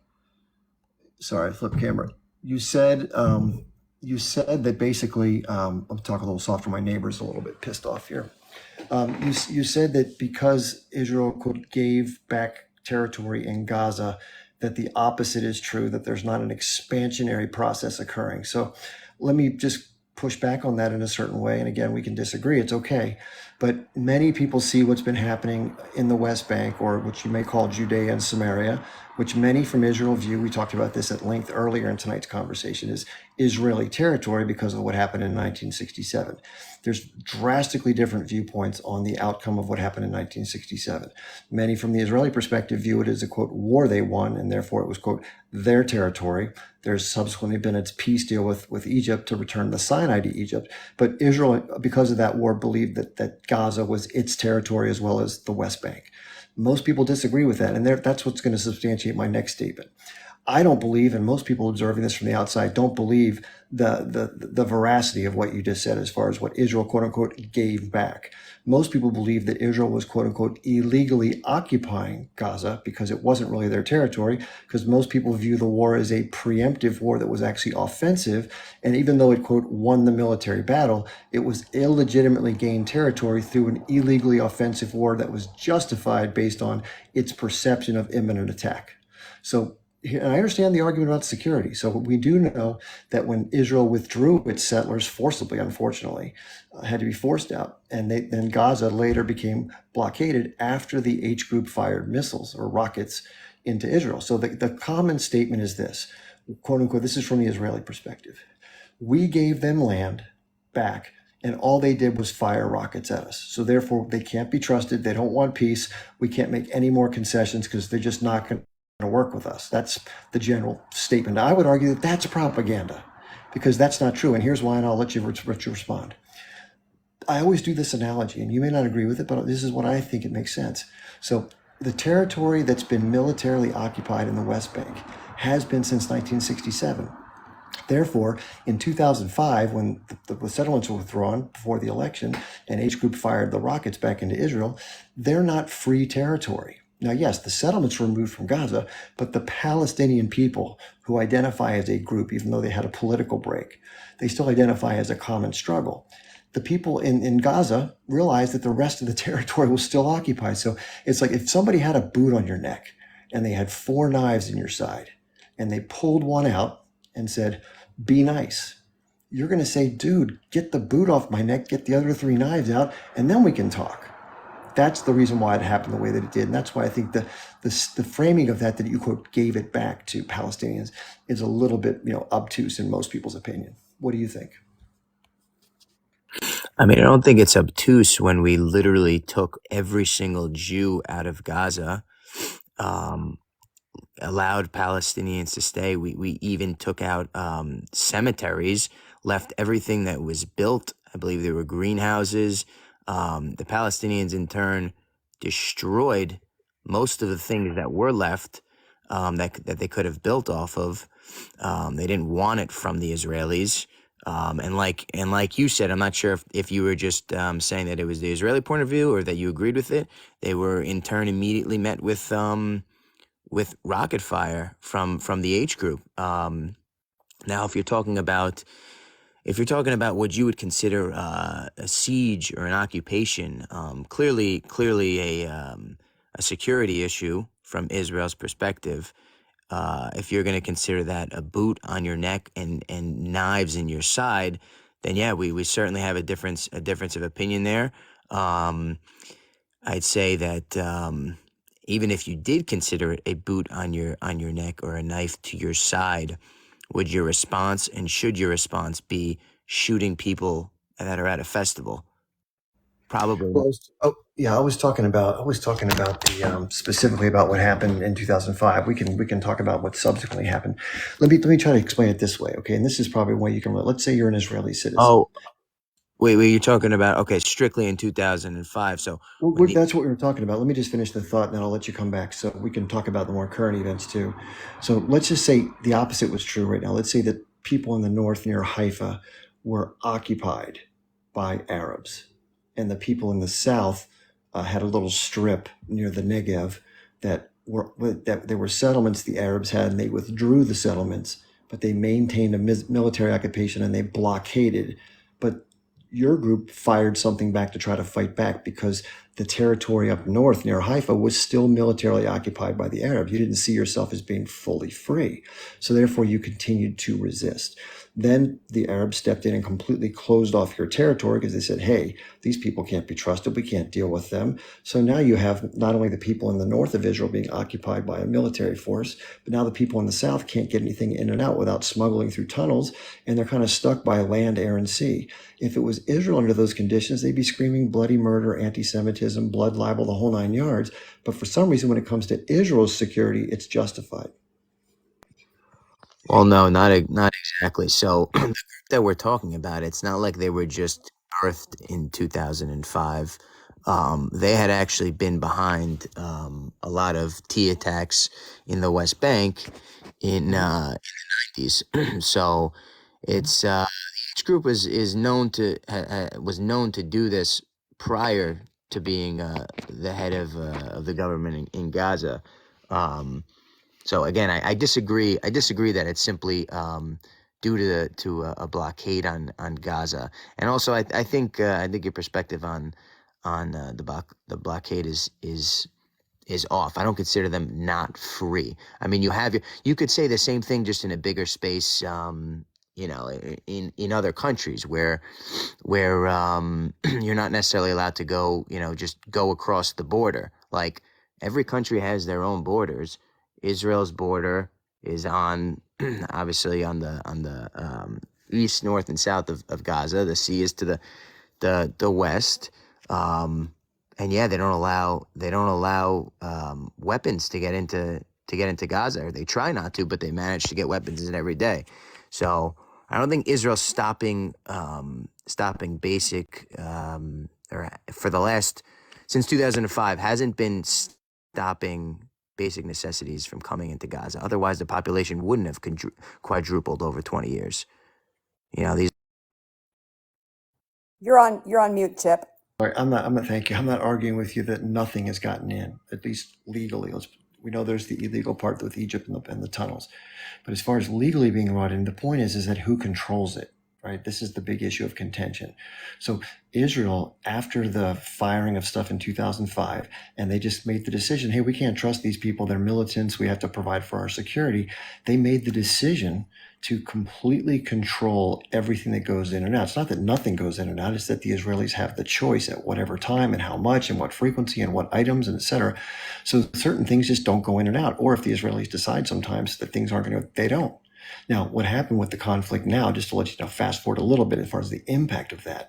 So we know that over time, the self-sufficiency capability within Gaza has been destroyed. Can I interrupt you there quickly? No, not quite yet. I'm just going to finish the one point, then I'll let you come back, I promise.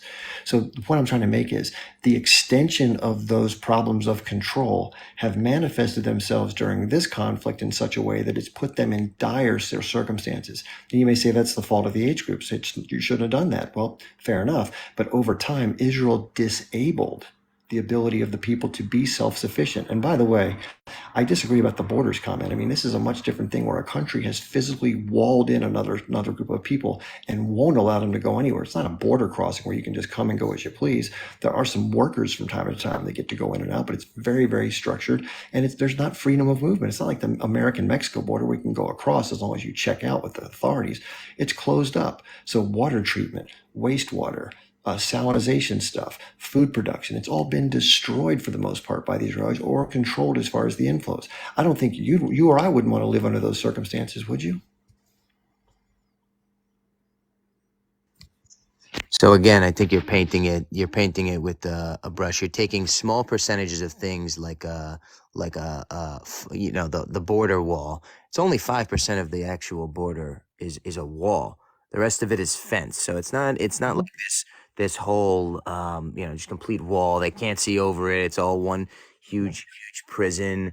So fence, sure, that's fair. Yeah, I mean, and again, I think about 10% of the population actually had work in Israel over the last bunch of years, and they'd come in and out daily up until this happened, and in which they've proven that actually a bunch of those workers were helping the H group figure out exactly how to design October 7th. They knew exactly where everything was going to be. They knew where the kibbutzes are, exactly where to go. whose house was what. They had pictures of people specifically that they wanted to unalive. They got to a police station and basically killed, unalived everyone in there. Sorry, I lost my train of thought here. But yeah, I don't think any of it is really a justification for you said like, oh, would I want to live in those under those conditions? Even if I said no, there's nothing that you can tell me. There's nothing that can happen in that situation that would make me want to go and shoot up a festival. There's just no justification for that. Let's do this. I'm assuming you're from America, so I'm from America too. So at one point, our forefathers were living under British occupation, right? They weren't happy about it. They were getting taxed like crazy. They were being controlled by the British authorities. They were second-class citizens. The British controlled stuff. It's human nature. I know you probably don't say it's justified, right? I can't disagree with you there as far as the atrocities part. As far as engaging with soldiers who are weapons or people in kibbutzes who are males of fighting age who had weapons or whatever the case may be, or even maybe some of the participants at the festival could maybe in a gray area be argued because they're quote unquote, they have mandatory military service. It's a little bit of a stretch, but they could be considered military-esque, I guess you'd say is the best way to put it. I'm against any civilians being harmed in incursions like what happened on the 7th. Believe me, I've been in war. It sucks. It's horrible. I'm all against, in general, violence. And I don't want to use the but, I'll say and.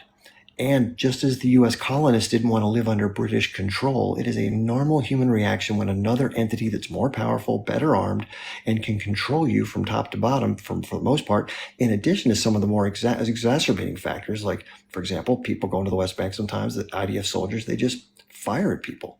It's all documented. They go into people's homes in the middle of the night and terrify the kids, and make the father undress in front of the kind of to totally humiliate them. They take kids for administrative detention or that throw stones. They put them in front of a military judge. They stick them in jail. It gets renewed indefinitely. There's like 7,000 or 8,000 people on average that are in Israeli jails for doing hardly anything or sometimes nothing at all, which is completely unfair.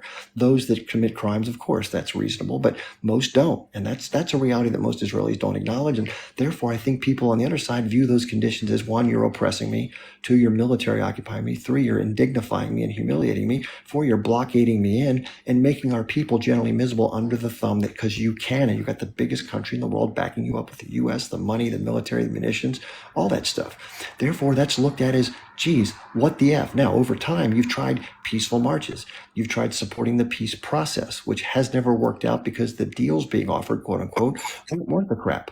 And that's part of the biggest problem, just so you know, Zohan. And this is the biggest lie that's told. And listen, read the documents, study Norman Finkelstein. These are hard to interpret differently once you do the digging. And again, I really have no reason to, I don't know anybody in Palestine. I don't know anybody in Israel. I can really, quite frankly, I can give a shit. I mean, not to be rude to either side. It just doesn't affect me in a big way. I'm an American. But here's the thing. I try to put myself in their shoes for a second, just as a human being. And again, I'm not against Jewish people. I want Jewish people to be safe and have a place to be free from oppression, just like I want Palestinians to be in that same situation. So it's not about picking sides as far as ethnicity or even caring about this stuff. It could be Ethiopia and Eritrea for all I care. It's the power dynamics and the behavior of the players vis-a-vis each other, who is subjected to what by whom. And the reason I put it this way is because if you and I, right now, were living in the colonies and we were more amongst the vanguard that was trying to push back against occupation, we would be thinking of ways to strike back at the British, just out of sheer like frustration and just like, what can we do to get back at these people who are ruining our lives? That may mean ambushing a military convoy, or it may mean going into a farmhouse that somebody took from me 6 months ago, who's been kicking me in the teeth for 6 months, and doing what we can to fight back with maybe the most disgusting things possible, like running through the house and just anything moving, it just goes bye-bye. I'm not justifying it, but this is what happens during occupations and resistance movements. But Chip, that's where I think your whole argument. Oh, sorry. I meant to mute myself. Sorry, not you. No problem. But I think your whole argument is flawed there because you're coming at it from a perspective, the idea that the Palestinian people and the H group, that leads them, all they want is just the blockade, to be free from the blockade, right? That's not what their problem is, though. They want all the land back. They've literally said it just in an interview 5 days ago. The leaders of the H group have said, We don't want, we don't even want 1967 borders. Why? Because that would only be 21% of the original piece of land that we had. So this isn't really about a blockade. It's not really about anything. If it was, you tell me, you agreed that the H group fired rockets in 2005 when there was no blockade, right? So you tell me why they would do that if there was no blockade. Why did they do it then? And why are they basically still saying they would do it over and over and over again if they get the chance?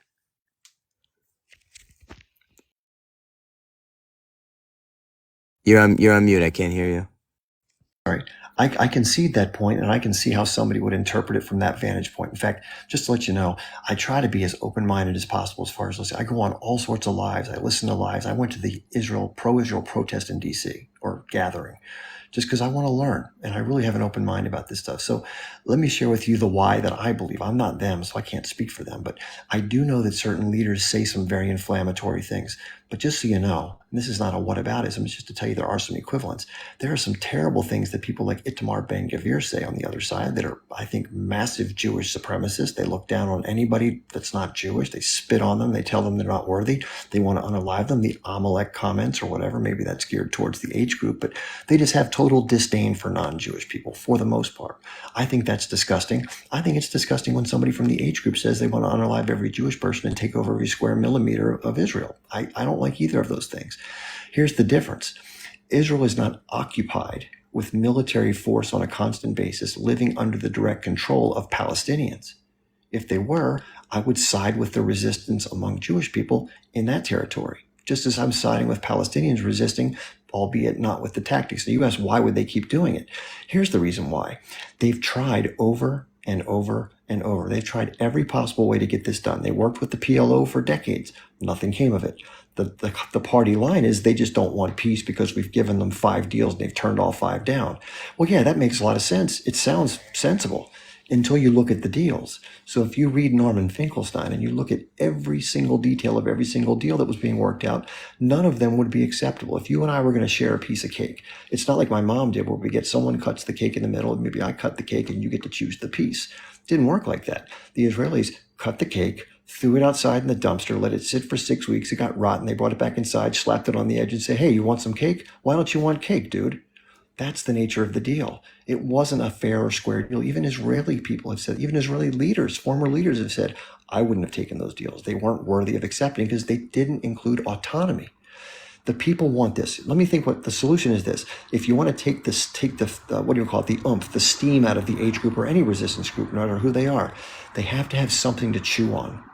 If you give somebody no hope and no future, and you continue to encroach on their territory, and you continue to take stuff and subject them to torture and mistreatment and harm and jail, and I can spend 3 hours talking. If you haven't watched Life in Occupied Palestine, take a look. It's not me lying. It's a Jewish person who came from America and found out this stuff. And it's like, oh my God, I can't believe this is going on. Living under those conditions creates anger and frustration, and it boils over. It's normal human behavior.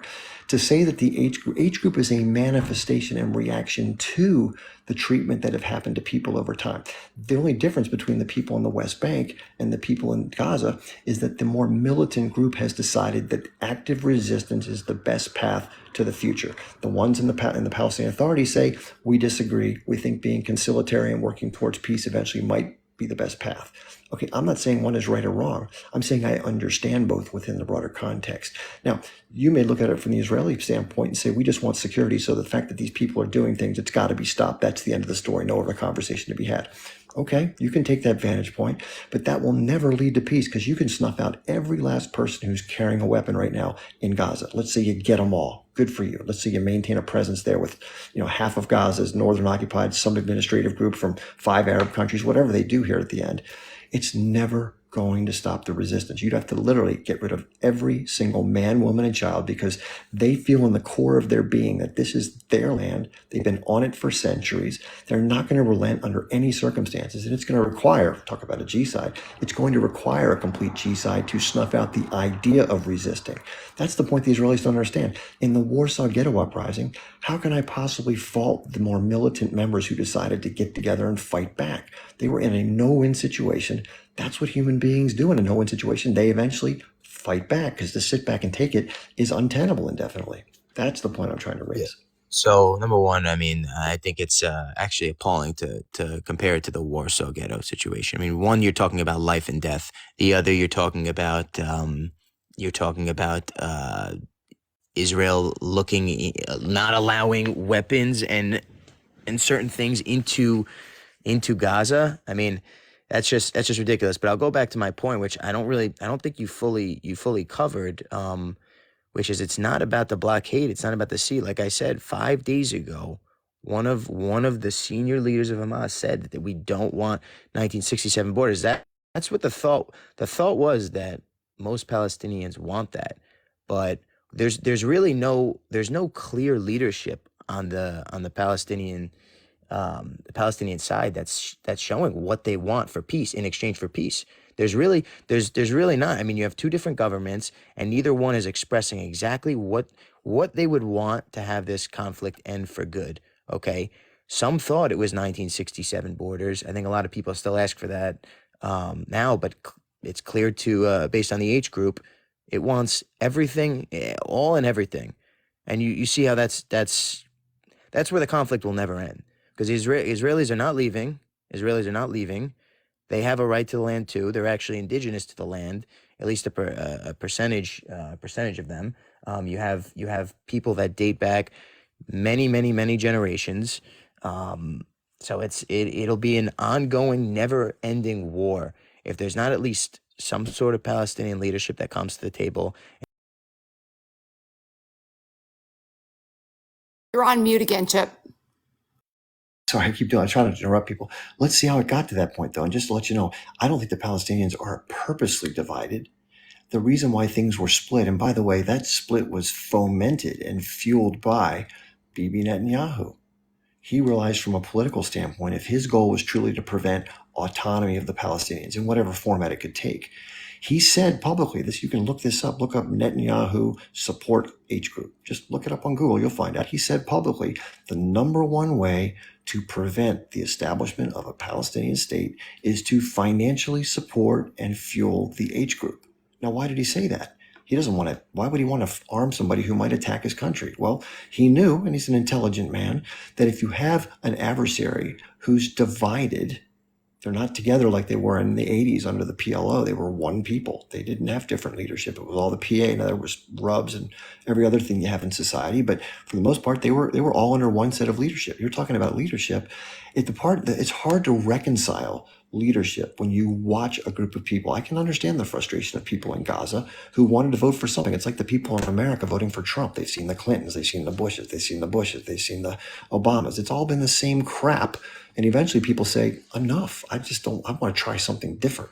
That's the point behind what changed. Now, I'm not minimizing the fact of what happened in World War II with respect to the Holocaust. I think that was horrific, and I know the circumstances were different. I was trying to paint the picture of the concept, the human emotion, the experience of being under duress and control of others, and then wanting to push back in some form. So I know they were different. I'm not trying to make equivalences. It's a spirit of a thought.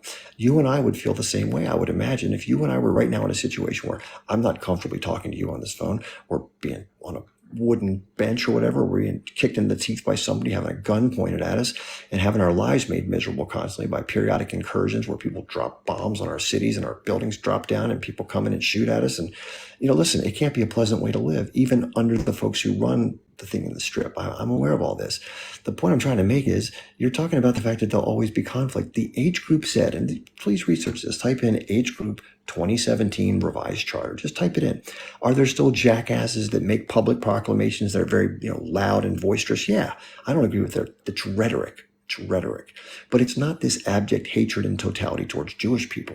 It's the anger from the historical displacement that drives that kind of conversation. Now, in terms of pragmatism and solving the problem, what would solve the problem, and I'm not saying that it's going to happen or it's likely to happen, but what would solve the problem, I would guarantee you, and there'd be no more rockets and no more incursions and no more cafes or buses and none of that crap.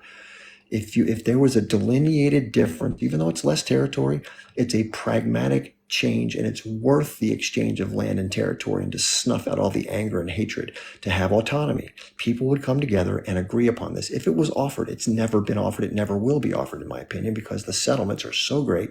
They're so pervasive. They're so established. There's 700,000 plus people. They're probably not going anywhere, nor is the state of Israel, as long as it has the backing of the United States. If that wasn't there, it'd be a whole different ballgame, but that's for another day. The point I'm trying to make is this. As long as Israel does not budge on saying that it can't trust the other side and therefore they can't offer them anything that includes autonomy, it's never going to change. Then as long as more Israel pushes in with its troops and its colonization project, which is what it basically has been doing according to everybody around the world except for Israel and the US, because it's easy to see, it's clear as day what's going on. The people who've lived there and been dispossessed, they're never going to relent. Ever. Ever. Ever. And you can beat them up, you can shoot them down, you can kick them in the teeth, you can put them in jail.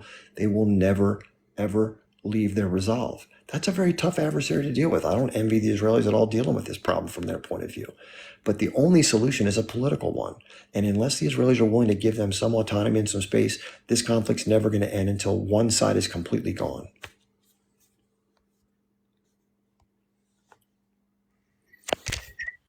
Yeah, no, I think the only solution is a different solution. It's de-radicalizing the children in Gaza, in the West Bank. They need a re-education. This is typical radical Islam. And I know nobody likes hearing it. That's what it is, though. It happens all over the world, in many other places. Doesn't matter how much land that you give them. They will not trust me. They will not be happy. Regardless, if there are any Jews living in that land, they will not be happy. They don't make these statements about strictly Israelis.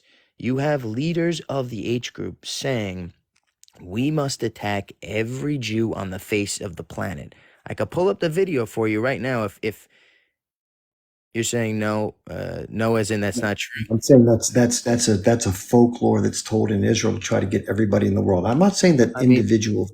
Listen, let me finish. I'm not saying that individuals haven't said inflammatory things.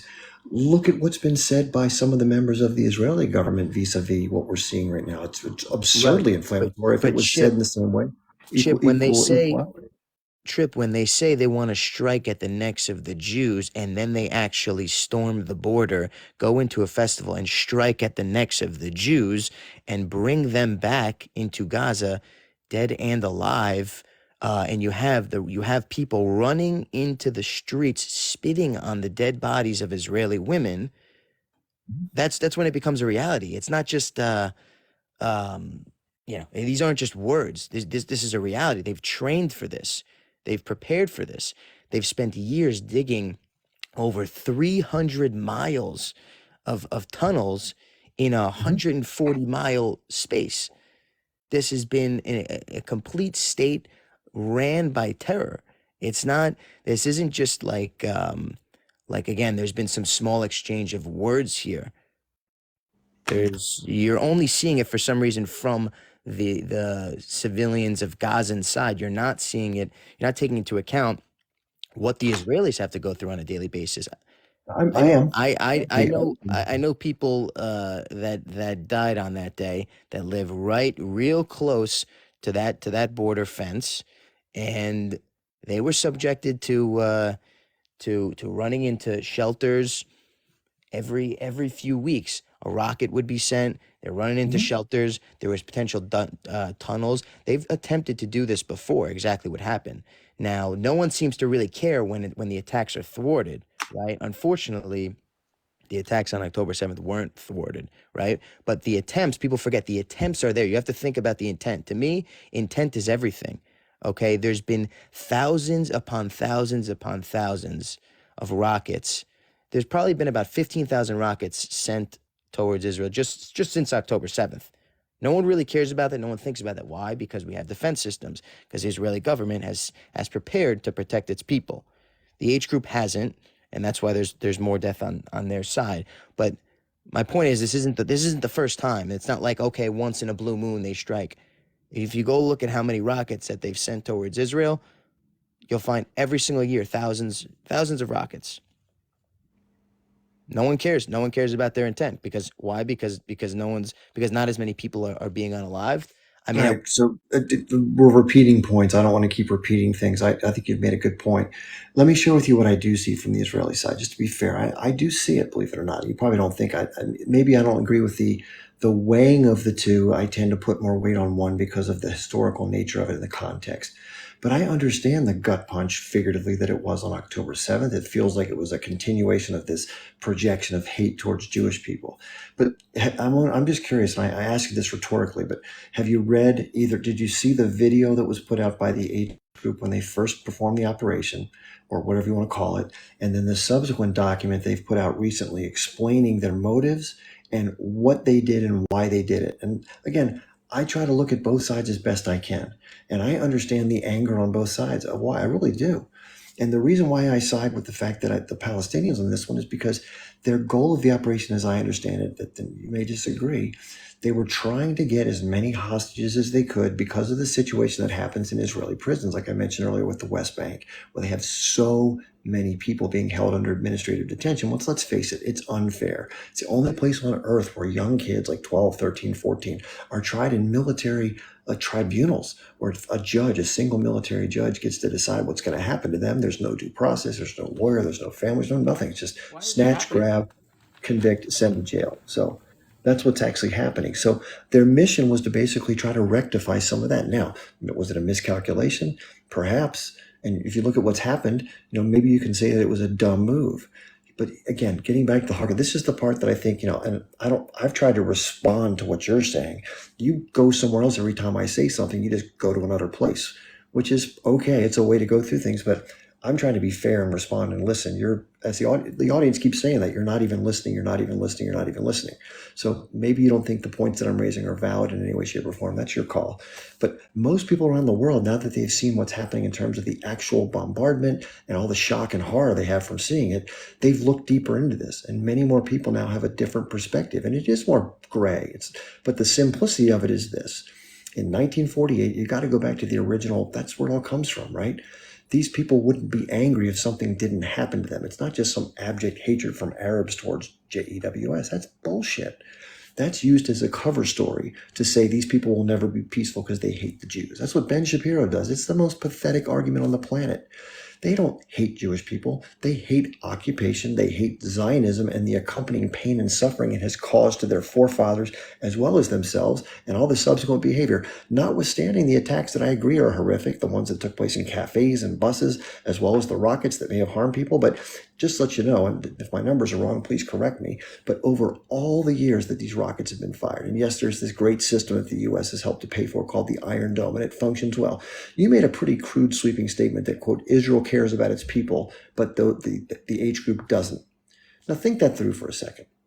The rhetoric on the Israeli side is that anytime civilians perish, that the H group, because they don't care about their people, they don't value human life, that they're forcing, hold on, I'm not done yet, that they're forcing civilians to stay put against their will, maybe at gunpoint sometimes, so that they'll be unalive, so it'll make the Israelis look bad.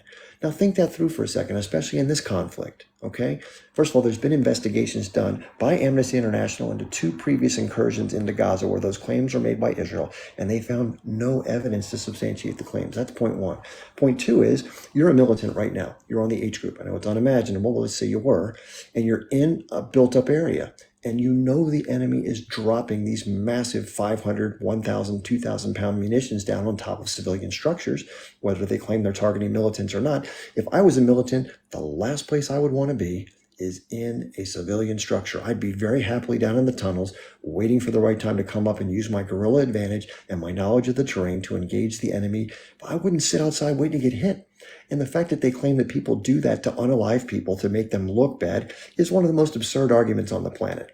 Now, one last thing. We've had a long time together, and I don't want to cut you off, but I'll give you the final word. How about that? But what I want to say is this. This is the part that I think is hard to recognize. You keep leaning on this idea that there's this ideology of never-ending quest to unalive Jewish people. And you're using that as the prime reason why there can never be a solution because of that existence. What I'm saying is that there may be rogue elements at the tip of the spear in the H group that say that stupid, blustery shit out loud. But in terms of political pragmatism. If there was a legitimate opportunity to have a two-state with full autonomy, respect and dignity, and then in return there has to be guarantees of security, no more rockets, no more incursions, no more BS, like legitimate side-by-side peaceful living, maybe with a third-party entity, but the settlements are the problem. That's the real thing that's in the way, is all these settlements, and Israel knows this.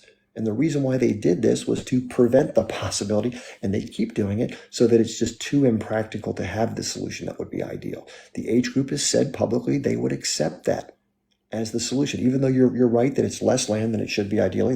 They want more. A lot of people want the whole thing, obviously. I want to have my cake and eat it too also. But everyone's going to have to compromise, including Israel and Palestine, to make this thing work. I don't think it's going to happen. But the point I'm trying to make to you, and I'll let you have the last word, as long as Israel continues to do what it's doing, its behavior, nobody who takes a close look at this, including myself, I don't know anybody in Israel, I don't know anybody from Palestine, I'm not even for Palestinians. I'm not against Israelis or Jews. I'm against the behavior of the government, and I'm for safety for Jewish people historically from oppression, especially with World War II. I'm all for that. The problem is at what cost? Who got harmed in the process, and what has happened subsequently versus the responses by the people who are being oppressed versus the oppressor continuing to put the clamp down. I don't think it's a fair and proportionate response, and it's an untenable situation to maintain the boot on somebody's neck indefinitely and expect them to behave. You got it the other way around. You have to first give them a chance to behave by giving them some autonomy with exchange for security guarantees. You can't say, okay, my boot's on your neck, you got to be better now. You got to be better. And I'll put a couple knives in and I'll turn them. You got to be better. No one's going to react to that. You wouldn't, you and I wouldn't either. I'll give you the last word for 2 minutes and we got to move on to somebody else. So exactly what you said. We gave them the opportunity in 2005 to turn this whole thing around and start. And I know we already went over this point, so there's no need to really go back into it too much. But that right there was an opportunity. I think you'd agree. And we were met with gunfire. We were met with gunfire almost immediately. So at this point, after this whole war that's going on over 3 months, you're basically asking us to just trust them again. You know, let them live either closer to you, or amongst you, and they won't carry that anger over. Unfortunately, like, your trust or anyone's trust on TikTok doesn't secure the lives of the Israeli people, and not just the Jews, the Arab Palestinian Muslims that live within Israel too, because some of them were also unalived on October 7th. And I just want to touch on one other point you were talking about, which was the H group hiding behind, hiding underground and stuff like that. I think that they don't necessarily. It's not always to get their civilians harmed. I'm not gonna say that, but they want to protect themselves sometimes when they're firing rockets. You understand? So they will shoot from places like hospitals, places of worship, very, very close to schools. And one of Israel's policies over the years has been they return rocket fire from where it came from. They'll pinpoint it and return it to where it came from. So when they're shooting from the civilian areas, unfortunately, civilians wind up dying in return. That's the way it works.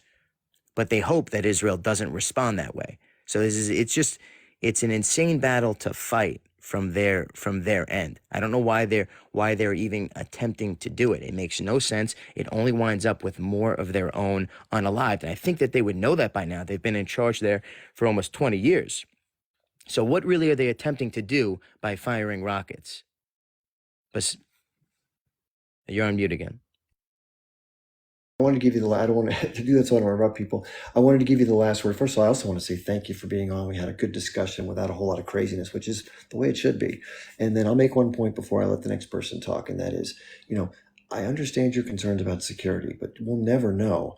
And as long as this continues the way it is, I don't personally believe that the H group goes to every hospital, every school, every place to fire the rockets. And over time, just to let you know, this is statistics that I was flabbergasted by, for all the thousands and thousands and thousands and thousands of rockets. And there's this great Iron Dome system. How many people on the ground have actually lost their life because of this onslaught of continuous rocket fire? And yes, I know it causes duress and terror and all the anxiety that comes with having to live under constant threat. I get it. That's horrible. But 10 people in all the years, 10 human beings. Now, look at how many Palestinians on the other side, forget about the Nakba, not that it's not worth talking about, but just since 1967, how many Palestinians have been slowly but steadily unalived by Israeli soldiers, by the incursion of the occupation, by all that violence that goes back and forth? It's not even close if you do the numbers. And if you add in the current conflict, it's not even the same zip code. Okay? You said, why do they do it? Here's why they do it. Because they feel like they have no other choice. And the one outcome that's coming out of this, which by the way may be the most genius move in the history of this whole thing, is that now there's an awareness and attention on this situation that's never existed. I've been watching it for 34 years. I can tell you, it gets lost and out of sight. Most Westerners don't pay attention to this. And most Westerners have been given a steady diet of misinformation or omitted information that has kept them willfully ignorant for decades. That's changed. And the average younger person, ask anybody ask somebody who's running the different media operations within Israel, the ones that try to update Wikipedia. They said in a secret recording, we don't have a demographic problem. We don't have a left-right problem. We have an age group problem. Just in college campuses alone, they took a poll, and something like 65 or 70% of college students said that the actions of the seventh, and this is not me justifying the behavior, but they thought that the resistance movement was justified. Now that's a big gut punch to people who saw their family members perish, and I'm 100% sympathetic for civilians who perished in the way they did. It was awful. Do you agree with it? I'm just curious, Trip. Do I feel it? I disagree with the tactics. I disagree with civilians being harmed. I understand the Israeli reaction, given the Holocaust and the incredibly unexpected harm that it caused and all the anger that comes with that. I understand that. I also understand the anguish and frustration and indignity that comes with being under bad circumstances, seemingly indefinitely, and wanting to do something, anything to shift the dynamics. That's the best way I can put it, to be balanced. I do have to let you go, Zohan. Thank you for being here. I really appreciate you being here. You were a great guest. Thank you so much. I really appreciate you. Come on back sometime. That was a good discussion, I hope. I'm sorry that people didn't get a chance to say some stuff. Let me bring in, Essen's been waiting a ton, and then I'll bring in some other folks quickly. We got to kind of move on fast for people, though. Sorry about the long dialogue there. I thought it was good. Chip, I'm going to drop. I just want to say thank you before I go. I'm sorry, I have to go. I'll join you next time. Hey, thanks for being here. I really appreciate it. Thanks again. Yeah. You brought some great points. That was good stuff. Okay, the Mad Arab's been waiting for a long time, and I'm going to go to JBS after that, and then we'll go back to the two ladies that are waiting patiently. I'll let JBS go first, if you don't mind, Chip. Say again, JBS? Okay, sure. Yeah. All right, JBS, how are you doing? Hey, Chip. Hey. How are you, man? Hey, thanks for having me. I don't think I've been. I don't think have you hosted a panel in the past? I've seen Many you times, run but videos. yeah, I've done a lot of individual guests, but I'm starting to do more multi-guest formats. So this is welcome here. I'm glad to have you. Yeah, thanks for having me. So I'm a Palestinian Christian, born in Jordan, came to the States at the age of 6. Been here 45 years, former Marine, served from 89 to 97. And so my father was born in Palestine in 1923. My mom comes from a Nazareth background. And so my father experienced the first Nakba.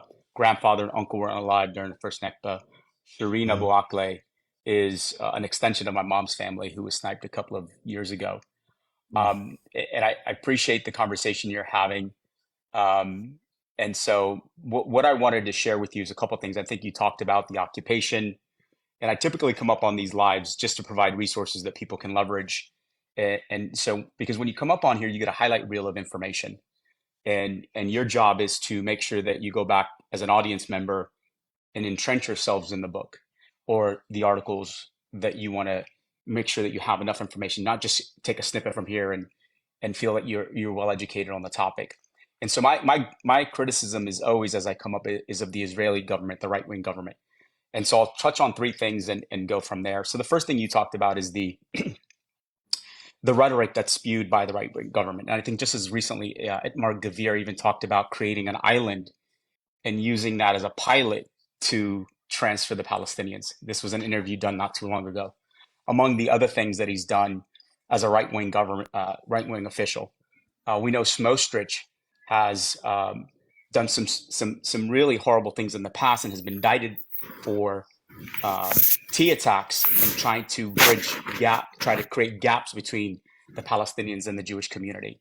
And so we hear this often, and I know who Daniela Weiss is based on what you've shared and what I've read about her as well, and her extreme rhetoric. So that's the first thing. So you can argue that that happens on the Israeli government side. The other thing I wanted to talk about is we often hear, well, there's never a peace treaty that's provided, or we offer them 5. One other reference I would draw your audience to is the 5 truce recommendations that were provided by the H group dating in 1988, 2006, 2008, and 2012 and 2017 that were all declined by the Israeli government for various reasons. I won't go through verbatim what the excerpts are. I would encourage you to look up Inkstick, and this is an article written by Zachary Foster, a PhD in history of Palestine and an author of Palestine in your box. So check out that article, read it for yourself. And the last thing I would talk about is the occupation. There's often a denial from various platforms. Well, it's not an occupation. I think you covered the idea of the border. It's not a typical border, right? If I cross into Mexico, I cross into other countries. I don't have air. We don't control their air. We don't control their sea. We don't control their currency. We don't control their registry, right? And you talked about freedom of movement. And so as it relates to that, I would reference 3 articles for your audience to read. And they are dated. The first one is Amnesty International, dated 2/1/22, Daily Evidence of an Apartheid. Anti-Defamation League, published 7/8/21. And then the UN News, Israeli Occupation of the Palestinian Authority, dated 5/25/22. That's information for those of you that are listening. Hopefully you took down the dates and the notes of the articles that you can go back and reference. They're a couple hundred pages, if not more each.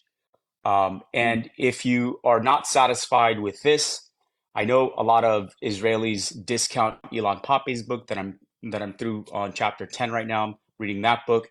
I read that book because it aligns with the experiences that have been shared with me through my family and what I shared with you in the onset, Chip.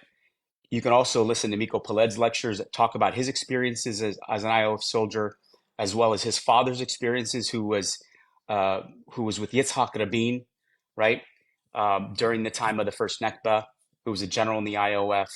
And you mentioned other folks that they can read, Finkelstein, Chomsky, all these different individuals that can help you understand fully what's been happening over the last, I don't want to say 75, it's been 75 plus years. And so I'll land on that note, Chip. There's a lot of information that I provided, and hopefully people can walk away and say, I need to do the research myself. And so that's where I'll stop there and allow you to host the panel. Yeah, before you come down, thanks for that info. I'll give some people some really big shortcuts. And I know sometimes it's hard to take on 100-page articles. It's like, oh my God. So I'll just share a couple shortcuts, not to discount the value of the more lengthy publications. The book he was talking about is called The Ethnic Cleansing of Palestine by Israeli scholar Ilan Pappé. So check that one out. It's a great book. I've read it. It's fantastic. Any of Norman Finkelstein's book. He's got one called Gaza, An Inquest into Its Martyrdom, which is really good. Yeah. But I'll give you a couple of videos. Sometimes it's easier just to watch a video. So yeah, there's an independent journalist. Hold on one sec. There's an independent journalist by the name of Abby Martin. I don't know if you've heard of Abby, but Abby has a site on YouTube called The Empire Files. So if you go to her YouTube channel, by the way, it is phenomenal. She's one of the most amazing people I've ever seen in my life. Anyway, she has a very simple video. It's like a thumbnail of the issue. It's called Palestine 101. So if you want a quick starting point to wet your whistle, that's a good one. And then the one that I really recommend people watch, and Abby's got one more that's good for Gaza that I think is fantastic, and it's called Gaza Fights for Freedom. So if you go to Abby's, I strongly suggest you go to Empire Files. It's just awesome. You could spend 6 months and not even cover half the terrain, which I've done a lot of, unfortunately. And then, of course, there's a really good documentary made by a young, very thoughtful young Jewish American who was troubled by what her friends were claiming was going on in the occupied territory. She didn't believe them. She thought they were propagandized, whatever. And they encouraged her, go check for yourself, Anna. Just go check for yourself.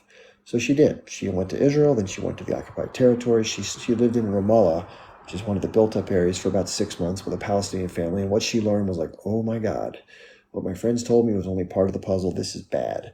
And so she made a commitment to come back and share it, I think quite honorably so, because it went against her family and everything. It's tough to stand out and do this stuff for somebody who's Jewish and their identity is tied into Israel. So it takes a lot of courage to speak out about that. So it's called Life in Occupied Palestine. Very simple title. Check that out. If you have people that are on the fence or are not knowledgeable, show them that. Show them these resources, along with the ones that were mentioned by JBS. So simple primers. And again, you can read all the books that I've read. You can watch all the documentaries. He mentioned Miko Pellet, who's good. You have Haaretz columnist Gideon Levy, who's really good. There's all sorts of great people. You have Max Blumenthal, Aaron Mate. Speaking of which, on my Twitter feed, I have a bunch of these names in a list that I've put together just in the years, including Abby and all these people I've mentioned. It's the very top message. It's pinned so that people like you, if you want, hey, I don't know much about this stuff until I read other people. And that's how I learn.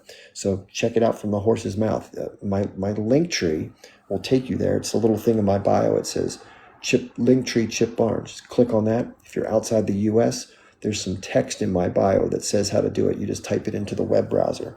It's Linktree/Chip Barnes. You'll see it.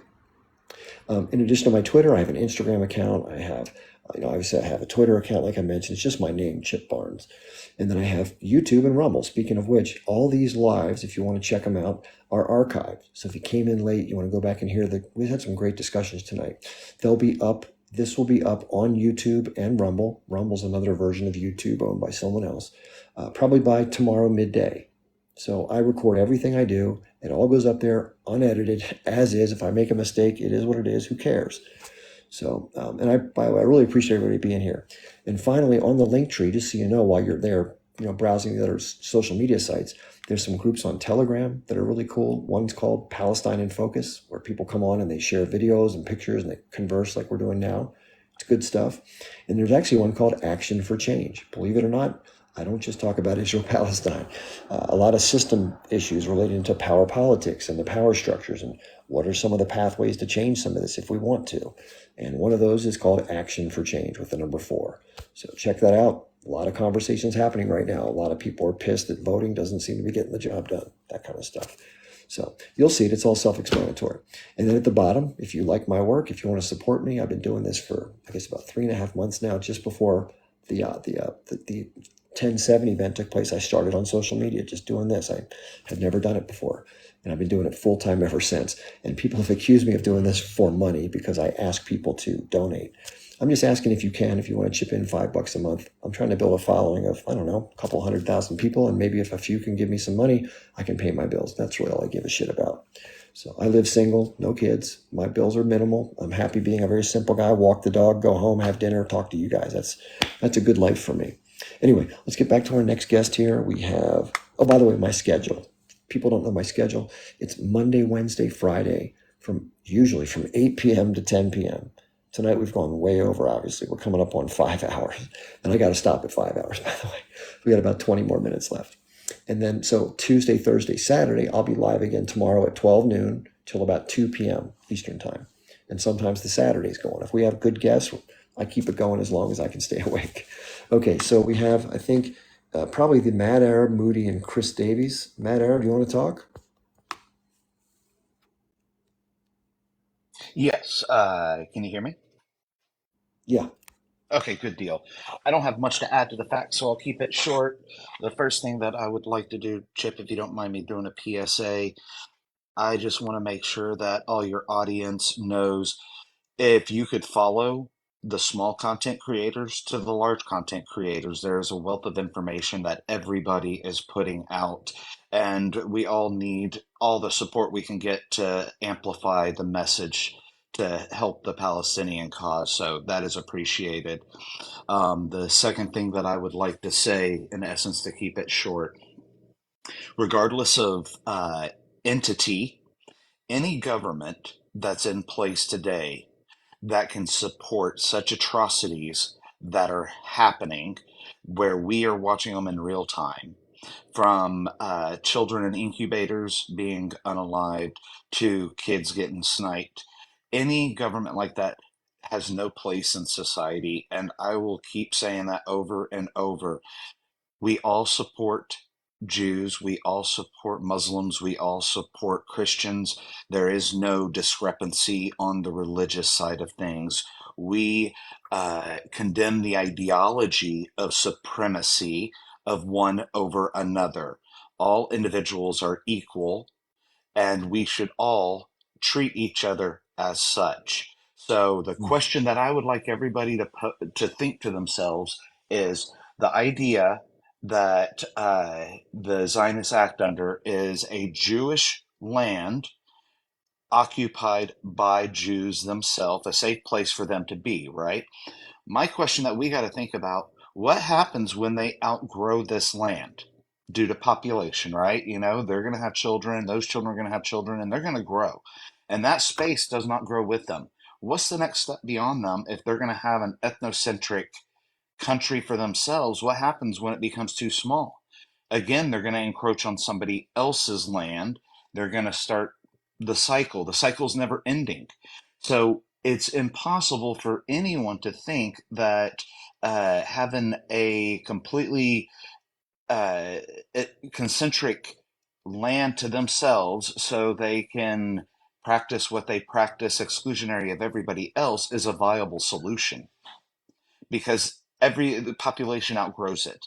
And we see that in many different countries where, you know, everybody is welcomed and people are free to move out and move in as they wish. And that's why we have so many different religions, so many different ethnicities all across the world. And none of them are centralized to one specific area and just for that one person or that one belief or ideology. And that's where I'll stop. All right, thanks for your contribution. Yeah, I don't know when the demographic issues will drive some of these, bulging at the seams type of situations, but I guess eventually it could be the case. But I think right now it's more so there seems to be again, I'm not in their heads, the leaders of Israel, but it seems to be this inclination to want to take more land under whatever guise can be cooked up at that time. Some maybe believe it's rightly theirs, like we talked about Daniela Weiss and the Eretz Israel movement of the Greater Israel Project. And hey, if I believe that, I'd probably be doing just exactly what they're doing, right? It seems to be in sync with that type of mindset. I don't know. All I can see is what's happening on the ground, and it just appears that there's more encroachment than less, right?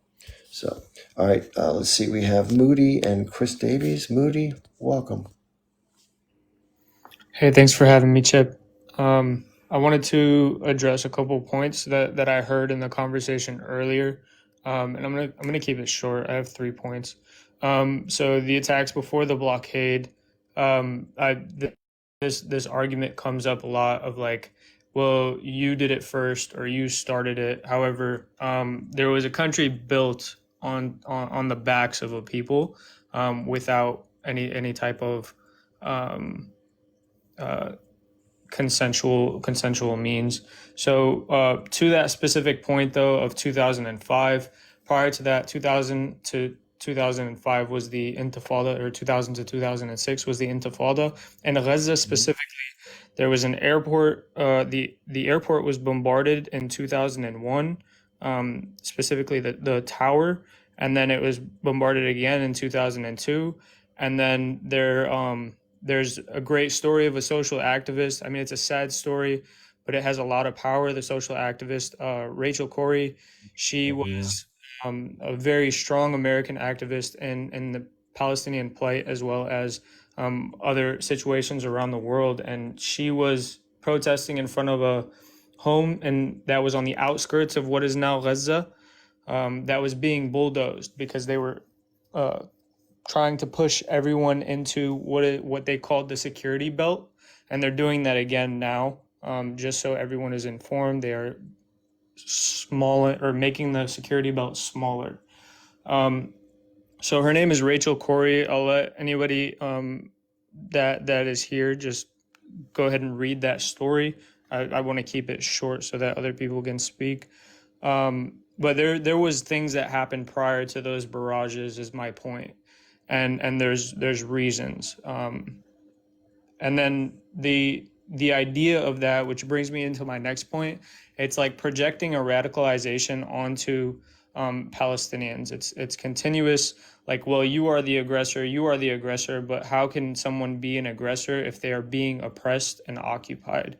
And one of the points that he made was, well, the blockade went up because of weapons being brought into Gaza. Okay, so does a donkey, a chicken, a cow, sheep, are those all forms of weapons, or is wood considered weapons? Are fishing poles or fishing nets considered weapons? Because these are all things that are prohibited from coming into Gaza.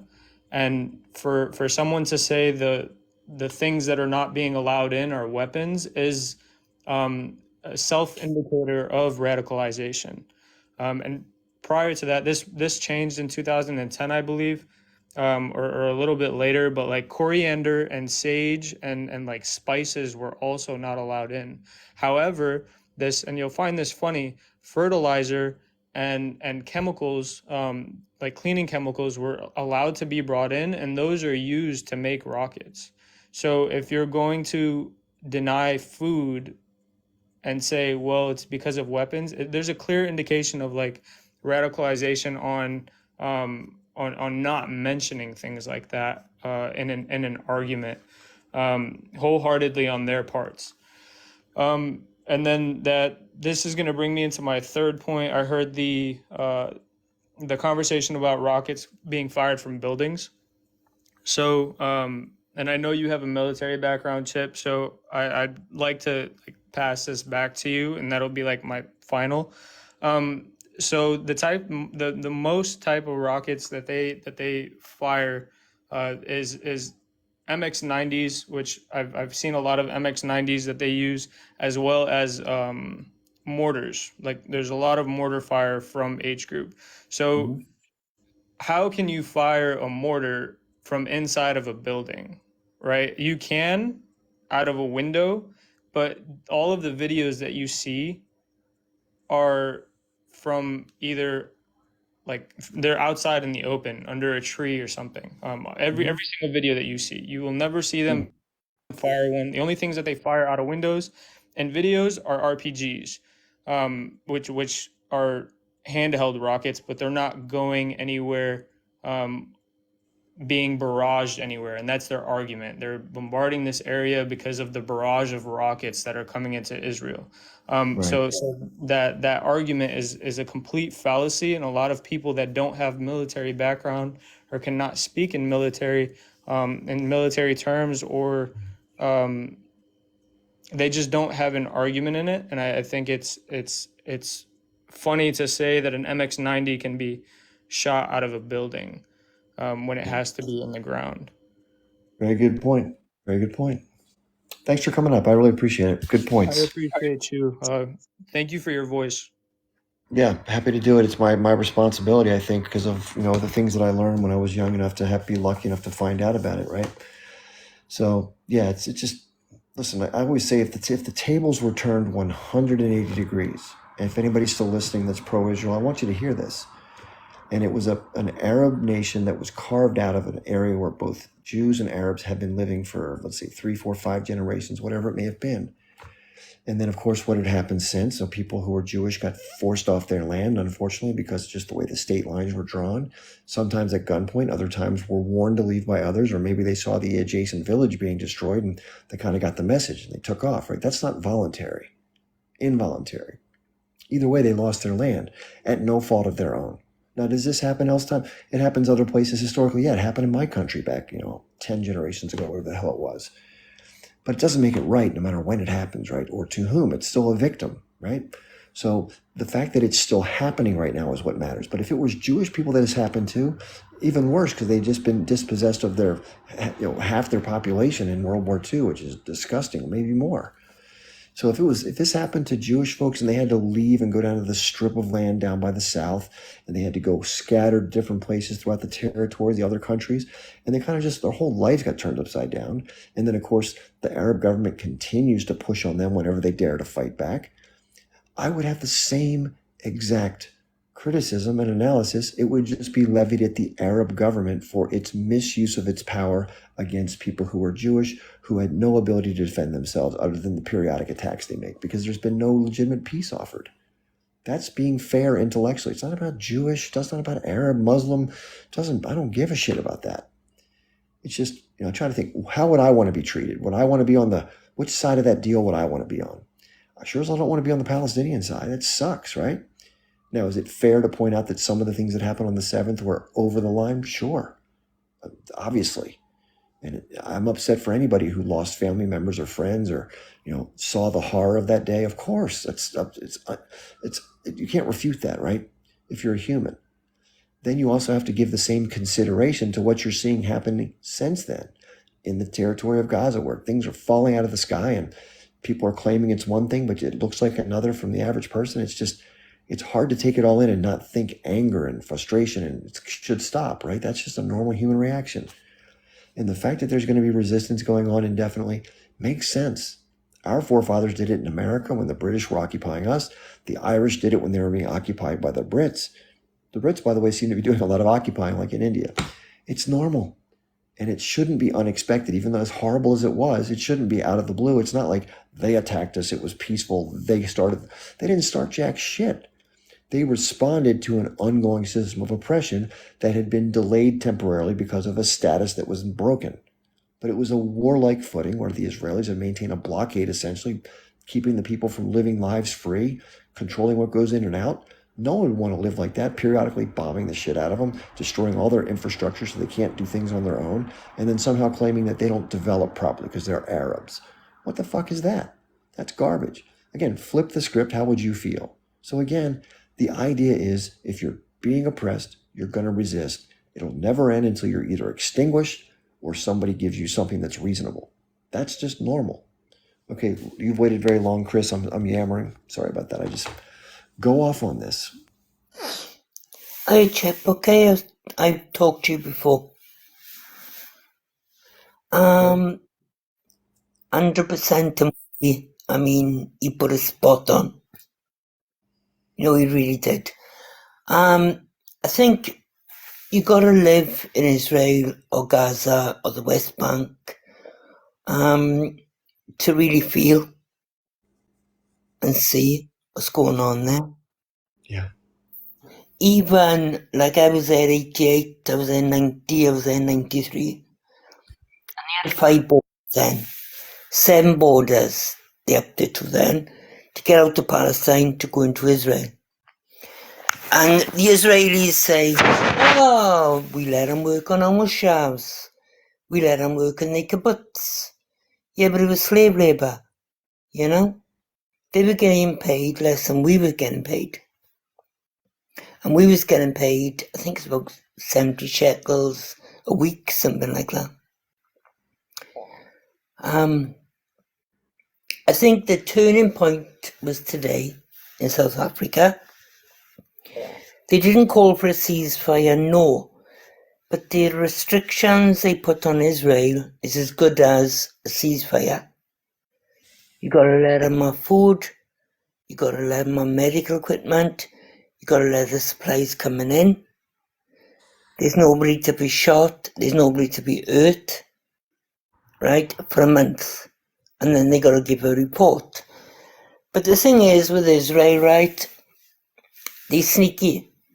I mean, they may pull a false flag and say, this flag done this to us. This flag done this to us. So we're defending ourselves, Mm-hmm. I just don't trust Israel. They're not... The Jews are the Jews, the Zionists are the Zionists. It's 2 different things there. And I'm going to be hated for saying that, but I will. Some follow the Talmud, some follow the Torah. It's different. I know you spent time in the army, Chip. How long did you spend in the army? Just under 3 years. 3 years, yeah. My cousin, I'll give you his nickname, his name's Gaz. He's been in there 30 years. So I got, he says things to me like, just to prepare. And the USA is broke. You're broke. You're living on national reserves, which are run out. You are. The dollar is not going to exist for much longer. It's not. And there is going to be a war. How many countries involved in that? I don't know. And it's really scary, to be honest with you. Yeah. For the Muslims, they know the Quran and they follow what they follow. To us Christians, we know the Bible and we follow what we follow. Revelations. Okay? And it's all coming to pass. So, I just wish love on everybody. I don't hate everybody, except the Zionists. Okay? The Zionists are doing exactly what the Germans done to the Jews. Okay? Exactly. If not worse. They're not pushing them into bunkers with gas. They're pushing them into territories, right? To starve. And it's just disgusting. But 100% to South Africa today. But yet not to put a speech out 2 hours after that. And he basically gives a finger to South Africa. Yeah, that's what was expected. Let's do this. If you can come back tomorrow, Chris, I can go a little longer. I know you've been waiting a while. We didn't have much time. Got to close up shortly here. Thanks for coming on and sharing your point of view. I agree with you. And maybe we can continue more of the conversation when we get together tomorrow. So thanks for being here. I appreciate that. And I'm close to the end of my wire. If you can't tell, I'm winding down. I'm pretty tired. I've been going for just around 5 hours now, so which is not much compared to some people who do this forever. But I'm going to do it. I'm on again in less than 12 hours, so I got to get some rest. But by the way, just for those of you who are here, I normally do this Monday, Wednesday, Friday from 8 p.m. Eastern to 10 p.m. Eastern. And then Tuesday, Thursday, Saturday, like tomorrow, from 12 noon Eastern to 2 p.m. Eastern. So we'll be on again tomorrow. Had some really good discussions tonight. If you missed any of it, strongly recommend you watch the replay. These are all recorded, and I put them up on my YouTube and my Rumble channels. It's easy to find them. All you have to do is go into my link tree in my bio. It's like a little link below my name and description.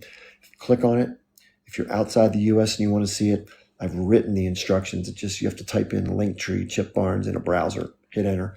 It'll take you to a list of stuff. It'll be self-explanatory. You'll see YouTube and Rumble. Just click through and you'll find it. So I think we have Nichelle wants to come on. This is going to be our last person for the night. Unfortunately, I gotta get moving here. Are you there, Nichelle? Did I mute you by accident? There you go. There you go. This is more of just a statement, and thanks JBS for staying on because your culture and your life. It's more of a. So I requested to come up again because when the young man was talking about the apartheid, I have a great graphic that kind of displays that. But as you were talking to him, something just kind of struck me, which has been with me for a while as we watch all these great lives. I've watched JBS do it. I've watched you do it, Chip. I've watched so many people do it. I've tried to do it. We all come from a different point of view and perspective. And I was watching the comments intently, and I was hanging on to every word of that conversation. And maybe it's just something for all of us to think about or talk about in a later live. But JBS is Palestinian, and you're coming from your perspective. You handled it so well, and I hope we all took away how to engage with people like that. What is fascinating to me is that is not a unique interaction. There are so many Americans who have that same ideology, that just that thinking of, and I just wonder, even after all of the information we provide, it just seems to always hit kind of a brick wall. And so you don't have to answer tonight or just whatever. I know it's late, but even with JBS, the same thing. Like, it's really interesting that we can come with books and personal. That's why I'm glad JBS is still here. Personal, like knowledge. You were so. It was a well thought out interaction, and just maybe in the future, I'd just love to talk more about that. At how there's a wide swath of Americans who kind of have that same ideology, and no matter what type of information people provide, whether first person experience or, like you said, Chip, just through you learning and knowledge and things like that, it still doesn't seem to click. Now, it doesn't have to click like right now. We don't know. He may take that conversation that you have with him, chew on it, and maybe there's a change, but I'm seeing more and more that that just doesn't seem to be the case. So it was just more of a thought. Like I said, I came up to show him that graphic, and then as we were talking, I was like, this is fascinating because he's not unique. There are all kinds of Americans from all demographics who kind of hold on to that same ideology. And that's not the issue. The issue is even when you present either first person, like JBS, he's like, I'm a Palestinian, this is my family, or you, knowledge, walking him through it, there's still rebuttal. So that was just something maybe we can all chew on and come back and think as we approach, more and more interactions like that. Yeah, good points. I mean, I always like to say you can take a horse to water, but you can't make the horse drink the water. And a lot of these resources, again, everyone has to be ready for the open to information in their journey. We're all somewhere in our knowledge journey. Some of us are different than others. Some people like to stick to the narratives they've been taught. It feels comfortable. It's part of their identity. I would look at somebody like Ben Shapiro. I don't think Ben Shapiro is open to anything. He's got it all decided. There's no other thing. He's very married to winning arguments. Like that's his whole existence. I take it differently. The way I look at it is this. I try to be a product. I try to be like a piece of clay. And as something changes, you remold your clay according to the new experiences or information. Because why wouldn't you? It's like if something comes to your awareness that's different and it makes more sense, then you should embrace it, right? It's not just because it doesn't fit your preconceived notions doesn't mean you shouldn't remain open to it. And again, not caring if you're right or wrong is a big part of it too, right? Having a certain amount of humility and not trying to always sound like you're right and say, hey, I could have it wrong. Let's talk. And if you say something that makes more sense, hey, I'll go with that, right? The thing is, it's hard without the evidence. And some of these statements are just trust me or somebody said this or whatever. And you're like, I'm sorry, I can't get around that. I need to see something or be able to chew on something to make sense of it. And again, trying to put yourself in the other person's shoes, that's another big part of this. I have no stake in the fight, right? I'm just a guy from America who learned about this, and it doesn't really matter what my take is, but I see it the way I do because I wouldn't want to be on the side of being oppressed. That would suck. And so because of that, just common humanity, I talk about it. And I hope that people who are from Israel, whose forefathers were terribly oppressed, and this is part of the weird irony of this whole thing, how can it be that you or your grandparents were horrifically mistreated, maybe even their parents and the parents before them in different parts of, anti-Semitism and pogroms and whatever throughout history, and here you are in a position of dominance like the people who abused your grandparents, and you're putting out the same type of treatment and disdain for the other because it serves your purposes. Doesn't make any sense. And I would advise this ask somebody a question. How was it that the son of an Israeli general, Miko Peled, was able to shift his thinking about what he used to believe growing up that sounds similar to what you're saying to me right now versus a different point of view? How could he possibly have reached a different point of view? And how are you open to the same ideas that he might have been open to? And if you don't remain open, how can you ever learn and grow? Fair question to ask. A lot of people are closed off, right? It's the way it is. And again, hand them information. They're going to throw the flyer in the trash can. So be it. Leave them be. That's why I only like to try to talk to people for the most part. And when I'm really trying to have an effective conversation, not in this form, but like really out in the real world, as soon as I get that sense that somebody's not open, I just talk about the weather. Because what's the point? I could have a better conversation with the brick wall and save myself a lot of time. And I think with the person we talked to tonight, you could see that I would say something, and I got the sense he wasn't really even taking it in and trying to process it. He was just waiting to share the next point he wanted to make, which is okay. It's a way of being. It's just not the way that I like to be. And I think I'm a better product because of my openness, but who knows? We all think we're right? It's my take's the right take, right? That's the way it goes. All right, everybody, listen, I'll be on again tomorrow. I really appreciate everybody being here, by the way. So if you didn't get a chance to get on the panel, come on tomorrow at 12 noon, or I'll be live again on Monday night at 8 p.m.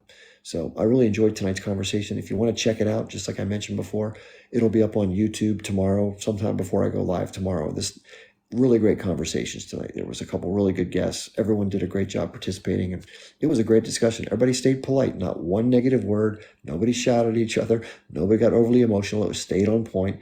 Good stuff. Congratulations, everybody. This is like the first time nobody's good stuff. I appreciate you guys. So, like I said before, if you want to check out my link tree in my bio, there's ways you can donate to help me out. There's ways you can check other sites that we have on Telegram, and there's also my other social media. So take a look, enjoy it. I had a lot of fun tonight. Thank you for being a part of it, and we'll see you again tomorrow. Good night, everybody.